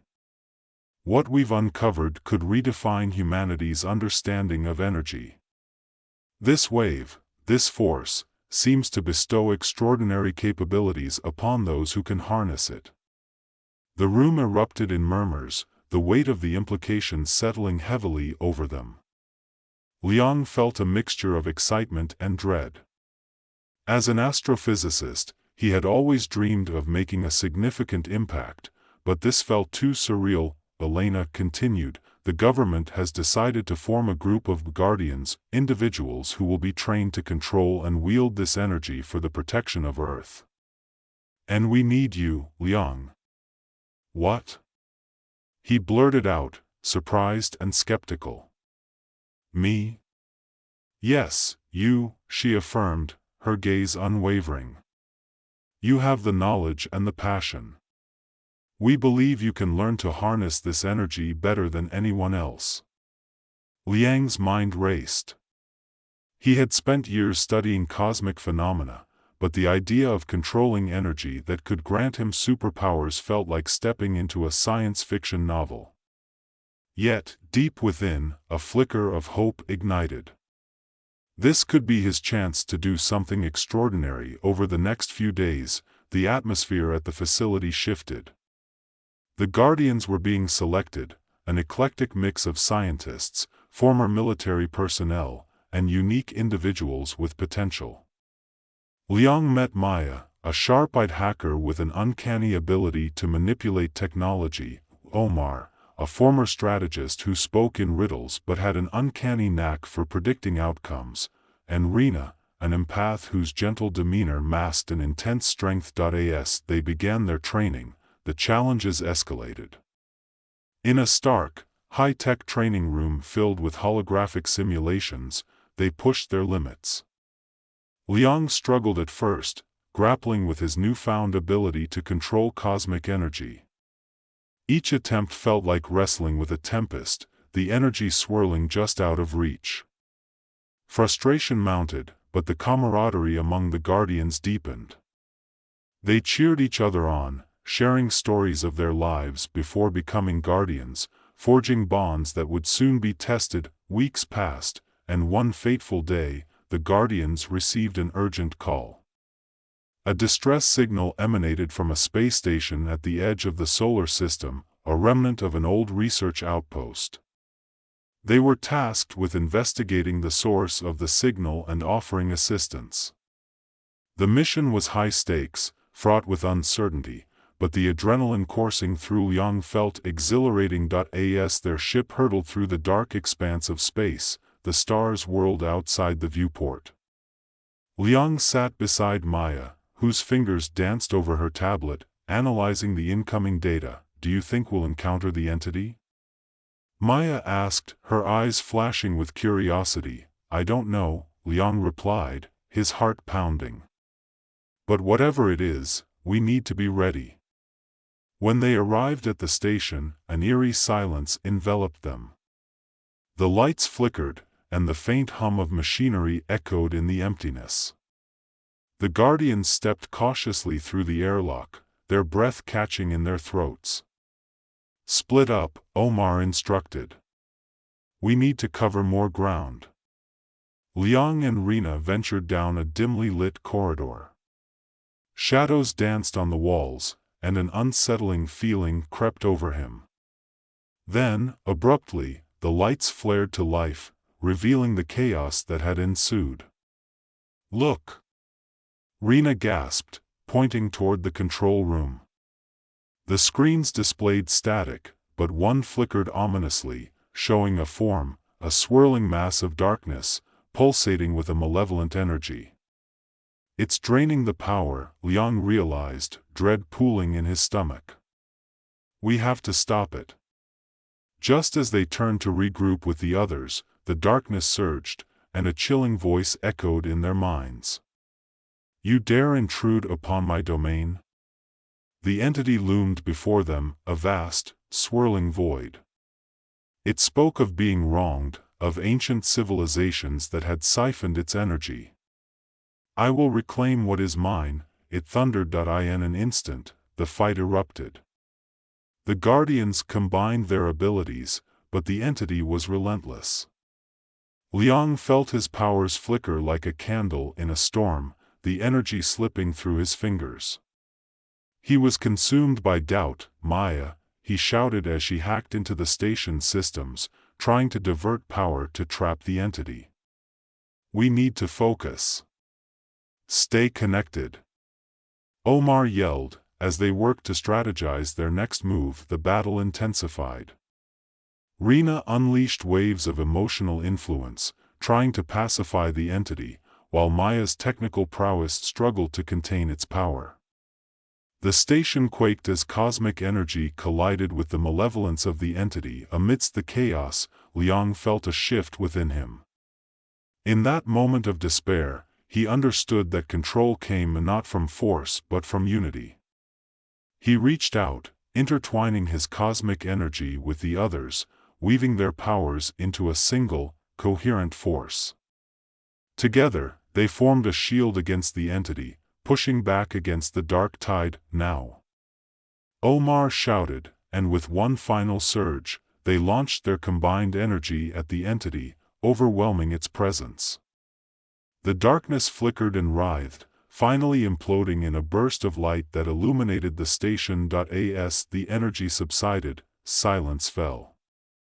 The Guardians stood panting, eyes wide in disbelief. They had done it, they had defeated the entity, but even in victory, the weight of their actions settled over Liang. What if it returns? He pondered aloud, looking at his comrades. What have we unleashed? We'll be ready, Maya replied, her resolve strong. We're Guardians now. In the aftermath, as they regrouped and assessed the damage, Liang realized that this was just the beginning. The battles ahead would test their strength, unity, and morality.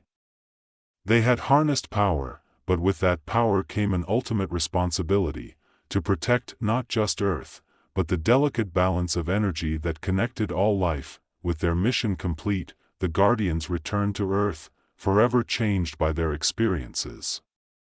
Liang looked out at the stars, a tapestry of possibilities stretching infinitely before him. They had glimpsed a vast universe, and their journey had only just begun. As they landed back on Earth, the Guardians were greeted by a mixture of relief and uncertainty. The facility buzzed with activity, scientists scrambling to analyze the energy signatures left by the entity and report their findings to government officials. Liang felt a surge of purpose coursing through him. The experience in space had transformed him and the team. They were no longer just individuals with extraordinary powers, they were a united force, the first line of defense against the unknown. In the days that followed, Liang immersed himself in training. He practiced harnessing the cosmic energy, discovering how to manipulate it with more finesse. He felt the energy swirling around him, responding to his intent like an eager partner. His confidence grew, and so did his bond with the other Guardians.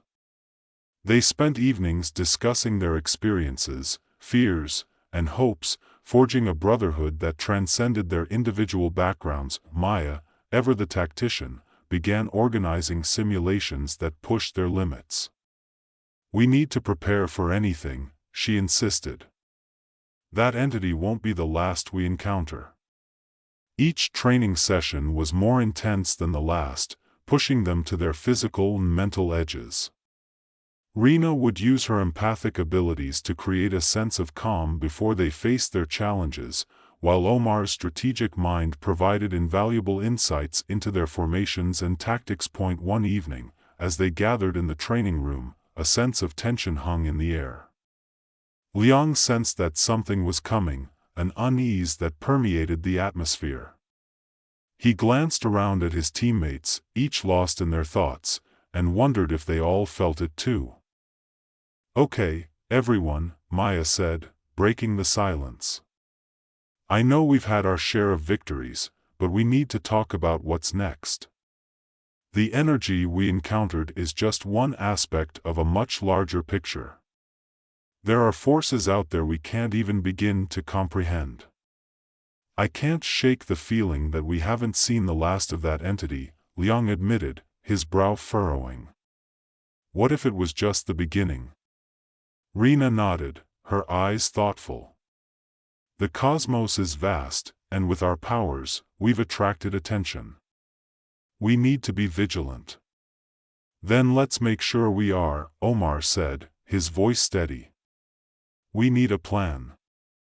A way to monitor cosmic disturbances and respond quickly. The group agreed, brainstorming ways to create a network that could track energy fluctuations across the galaxy. They began utilizing the facility's resources, analyzing data, and enhancing their skills in collaboration with scientists who had worked on the initial discovery.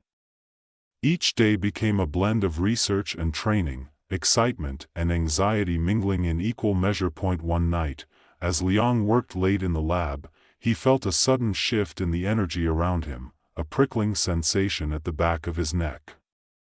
He turned, instinctively looking toward the observatory windows, where the stars twinkled like distant beacons. His pulse quickened. Was something out there, just beyond the veil of space? Liang, Maya's voice cut through his thoughts. She had come to check on him. You okay?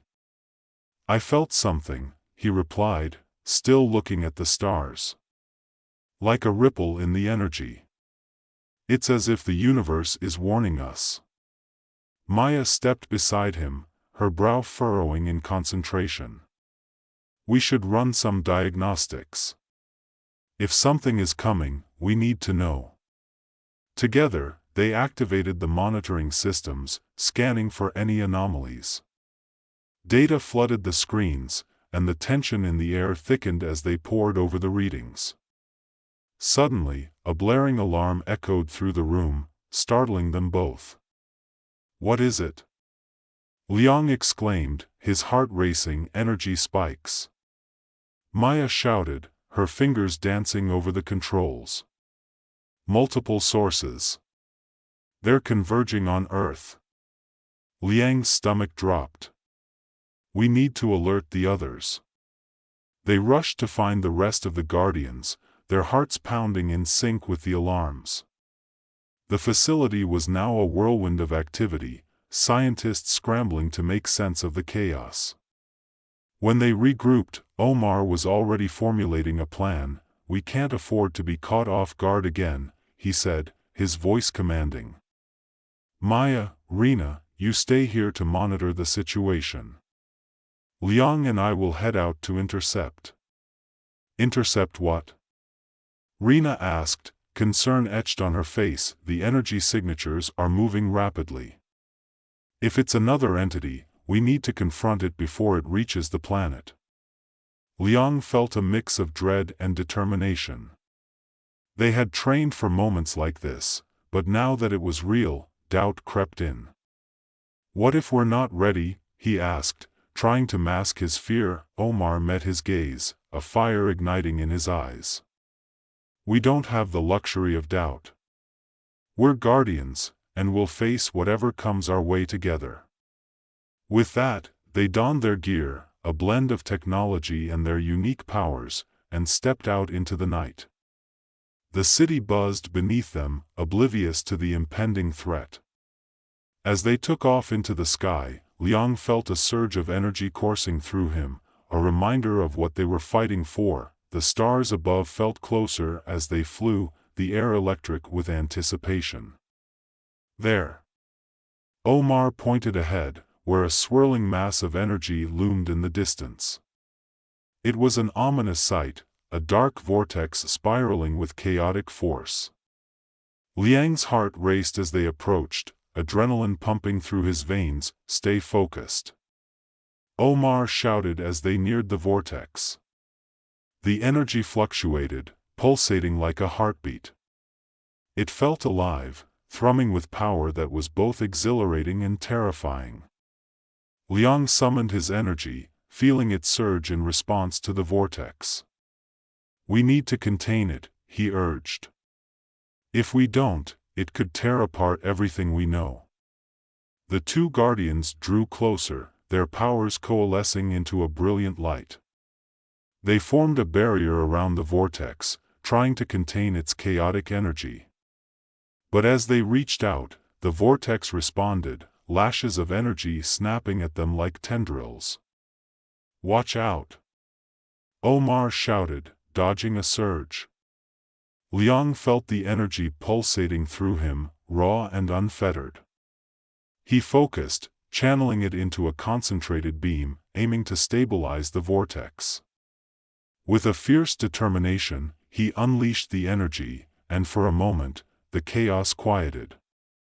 But then the vortex surged again, a furious backlash of energy slamming into him. Liang was thrown backward, his vision blurring as he struggled to regain his footing. Liang! Omar's voice cut through the haze. Get up! We need to finish this. With a grunt, Liang pushed himself to his feet. He could feel the energy humming around him, an echo of the power he had wielded before. It was time to embrace it fully, to accept that this was who he was meant to be. Together, they attacked the vortex again, this time with renewed focus and strength. They pooled their energies, intertwining their powers into a single, radiant force. As they launched their attack, the vortex erupted, the dark energy dissipating into a cascade of light that illuminated the sky. The night sparkled as the vortex collapsed in on itself, leaving only a tranquil stillness in its wake. Liang and Omar stood side by side, panting heavily, the adrenaline slowly ebbing from their bodies. "We did it," Liang breathed, disbelief coloring his words. "We actually did it." But as they reveled in their victory, a chilling realization crept in. The cosmos had responded, but they were still only beginning to grasp the forces they were up against. The energy they had encountered was a warning, a signal that the universe was shifting, and they had only scratched the surface of its mysteries. As they flew back to the facility, the weight of their responsibility settled over Liang like a shroud. They were guardians now, tasked with protecting not just Earth, but the delicate balance of energy that tied the cosmos together. They had faced the unknown and emerged victorious, but the question remained: what other threats lurked in the shadows, waiting for their chance to strike? Arriving at the facility, they were met with cheers from the remaining guardians and scientists, but Liang couldn't shake the feeling of impending doom. The universe was vast and filled with untold dangers. As the team celebrated, he stood apart, gazing at the stars. "We need to prepare," he murmured to himself. "This is just the beginning." Days turned into weeks as the Guardians settled into their new roles. The facility transformed into a command center, a nexus of information and strategy. They established protocols for monitoring cosmic disturbances, forming alliances with other scientists and agencies worldwide. The Guardians trained tirelessly, each session pushing them to new limits. But even as they honed their skills, the haunting feeling that something was on the horizon lingered. Liang often found himself staring at the night sky, the vastness both comforting and intimidating. He had become a protector, but the burden of that role weighed heavily on his shoulders. Then one night, as he sat in the observatory, engrossed in data analysis, a familiar energy signature flickered across the monitors, an anomaly unlike anything they had encountered before. Heart racing, he initiated a trace, his mind racing with possibilities. "Liang, what is it?" Maya's voice broke through his focus, her brow furrowed with concern. It's massive," he stammered. "I've never seen anything like it." They gathered the team, analyzing the readings together. The energy signature pulsed with a rhythm that felt almost sentient. As they delved deeper, understanding began to dawn. This wasn't just an anomaly, it was a beacon, calling to them. "We need to investigate," Omar said, his tone firm. "If this is another entity, we can't let it reach Earth." Liang nodded, determination solidifying within him. "We're not just going to stand by. We'll find out what this is." They prepared for another mission, a feeling of unease mingling with their resolve. As they launched into the night, the weight of the unknown loomed before them. The stars twinkled mockingly, as if aware of the trials that awaited them. When they reached the source of the energy, a massive celestial body came into view, an ancient, drifting relic of a forgotten civilization. It shimmered with an ethereal glow, pulsating like a heartbeat. As they approached, they felt the energy resonating within them, a strange connection that both exhilarated and terrified Liang. "What is this place?" Maya whispered, awestruck. "Something powerful," Liang replied, his mind racing. "We need to be careful." As they disembarked, a sense of foreboding washed over them. The surface was smooth and reflective, almost alive. It pulsed with energy that called to each of them, whispering secrets of a long-lost civilization. Suddenly, the ground trembled beneath their feet, and a deep voice resonated through the air, echoing in their minds. You have come seeking knowledge, guardians of Earth. But with knowledge comes a price. Liang's heart raced. Who are you? I am the keeper of energy, the voice boomed.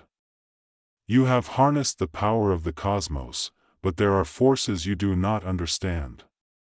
You must choose, protect this knowledge or let it fall into chaos. What do you mean?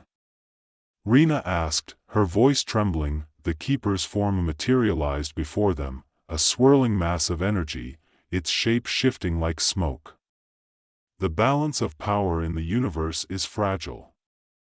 You are but guardians, not its masters.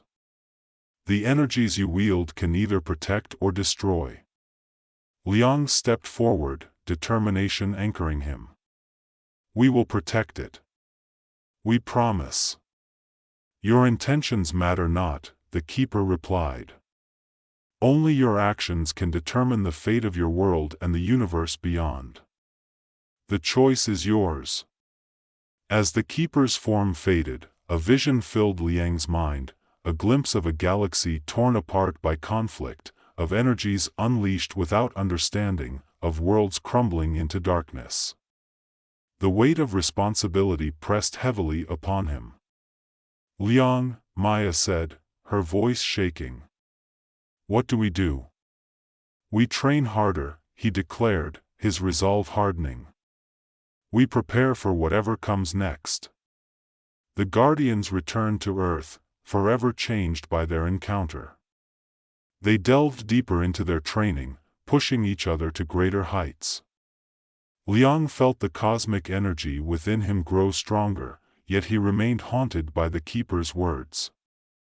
The power they wielded was a double-edged sword, and the fate of countless lives rested on their shoulders. As time passed, the energy readings fluctuated more frequently. They could feel the universe shifting, an impending storm brewing just beyond their reach.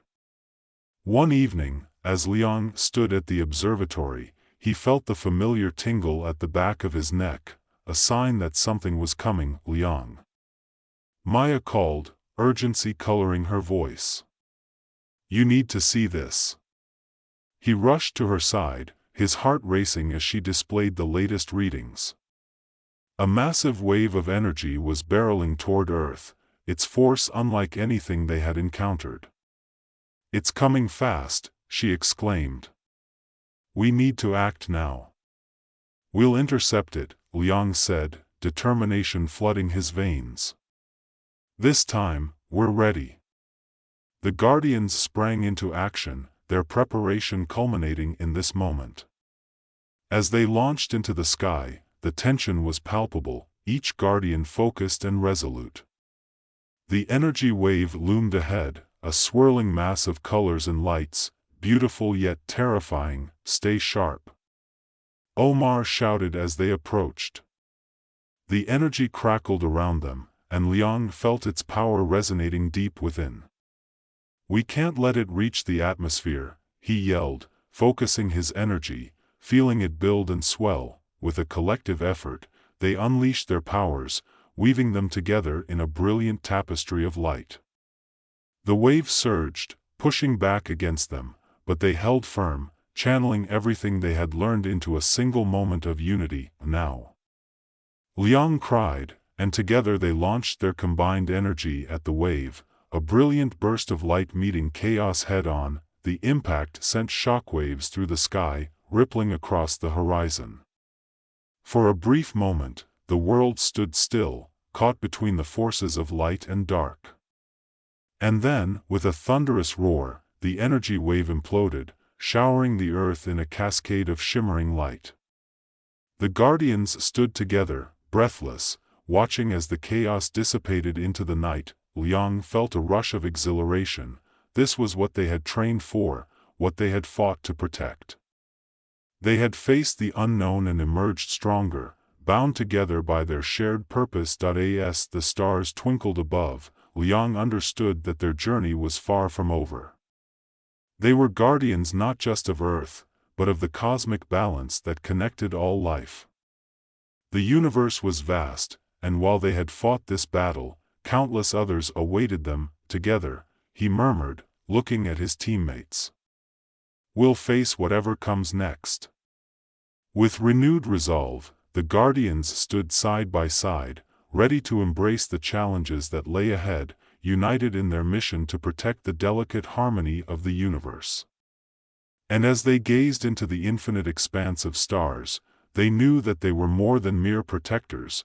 They were the heralds of a new era, the guardians of the cosmos.